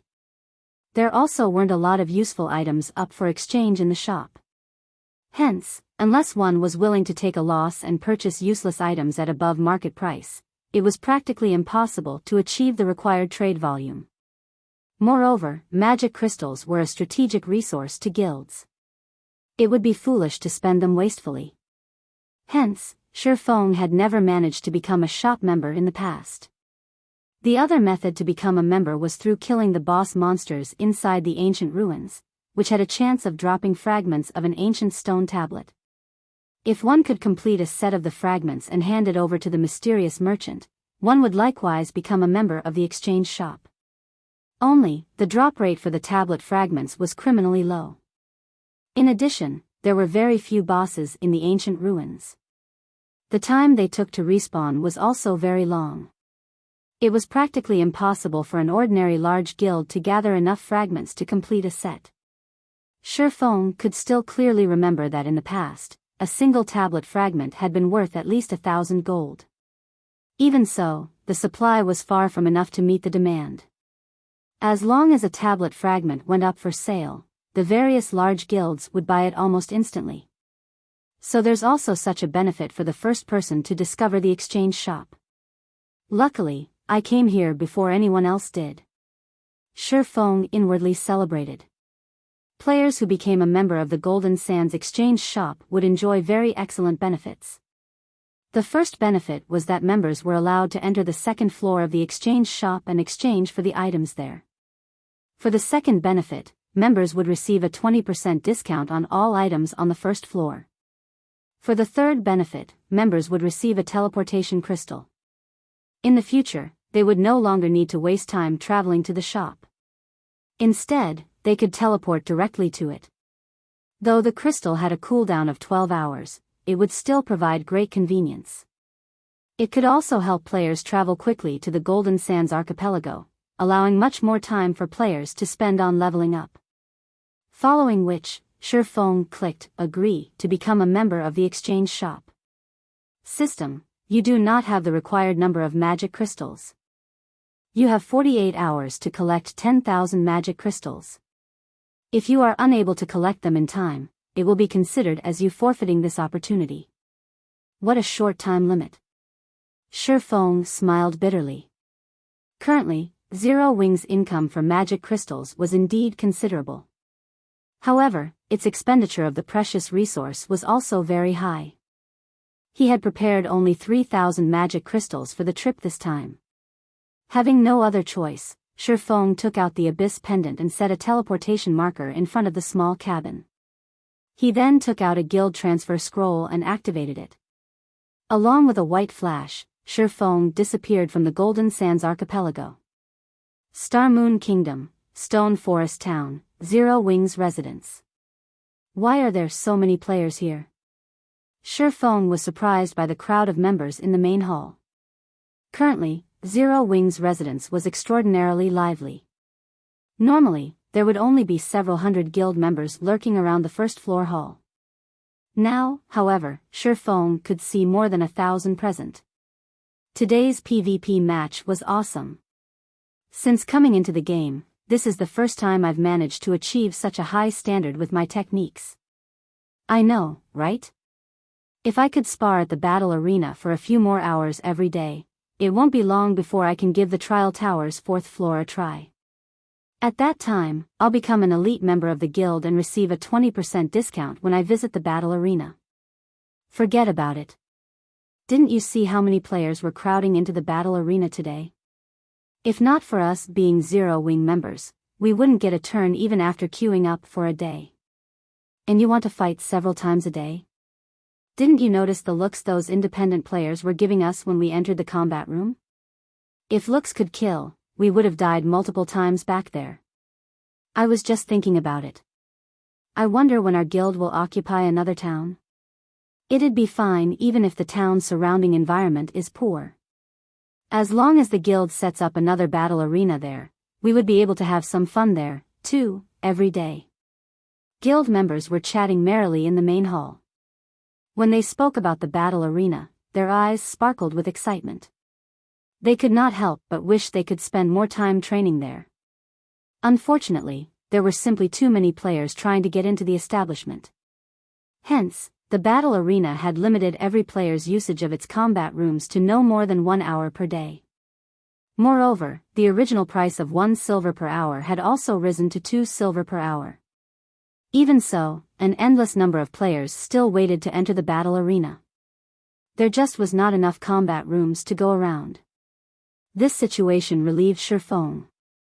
He could not help but admit that the battle arena was worth every coin he spent on it. Even without him doing anything, the advanced NPC managers would automatically deal with everything related to the battle arena. For example, the NPC managers would make adjustments to the pricing based on market conditions. Moreover, they would also provide corresponding preferential treatment to Zero Wings members. The NPCs had even set up a membership system for the battle arena. Those who became a member of the arena would enjoy priority entry into the establishment. They would also receive discounts on their expenditures. Meanwhile, in order to become a member of the battle arena, one needed to pay a registration fee of 100 magic crystals, which was non-refundable. If one wanted to get back their magic crystals, they could only do so by buying each crystal back for 20 silver. Personally, Shifeng felt that the membership fee of 100 magic crystals was a little too steep. However, the NPC managers had obviously done their market research because after they promulgated this rule, over 100 players had promptly registered to become members. At this point, the battle arena already had over 300 members. Just like the treatment that the normal members of Zero Wing received, these arena members had priority in entering combat rooms. At the same time, they also enjoyed a 10% discount when using the establishment services. Due to this benefit, the number of players trying to join Zero Wing had also exploded. Currently, word had already gone around that becoming a member of Zero Wing was equivalent to gaining 100 magic crystals. No other guild could offer this treatment. If one managed to become an elite member, the treatment they received was even more amazing. Not only did they receive a 20% discount, but they also received even greater priority in entering combat rooms. Just as Shifeng stepped out of the residence's main entrance to take a look at today's magic crystal income, a notification came from the system informing him that he had received a message. It seems they're finally unable to continue sitting still. Shifeng's lips curled up into a smile as he read the message.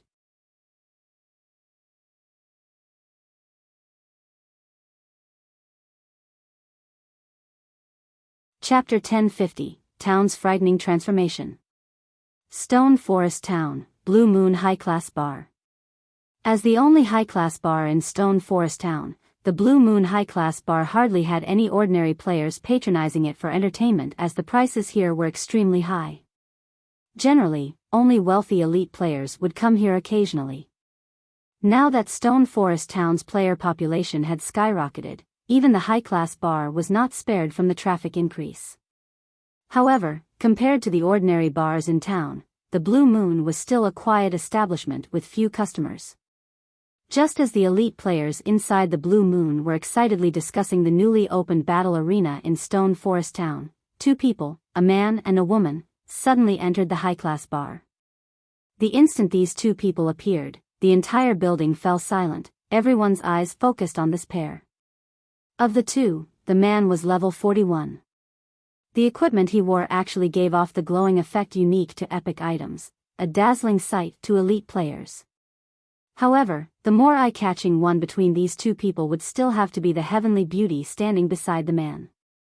Although the woman wore blood-red armor, the armor itself failed to conceal her perfect and enchanting curves. Just looking at her body could cause one to fall into a reverie. She had a delicate, oval face and beautiful eyes. Every one of her movements also exuded a natural elegance. In addition, she carried a long sword that radiated a golden glow on her back. No one in the room could pull their gaze away from her. Who is that beauty? Why don't we go get acquainted with her? Shoo! Speak softer. To think that you guys actually dare have designs on her. Are you all tired of living? We're just going to make her acquaintance. Is there a need to be so careful? Do you know her? Who is she? Do you not see the guild emblem she is wearing? That's the secret pavilion's emblem. Her name is Purple Jade. She is one of the pavilion's top experts and has been named a peerless genius by the pavilion. I heard that she managed to defeat Sacred Temple's Swordmaster, Ruthless Sky, a few days ago. Apparently, her next challenge is Miracle's sword freak, Miracle Dragon. Why is a genius like her here? Who knows? Maybe she's here to experience the battle arena. The players in the hall began discussing Purple Jade, who had suddenly appeared. As for Yuan Tianxin, who stood beside her, he got ignored by everyone. After all, the feat of defeating the Swordmaster Ruthless Sky was simply too amazing. The Sacred Temple was a super guild. Meanwhile, Ruthless Sky was an expert who had been famous for many years now. Practically nobody in the virtual gaming world was unaware of him. Nevertheless, this young and peerless beauty actually defeated such an expert. This news was far more shocking than if Ruthless Sky had lost to some random nobody. After taking a look around the room, Yuan Tianxin could not help but shake his head and chuckle as he said, "There are too many people here. Let's go upstairs." Purple Jade simply gave a silent nod in response. As for the gazes everyone inside the bar was directing at her, she paid no attention to them whatsoever. Or to put it in another way, she had long since learned to treat these players as air. After all, she had become the secret pavilion's most dazzling star the moment she joined the pavilion. Normally, there was not a single moment when she was not under close observation. She had grown used to receiving such gazes long ago. Stone Forest Town really is becoming increasingly amazing. I never thought that even a genius from the secret pavilion would come here. I know, right? Just a while ago, I saw several well-known experts of Star Moon Kingdom inside the battle arena. I'm betting that it won't be long before Stone Forest Town becomes the gathering place of expert players. I've decided. From now on, Stone Forest Town will be my main base of operations. I wonder when Stone Forest Town will sell personal houses? Even if I have to bankrupt myself, I must buy one. Stop dreaming. If Stone Forest Town really starts selling houses right now, those experts would buy them up in an instant. I heard that if you want to obtain a personal house in Stone Forest Town, there is currently only one way to do so, and that is by participating in the Battle Arenas tournament. As long as you rank within the top 5 of the 4th floor tournament, you'll get to enter the 5th floor and receive a personal room. Also, I heard that if you rank within the top 10 on the 5th floor, you'll even receive a personal advanced combat room. You don't need to tell me that. I've long since signed up for that tournament. Only, the registration fee is somewhat steep. It actually cost me half a magic crystal. If I can't survive 3 rounds, I won't even get to earn back my registration fee. Hee hee. I'm not aiming high. I'll be happy as long as I can survive 5 rounds and earn some money. As for reaching the top 5, I don't even dare think about it. Most likely, only those famous experts in the kingdom will be able to fight for those positions. Players like us have no chance at all. While everyone was raving about the battle arena, Yuan Tianxin, who walked by them, could not help but sigh inwardly when he overheard their conversation, a somber expression on his face. Compared to ordinary players, he was much more informed about Stone Forest Town's situation. Currently, even ordinary players were optimistic about Stone Forest Town's prospects. One could just imagine how much development potential the town had. Some time ago, Stone Forest Town's value was nothing to the secret pavilion. However, due to the construction of the Magic Tower as well as the increasingly popular battle arena, the town now had an immeasurable future, even Yuan Tixin had to admit that. Hence, he and Purple Jade had also come to Stone Forest Town. Despite their having been gone for only a few days, Stone Forest Town had undergone an earth-shaking transformation. Even he had received a fright when he arrived in town just now. Practically all the players roaming the streets were at the standard of elite players. Among them were many level 38 and level 39 experts. At this stage of the game, this was a scene that could only be found in the imperial capitals of empires, yet such a scene had now appeared in a player-owned town.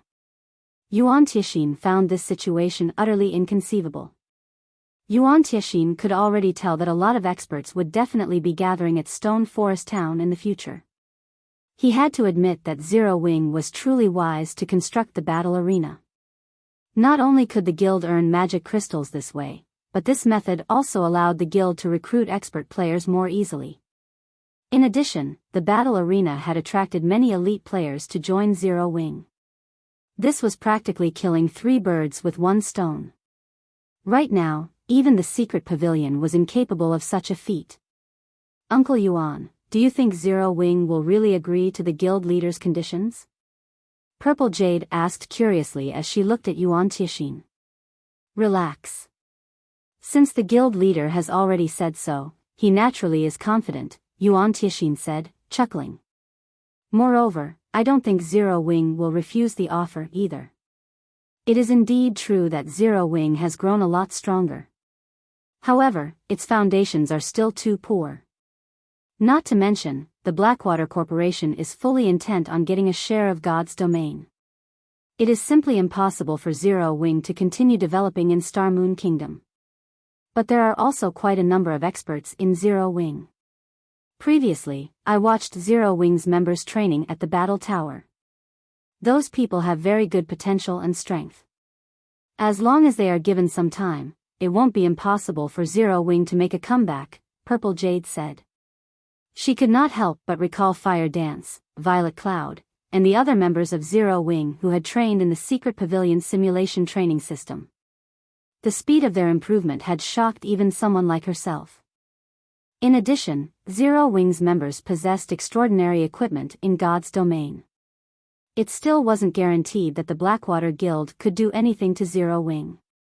You're entertaining such thoughts because you still don't know how fearsome the Blackwater Corporation actually is. There is a reason why the corporation can boast its current achievements in the fighting industry.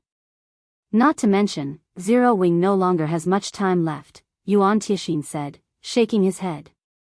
He could not help pitying Zero Wing. Zero Wing could only blame itself for its bad luck. Of all the countries in God's domain, the Blackwater Corporation just had to choose Star Moon Kingdom to be its staging point. Zero Wing simply had no chance of surviving this predicament. Just as Yuan Tixin and Purple Jade were conversing, a knock came from the doors of the VIP room. Yuan Tixin then released the lock on the doors. As the doors opened slowly, a figure that was not particularly tall appeared before Yuan Tixin's and Purple Jade's eyes. How can this be possible? Yuan Tixin's eyes widened in shock upon seeing this figure, his expression turning very grim.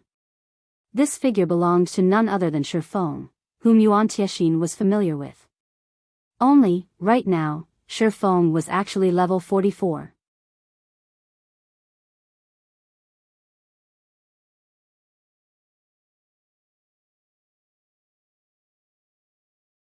Chapter 1051, Monster Army. How is he so high-leveled? Purple Jade's eyes flashed with shock as she stared at Shifeng slowly walking over to them. Currently, even the highest-leveled player in the secret pavilion was only level 42. Moreover, that person was the pavilion's famous leveling maniac, who was also the number 1 player on the Fire Wing Empire's ranking list, Sleepless Star. However, aside from Sleepless Star's personal strength, the reason he managed to come out on top in the Fire Wing Empire was the resources the secret pavilion supplied him with. Yet, Shifeng, a member of Zero Wing's upper echelon who was frequently busy dealing with guild affairs, had actually managed to reach level 44. This was truly inconceivable. However, rather than Shifeng's level, what surprised Purple Jade the most was the danger she picked up from him. Moreover, her alarm bells rang increasingly louder, the closer Shifeng got to her. What a terrifying monster. Yuan Tianxin was much more experienced than Purple Jade, so he could tell very clearly just how much Shifeng had improved since they last met. Smiling bitterly, he could not help shaking his head as he said, "Jade, it seems it will be impossible for you to test Yifeng's bottom line this time. Right now, he is no longer just strong. His strength is already at an entirely different level from ours." Previously, when Yuan Tianxin had met Shifeng, the latter had contained his aura exceptionally well, proof that the youth's control over his body had already reached a realm of perfection. However, this time, Shifeng failed to contain his aura that well when he moved. What did this mean? The only explanation for this was that Shifeng's power was so strong that even an expert like himself could not adapt to it properly. Hence, he was unable to contain his aura completely. When Purple Jade heard this, disappointment flashed across her eyes. In reality, her purpose in following Yuan Tianxin to Stone Forest Town this time was so that she could spar with Shifeng and hopefully learn some of his techniques. However, if the gap in strength was too wide, Shifeng could easily defeat her even without utilizing any profound techniques. With this, rather than a spar, she would simply be asking for a beating. "Uncle Yuan, may I know why you have come looking for me this time?" Shifeng asked unhurriedly. Truthfully, he already knew why the secret pavilion had come looking for him. With the popularity of Stone Forest Town's battle arena right now, even a transcendental power like the secret pavilion would not be able to sit still and do nothing. Currently, Stone Forest Town's development was still in its early stages. Aside from its geographical advantage, which allowed players to save up on travel time, it did not possess any actual advantage over other towns. This made it very difficult for the town to turn a profit and attract players. Establishing a money-making venture like the battle arena to draw players to the town represented a much more advanced business model. Only, operating a successful battle arena would be very difficult without the magic tower. "The secret pavilion wishes to conduct a trade with Zero Wing," Yuan Tianxin said as he retrieved a prepared contract from his bag. He then handed the contract over to Shifeng and said, "The conditions stated inside are definitely what Zero Wing wants the most right now.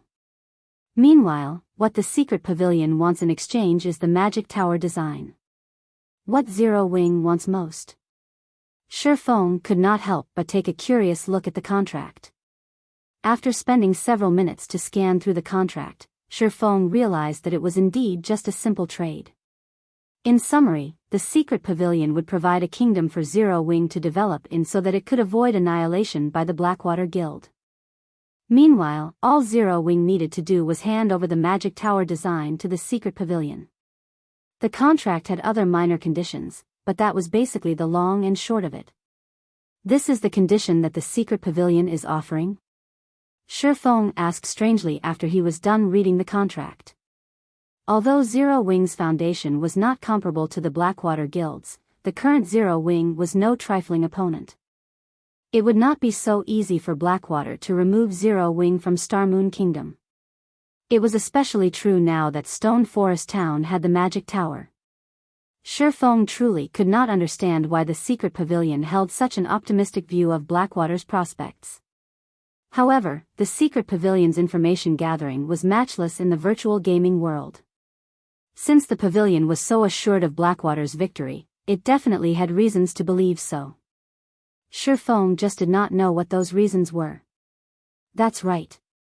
This is the condition the secret pavilion is offering. This is a trade that will bring only good and no harm to Zero Wing, Yuan Tianxin said determinedly. "I understand what you are thinking. It is impossible for Zero Wing to lose. But what will you think after looking at this?" Saying so, Yuan Tianxin sent a few video recordings to Shifeng.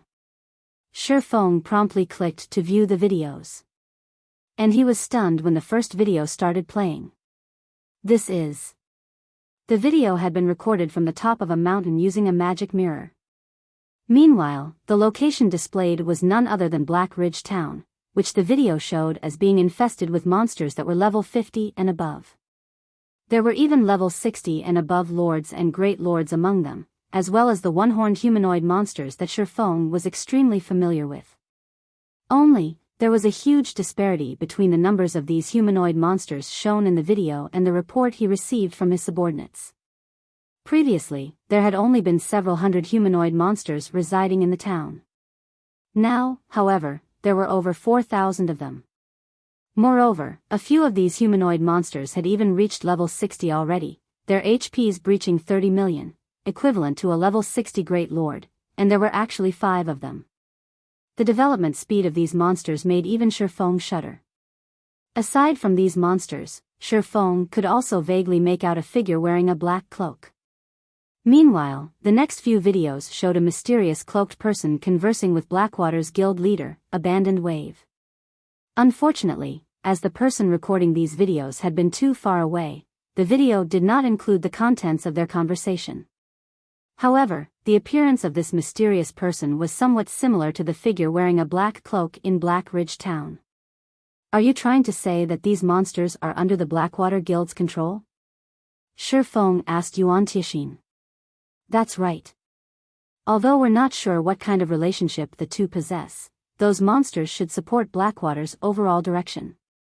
Moreover, just recently, we've also received news that Blackwater has secretly joined hands with Pantheon. Knowing this, how long do you think Zero Wing will be able to hold on? Moreover, the longer this stalemate lasts, the more disadvantageous it will be for Zero Wing. After all, those monsters are simply developing too quickly, Yuan Tixin said earnestly. Not to mention Zero Wing, even the secret pavilion might not be able to hold off all those monsters. The common beast-type monsters might be manageable, but those one-horned humanoid monsters were a different story. They possessed not only very high combat standards but also similarly high intelligence. It would already be very troublesome dealing with one of those humanoid monsters at the level 50 Lord standard, let alone a level 60 Great Lord.